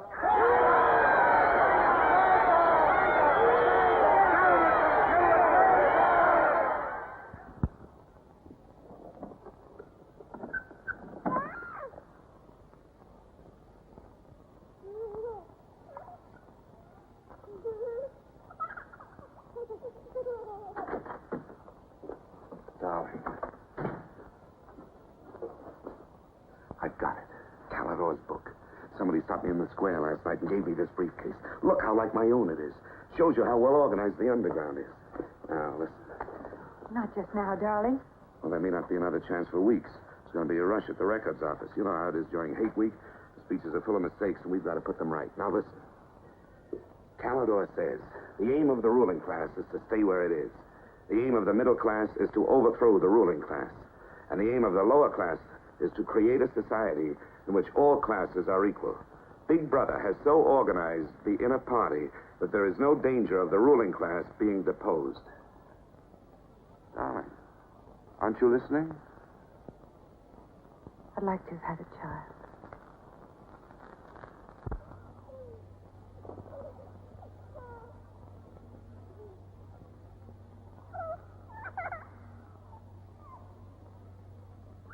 I know.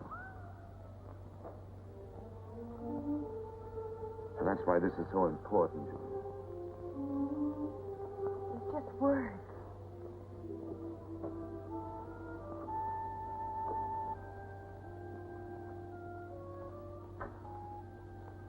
No, Julia, this can make everything we want possible. Don't you want to understand what we're fighting for? I found that out already. Here in this room. We've got to fight to keep this happening. I know. But it won't be Calidore's book or any underground that will defeat them. What then? Don't you see that? There must be others in love like us who will rebel. Can't stop that. That's the real hope for the future. I wonder if it could happen in our lifetime. Maybe. But the important thing is that there's hope in the world. All I know is when we're together, it's wonderful to be alive.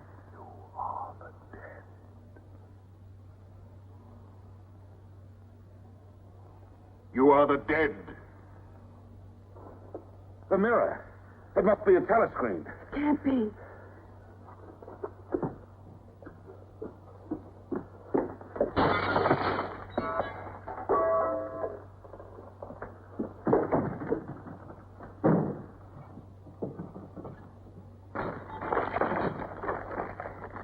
They're all around the house.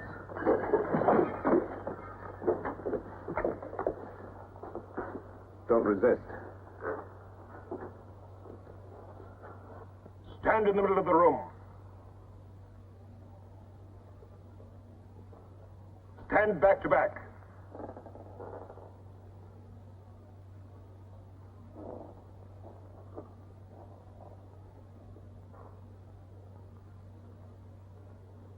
Don't touch each other. Put your hands over your heads.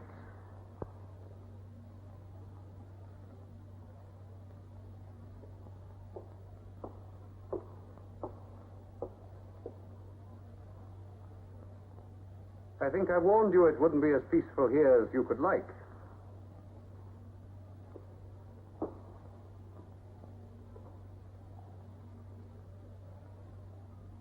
Nothing is ever hidden from the thought police.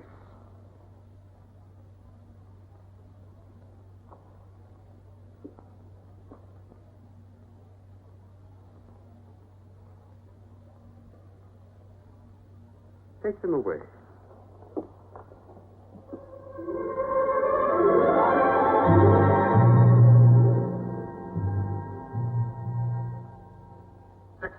Smith, uncover your face.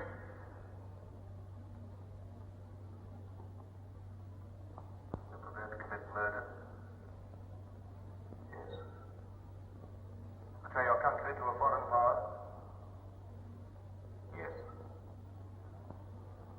Are you prepared to separate and never see one another anymore? No. Julia! Silence! Julia! Silence, Smith!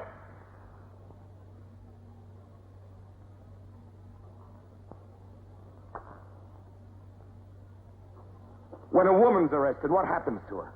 Where do they take the women?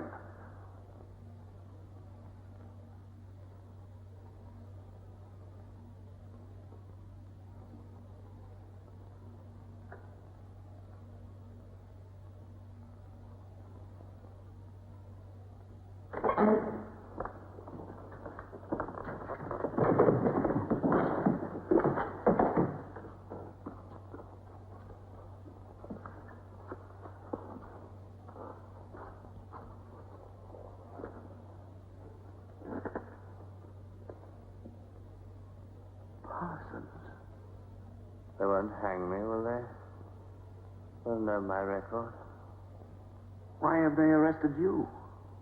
There I was, trying to do my bit, never knowing I had any bad stuff in my mind at all. You know what they heard me say? Down with Big Brother. I said that in my sleep. And said it over and over again, it seems. I'm glad they got me before it went any further. You know what I'm going to say when I go up before the tribunal? Thank you. I'm going to say, thank you for saving me before it was too late. Who denounced you? My little girl. She heard what I was saying. I don't bear her any grudge for it. It shows I brought her up in the right spirit anyway.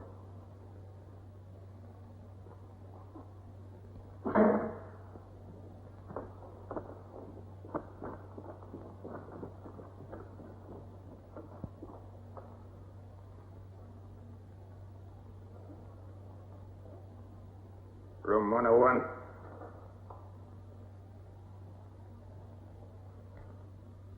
No.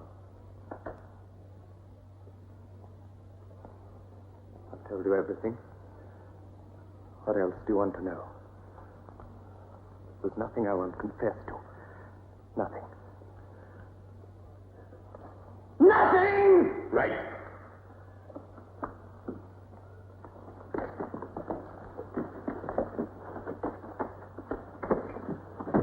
What's room 101?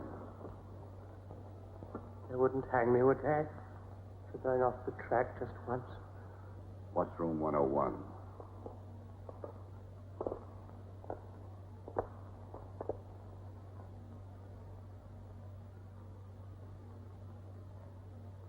O'Connor.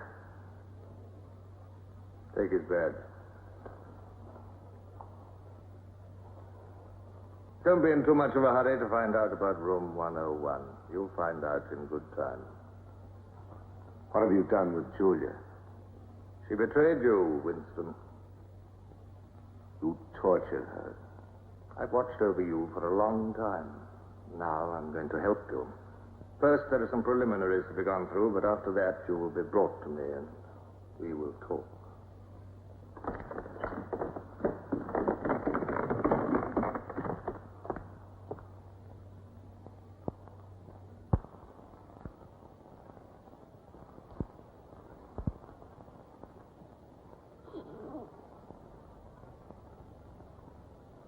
So the time has come, Winston.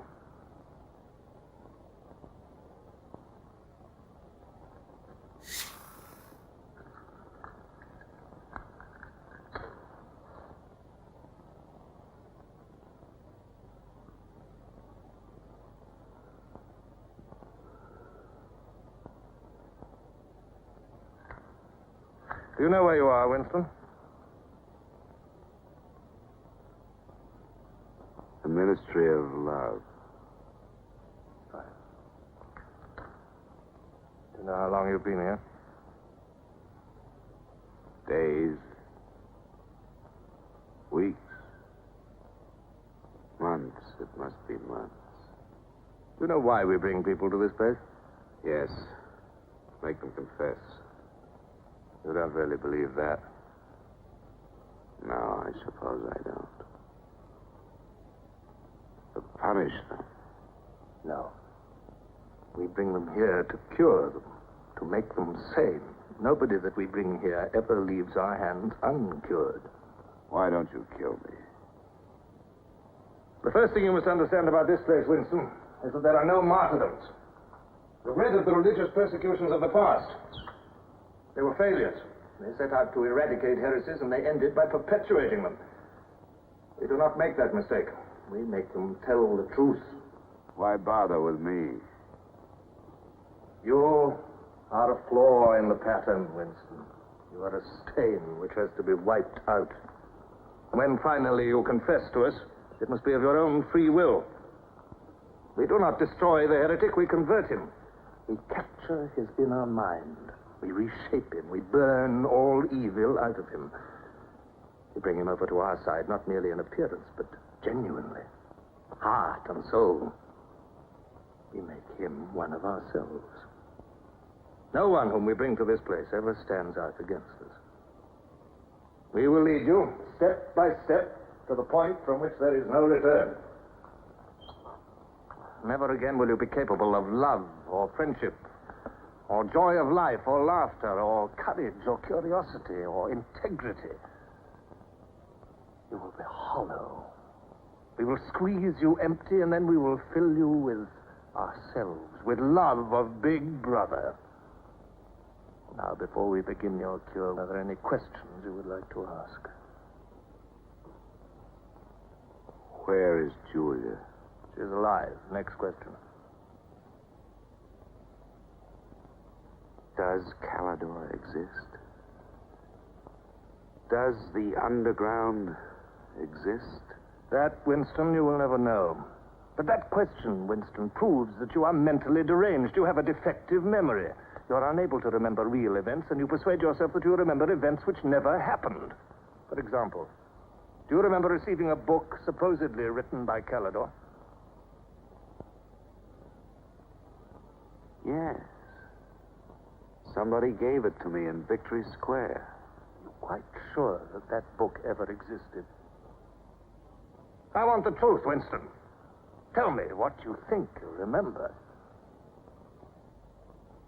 I had the book. Take him away.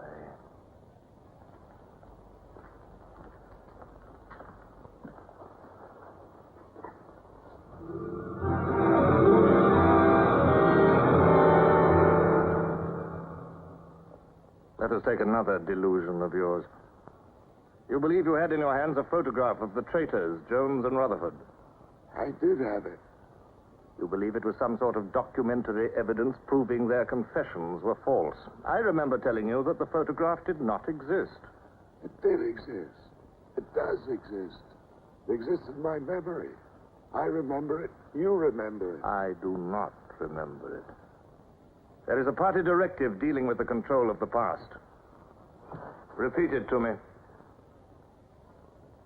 Who controls the past controls the future. Who controls the present controls the past. And where do you suppose this past exists? In records. The party controls all records. And in human memories. The party controls all human memories. How can you control the memory? You haven't controlled mine. On the contrary, you haven't controlled it. That is why you're here. You've been lacking in humility, in self-discipline. You must make an effort of the will, Winston, and rehabilitate your mind. Then you will be sane. But first, you must be humble.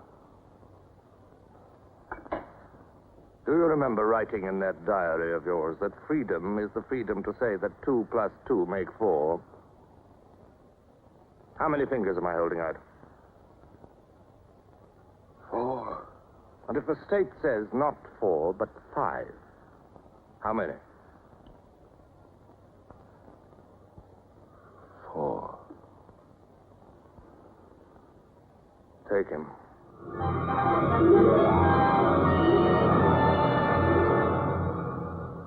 Now, how many fingers? 4. 4. What else can I say? 4. .20. .20. 1, 2, out. How many fingers, Winston?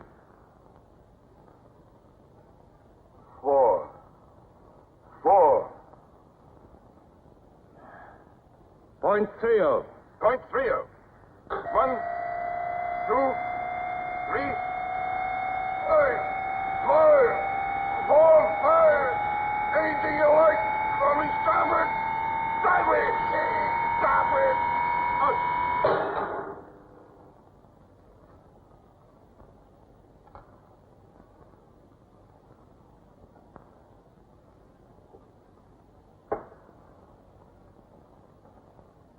That's no use, Winston. You're lying. You still think there are 4.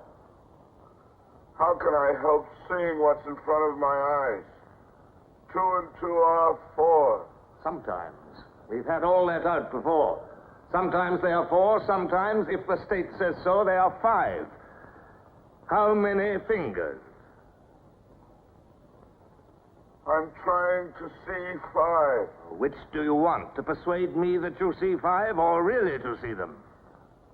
Really to see them. .60. .60. 1, 2, 3, 4,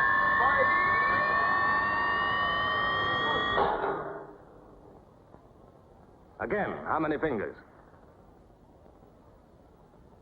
I don't know. I don't know. 4, 5, 6. In all honesty, I don't know.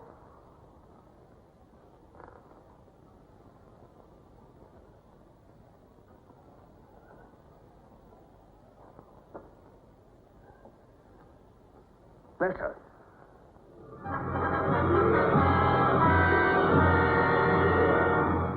Now, Winston, without any persuasion. There are 5 fingers there.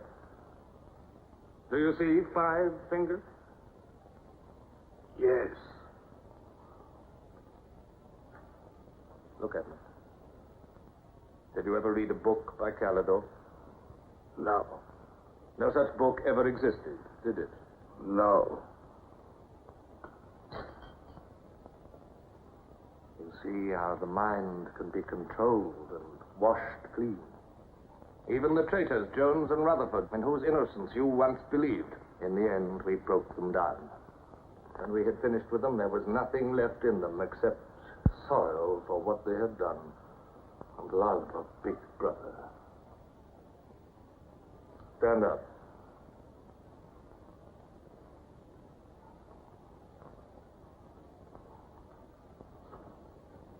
Come over here.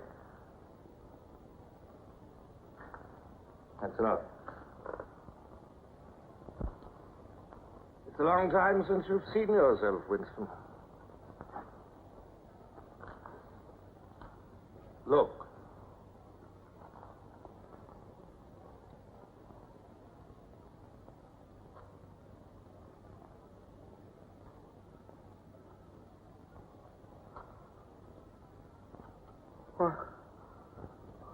What have you done to me? Can you think of a single degradation that has not happened to you? No.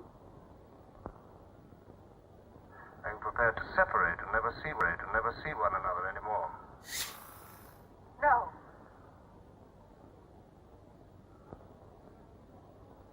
Julia. Julia.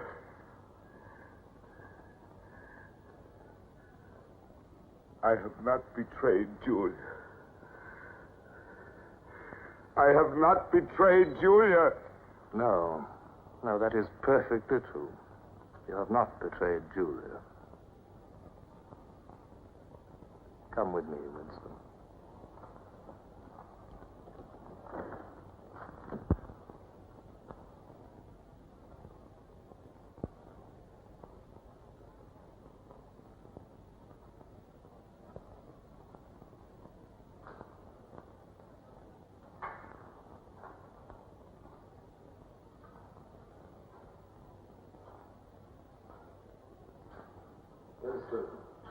You were once curious about room 101. It is not one room, but many. This one, for instance. You're going to find out what lies beyond that door, Winston. But to whet your curiosity, I will give you a hint. In room 101 is the worst thing in the world. Of course, that varies from individual to individual. It may be burial alive, or death by drowning, or by fire, or by impalement, or 50 other deaths. Which death do you fear most in all the world, Winston? You needn't answer. You've already told me. A rat. A rat. It's gone now. It's the one thing I really hate. The one thing I'm really afraid of. When I was a child, where I lived, there were swarms of them.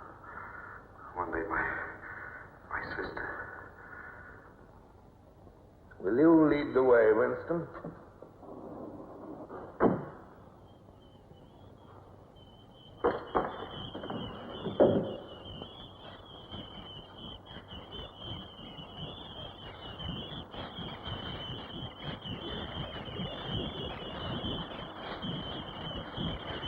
Not to me. Not to me. To Julia, not to me. I don't care what you do to her. Let her suffer. Not to me. To Julia. Not to me.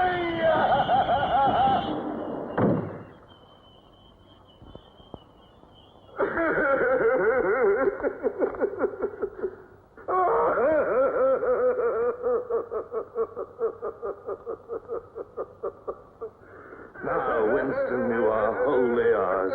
You have been washed clean. You will be released tomorrow.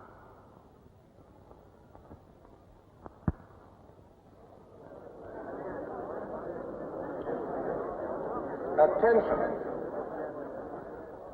A later bulletin has just been issued by the Ministry of Peace. The southward advance of the Eurasian army on the African front is still continuing. It is feared that unless a counterattack is launched immediately, the whole of Central Africa may fall to the invading hordes. A defeat in this area might well threaten the very heart of Oceania itself. In this grave crisis, the Ministry of Truth will continue to issue frequent bulletins.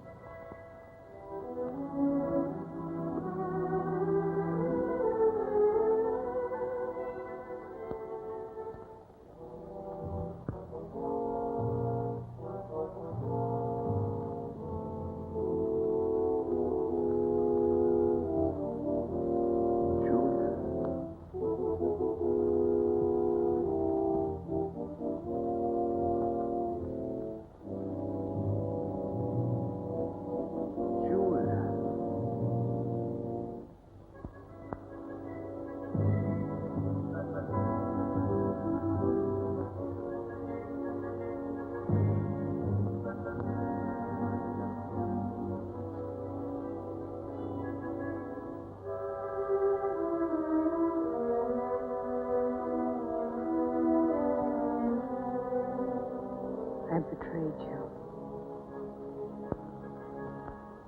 I betrayed you.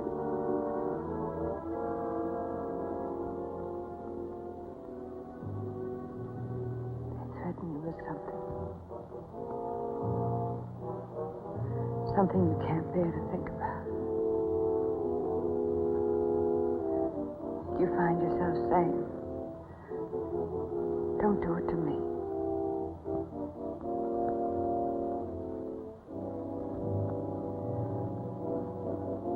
Do it to someone else.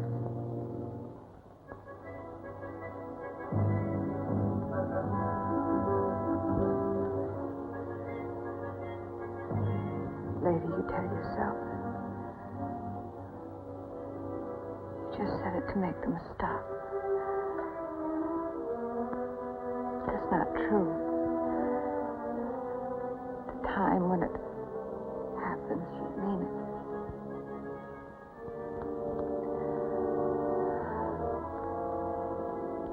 All you care about is yourself. All you care about is yourself.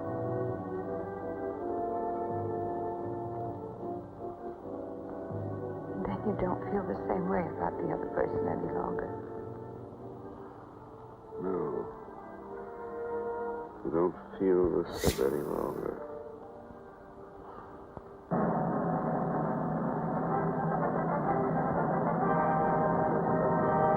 I never thought that I'd be...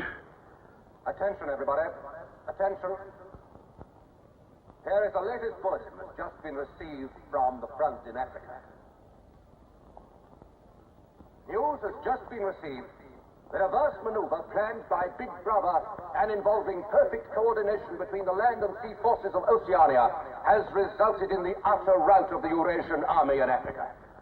The enemy is completely demoralized and fleeing before our victorious troops. Long live Big Brother!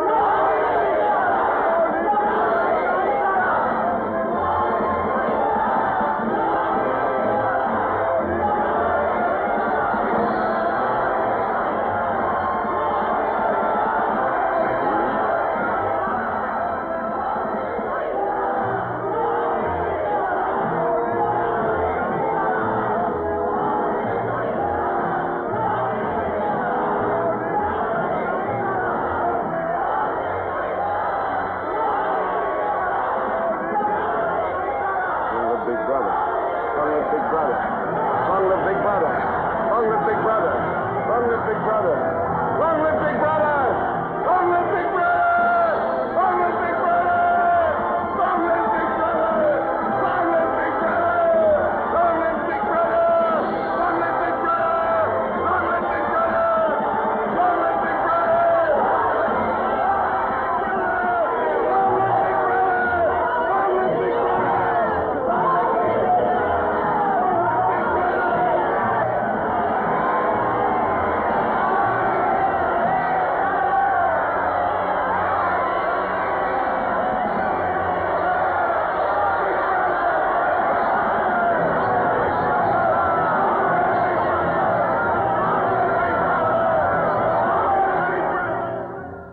This, then, is a story of the future. It could be the story of our children if we fail to preserve their heritage of freedom.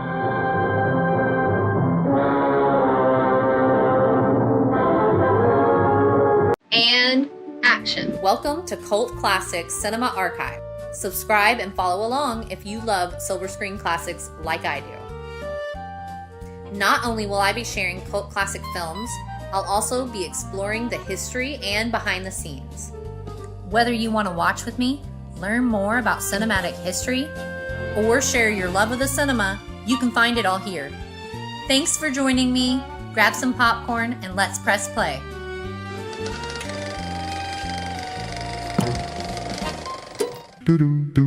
Let's all go to the archive. Let's all go to the archive. Let's all go to the archive and watch a classic film. Let's all go to the archive and watch a classic film.